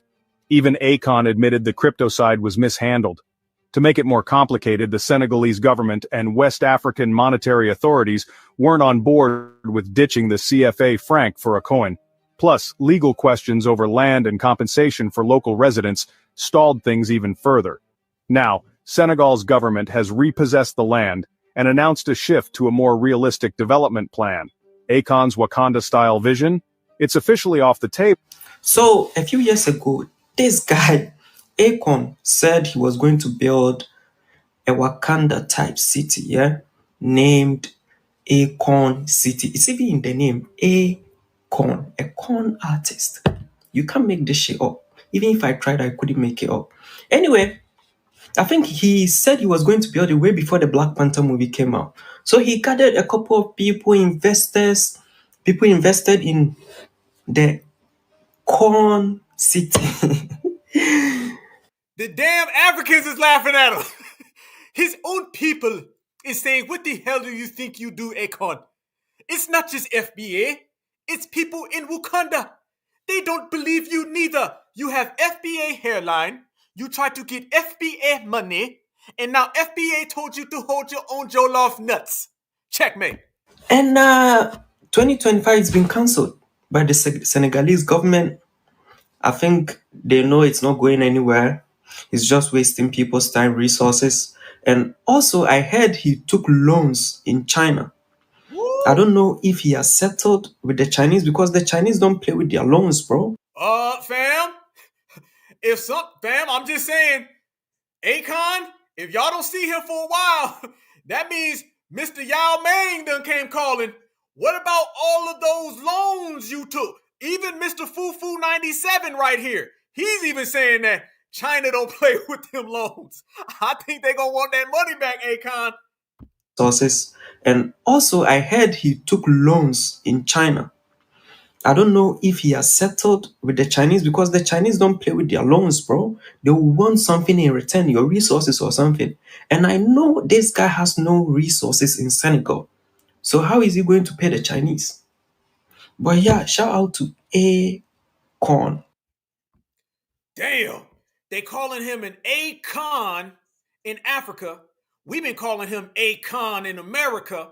So a con artist just got officially canceled. Let me tell you why that really happened right there, family. Let me make this clear, okay? I'm going to say something that nobody's going to piece together, but I bet you guys already have.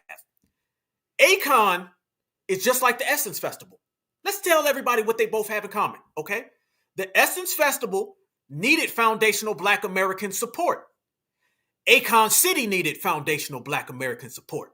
See, Acon City was never about Africans. He knew he couldn't get that off the ground in Senegal. That's why they were even saying his coin. Remember, he said he's going to have a coin. You don't just wake up one day and they say, oh, by the way, we're not doing a coin. They knew a coin was never going to work. They understood that that was never going to work, okay? This was all about getting FBA over there so he can get your money. Again, I tell everybody, if a Tether cannot get FBA support, they starve. They are starving right now because this was all a plan. Notice that Acon City came about the same time, the year of the return. Acon City and the year of the return were the same thing. They always promote it and packages it as FBA. Package it as us going over there. Foundational Black Americans said, hell no. We ain't going over there with no damn A-coin. We ain't going over there to no damn Wakanda. We ain't going over there, Acon artist. Keep all of that. So basically, FBA saying hell to the gnaw, Acon, made all of that crash out. And now Mr. Yao Ming gonna want them goddamn loans. Trust me, fam. The Chinese gonna want them loans. He took out millions of dollars in credit loans from the Chinese. And that was a gamble. See, he thought he was gonna take out the loan from China, come on over here and do drink champs with Noriega, go to DJ Vlad, and convince us to go to Africa. He wanted us to sponsor. See, he wasn't looking for occupants. He was looking for a sponsor. Acon was looking for a sponsor for us, FBA, to take our resources over there and to sponsor his Acon City so he could pay back some of them damn loans to China. Easy damn work, family. And again, FBA said, nope. So again, us saying nope, canceled and crashed out the Essence Festival. Us saying nope, ruined the Democratic Plantation. Us saying nope, sent Julio Romero Gonzalez Estrada back home and deported. And us saying no ended Acon City. And us saying no is going to have the Chinese over there looking for Mr. Acon. If you don't see Acon for a while, just know Jackie Chan got his hands on him. I'm just saying. And it's funny because the same Jackie Chan who goes over there and colonizes his homeland that he doesn't say nothing about is going to be the same Jackie Chan that says, where my money, partner? And FBA is over here saying, hell to the gnaw. Told everybody it's a long way away from the yes we can to the hell to the gnaw. The hell to the gnaw era just, it feels more real. It's more, not freedom, it's freedom. You can be yourself, your spirit can move when you stand on FBA business. And that's what hell to the gnaw is all about. So they were trying to get FBA over there, man. We said, hell no, that ain't working. But that's the news in them. Also, all of that mighty talk, all that we gonna flee, we gonna run, we gonna hide. Remember all that talk, fam? Let me tell y'all how they really been feeling, a lot of these folks. They've been on TikTok and they've been begging Donald Trump, please don't deport me, massa. Watch this. These folks are out here, and I ain't lying. They begging Donald Trump not to deport them. So all of that, we gonna learn, all of that, FBA need to help us. It looks like FBA helping our goddamn self has the Tether scared. Watch this. Trump, this a message to Trump, man. Don't send us back home, man. I came to this country as a youngin'. I had no idea what was going on, man. Came here, built myself up, got my ID, got me a car, got me a nice car, matter of fact, a big truck, Ford F-250, you feel me? And started a couple stuff. You sending me back home, like, come on, bro, like, you feel me? Like, don't do that to us, you know? We not bad people, you know? Yes, it's bad individual out there, individual. So meaning as in us, everybody else, you feel me? But you can't send everybody back home, bro. That ain't right. Cause people came here, they built a house, just imagine if you did that, you know? You're already trying to get stuff from our country. Like, come on, man. How you gonna send us back home, bro? What we gonna go do? If we all go back home, we all use our mind, we all gonna...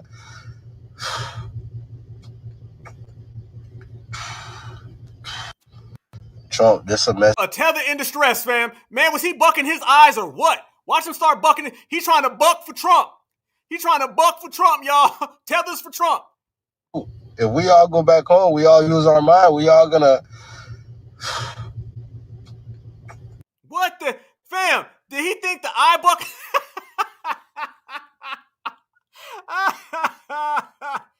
Did he buck his eyes at the end, y'all? Did he go full eye bucking? Woo! Trump not. Let me buck my eyes real quick. I think this might help me. He think all the words weren't gonna work, fam. He was just gonna buck his eyes at the end. He thought the eye bucking was gonna get him, fam. He said, I know what'll work. Let me buck my eyes real quick. They not out here standing on nothing. They ain't out here on certified time.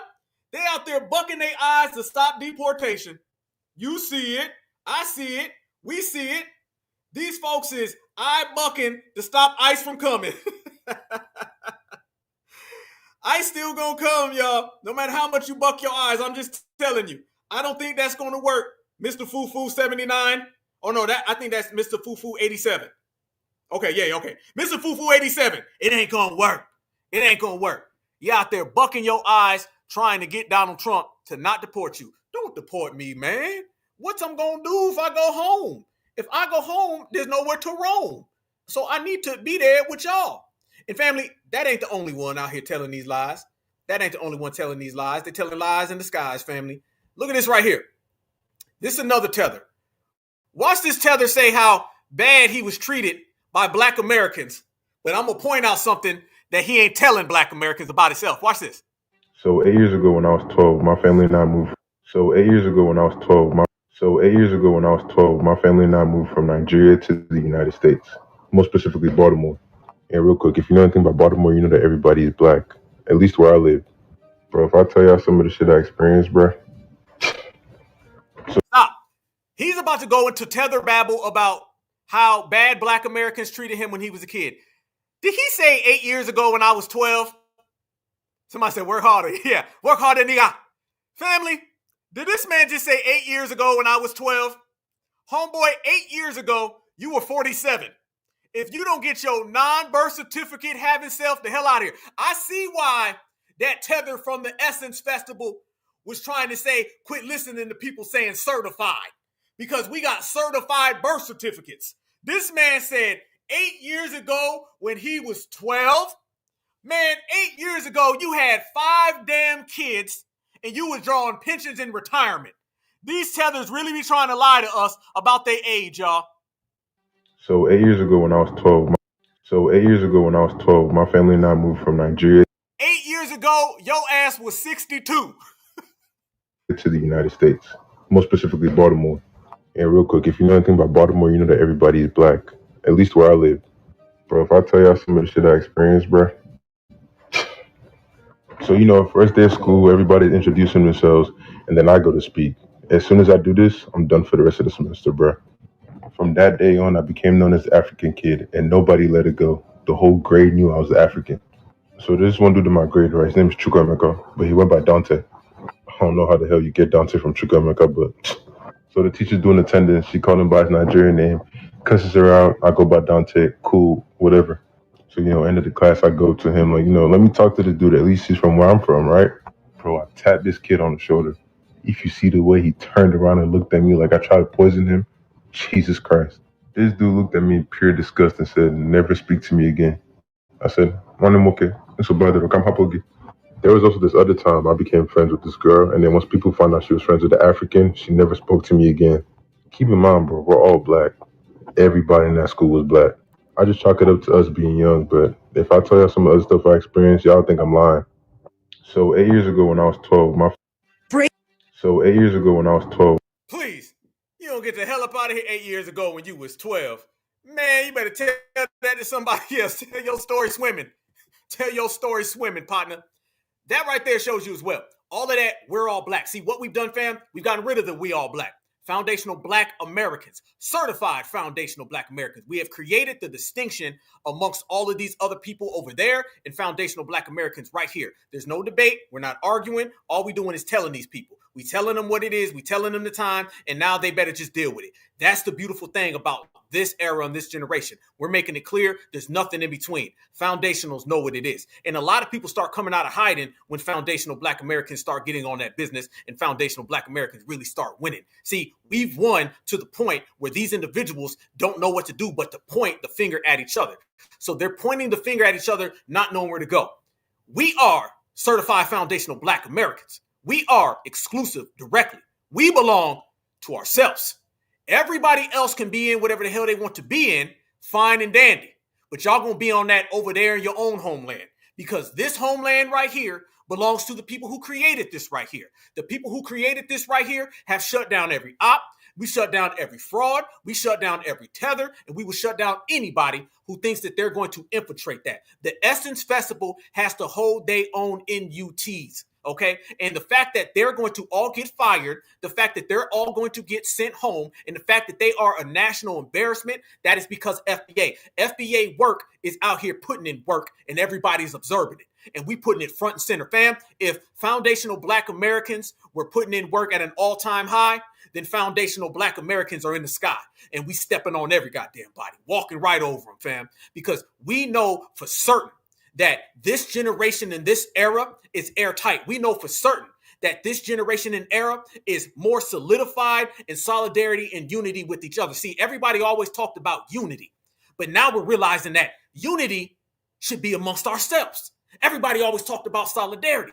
Now we're realizing that solidarity belongs to ourselves. So it's not about everybody else getting our solidarity and unity. It's about us having unity amongst each other. That's the brothers, the sisters, the kings, the queens, the goddess, and the gods. Y'all know somebody wrote me the other day and said, man, Black Alpha, I feel you, dog, but don't be saying that kings and queens and goddess and gods talk. And I say, fuck you. How about that one? Because my brothers and sisters and kings and queens and goddess and gods are all right here. And I'm going to continue to stand on that. If you don't like it, then you can go talk to the tellers, the fleers, the hoppers, the skippers, the jumpers. Okay? You can call all the frauds, the fakes, and the phonies. But we are brothers, sisters, kings, queens, goddess, and gods. And I ain't talking about none in Africa. I ain't talking about none in the Caribbean. I'm talking about the ones right here. I'm talking about Big Mama. I'm talking about Big Daddy. I'm talking about the family. I'm talking about all of us That's who it is, fam. Don't let these people try to move you off your square. Our verbiage is tight. Our game is tight. We're on code. We're on point. We winning, and everybody else is falling behind. This is the way it is. Whatever the hell we choose to call ourselves is whatever the hell we choose to call ourselves. Whatever we speak into existence is going to be in existence for eternity. Nobody is making no declarations against FBA. Nobody is making any type of dictations towards FBA. What foundational Black Americans say goes, because foundational Black Americans said so. And the power is invested in me by all of my goddamn family. Stay certified, because when you're certified, you certified all the goddamn time. And all of these people are crashing out. And this is what it's about. This is what it should have been. It should have been like this years ago, but it don't matter, y'all, because it's like that today. And today is the most important thing. And today we win it. And when I say we winning and they better keep on swimming, that's exactly what the hell I mean, y'all. That's exactly what the hell I mean. Because this era is so powerful. And when I say powerful, fam, I mean it. I mean it, y'all. If you look, our victories are stacking up. We told everybody a year ago about the Essence Festival, and FBA, we got time. What they say, we got time today, y'all? We got time today. Look what we did to the Essence Festival family in 1 year. Look what we did. Look at them now, and look what we told them last year. They didn't want to get the message in the memo. Don't be mad. See, here's the thing, fam. The message in the memo has been shipped out. It's been shipped out. Don't be mad because you just received it today, because we sent that MF out a year ago. All right. And the fact that it showed up on your doorstep and you didn't want to pick it up, well, guess what? It's going to walk right in that goddamn house. And that's exactly what it did. Walk right in the house. And now everybody knows delineation, separation gets you reparations. And reparations is the next thing above all of this. And we going to get to the bag. We going to get that goddamn money because we are spiritually on point. We are socially on point, and we are connected. When I say interconnected, fam, I mean all the brothers, the sisters, the kings, the queens, the goddess and gods. And let me tell you what else I mean, family. I mean this right here. The ancestors is putting in work. We putting in work. And that is a perfect combination. Don't believe me? Shout out to all the brothers and sisters who've been putting in that work. Shout out to all the ancestors who have our back. Family, when you look at what's been going on, Essence Festival, checkmate, Tethers, checkmate, packing them up, checkmate, racking them up, checkmate. And in the midst of all of this, we didn't miss that folks thought they was going to go out there on the 4th of July in Lake Lanier, and they found out the hard way, didn't they? Again, for the 100th time, y'all, how many times are we going to be right here talking about Lake Lanier packing these people up? The ancestors have spoken, and they speaking clearly. Lake Lanier. There was a tragic boat explosion that took place on 4th of July on the lake. And it got me curious about the mindset as it relates to that body of water. Is it that the people who live near the lake are just desensitized to the dangers? Are they ignoring ancestral warnings? Or they just simply think that won't happen to them? If I'm ever in Georgia and we're riding in a car and you point over and say, there's Lake Lanier, I'm going to think you're trying to take my life. How do you accept an invitation to a party when you see that the location is at Lake Lanier? How many people have to get injured or lose their life at Lake Lanier in order for people to stop going there? Okay, at this point, the lake is haunted. Okay, and I don't try to over spiritualize nothing. I don't. But at this point, if I see so many people getting hurt or losing their life in an area, then I'm not going to that area. Ain't no boat going to the area. I'm not going to the area. People shouldn't be going to the area. At what point do y'all say, you know what? Not a wise decision. Now you got a freaking boat exploding on 4th of July as if it's fireworks. Come on. The lake.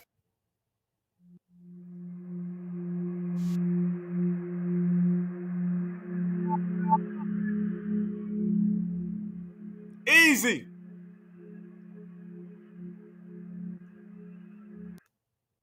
And y'all still not getting it. What part of don't swim in Lake Lanier are y'all not understanding?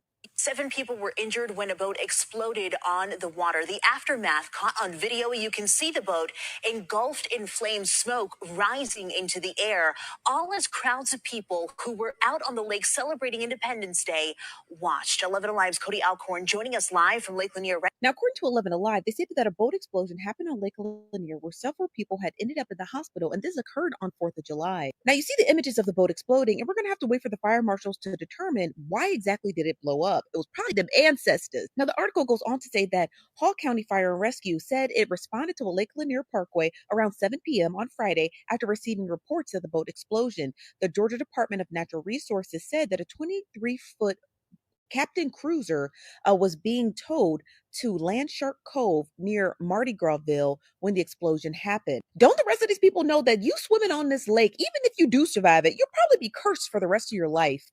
And y'all still not getting it. What part of don't swim in Lake Lanier are y'all not understanding? 7 people. We told them, like everything, they ain't want to listen until they find out the hard way. That ABK, anti-black karma. Okay, let's make this clear about anti-black karma, what it is and how it works, family. They know what it is. They see it. And you can't make it more clear than what it already is.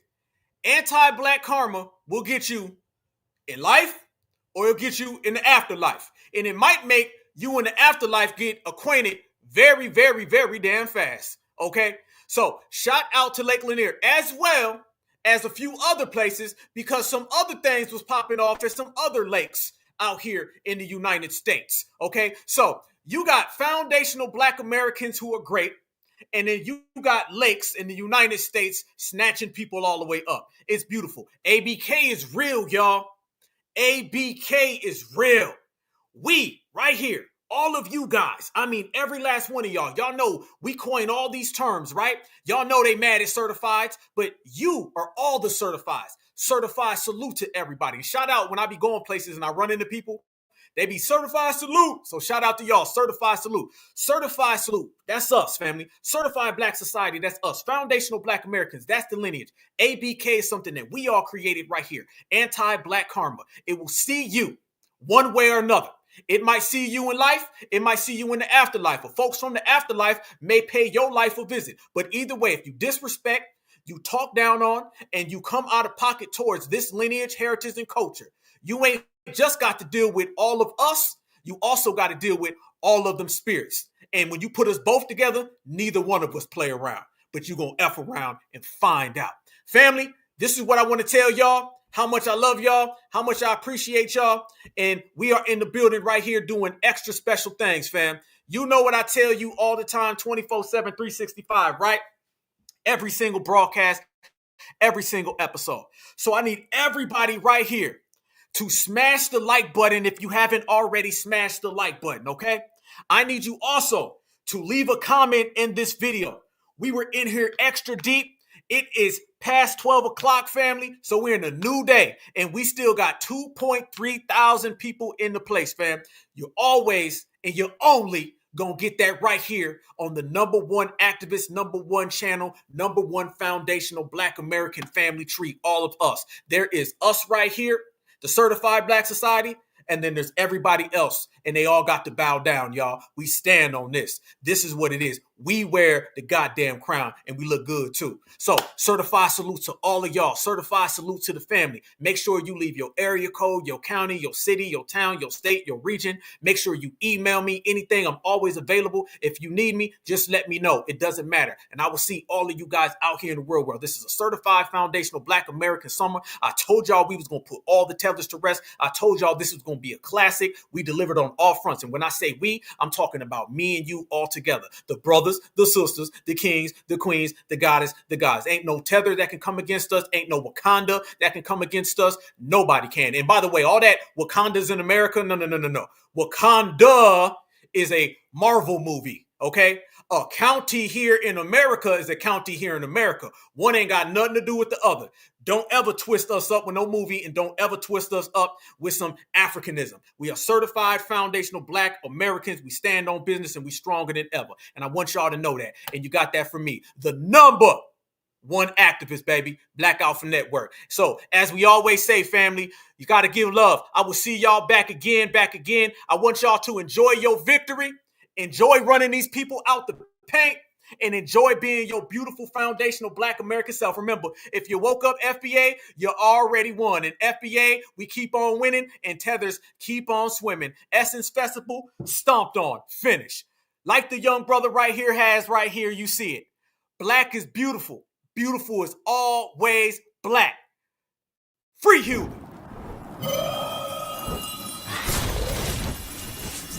Black Alpha Network. Home of Black excellence. Power to the people.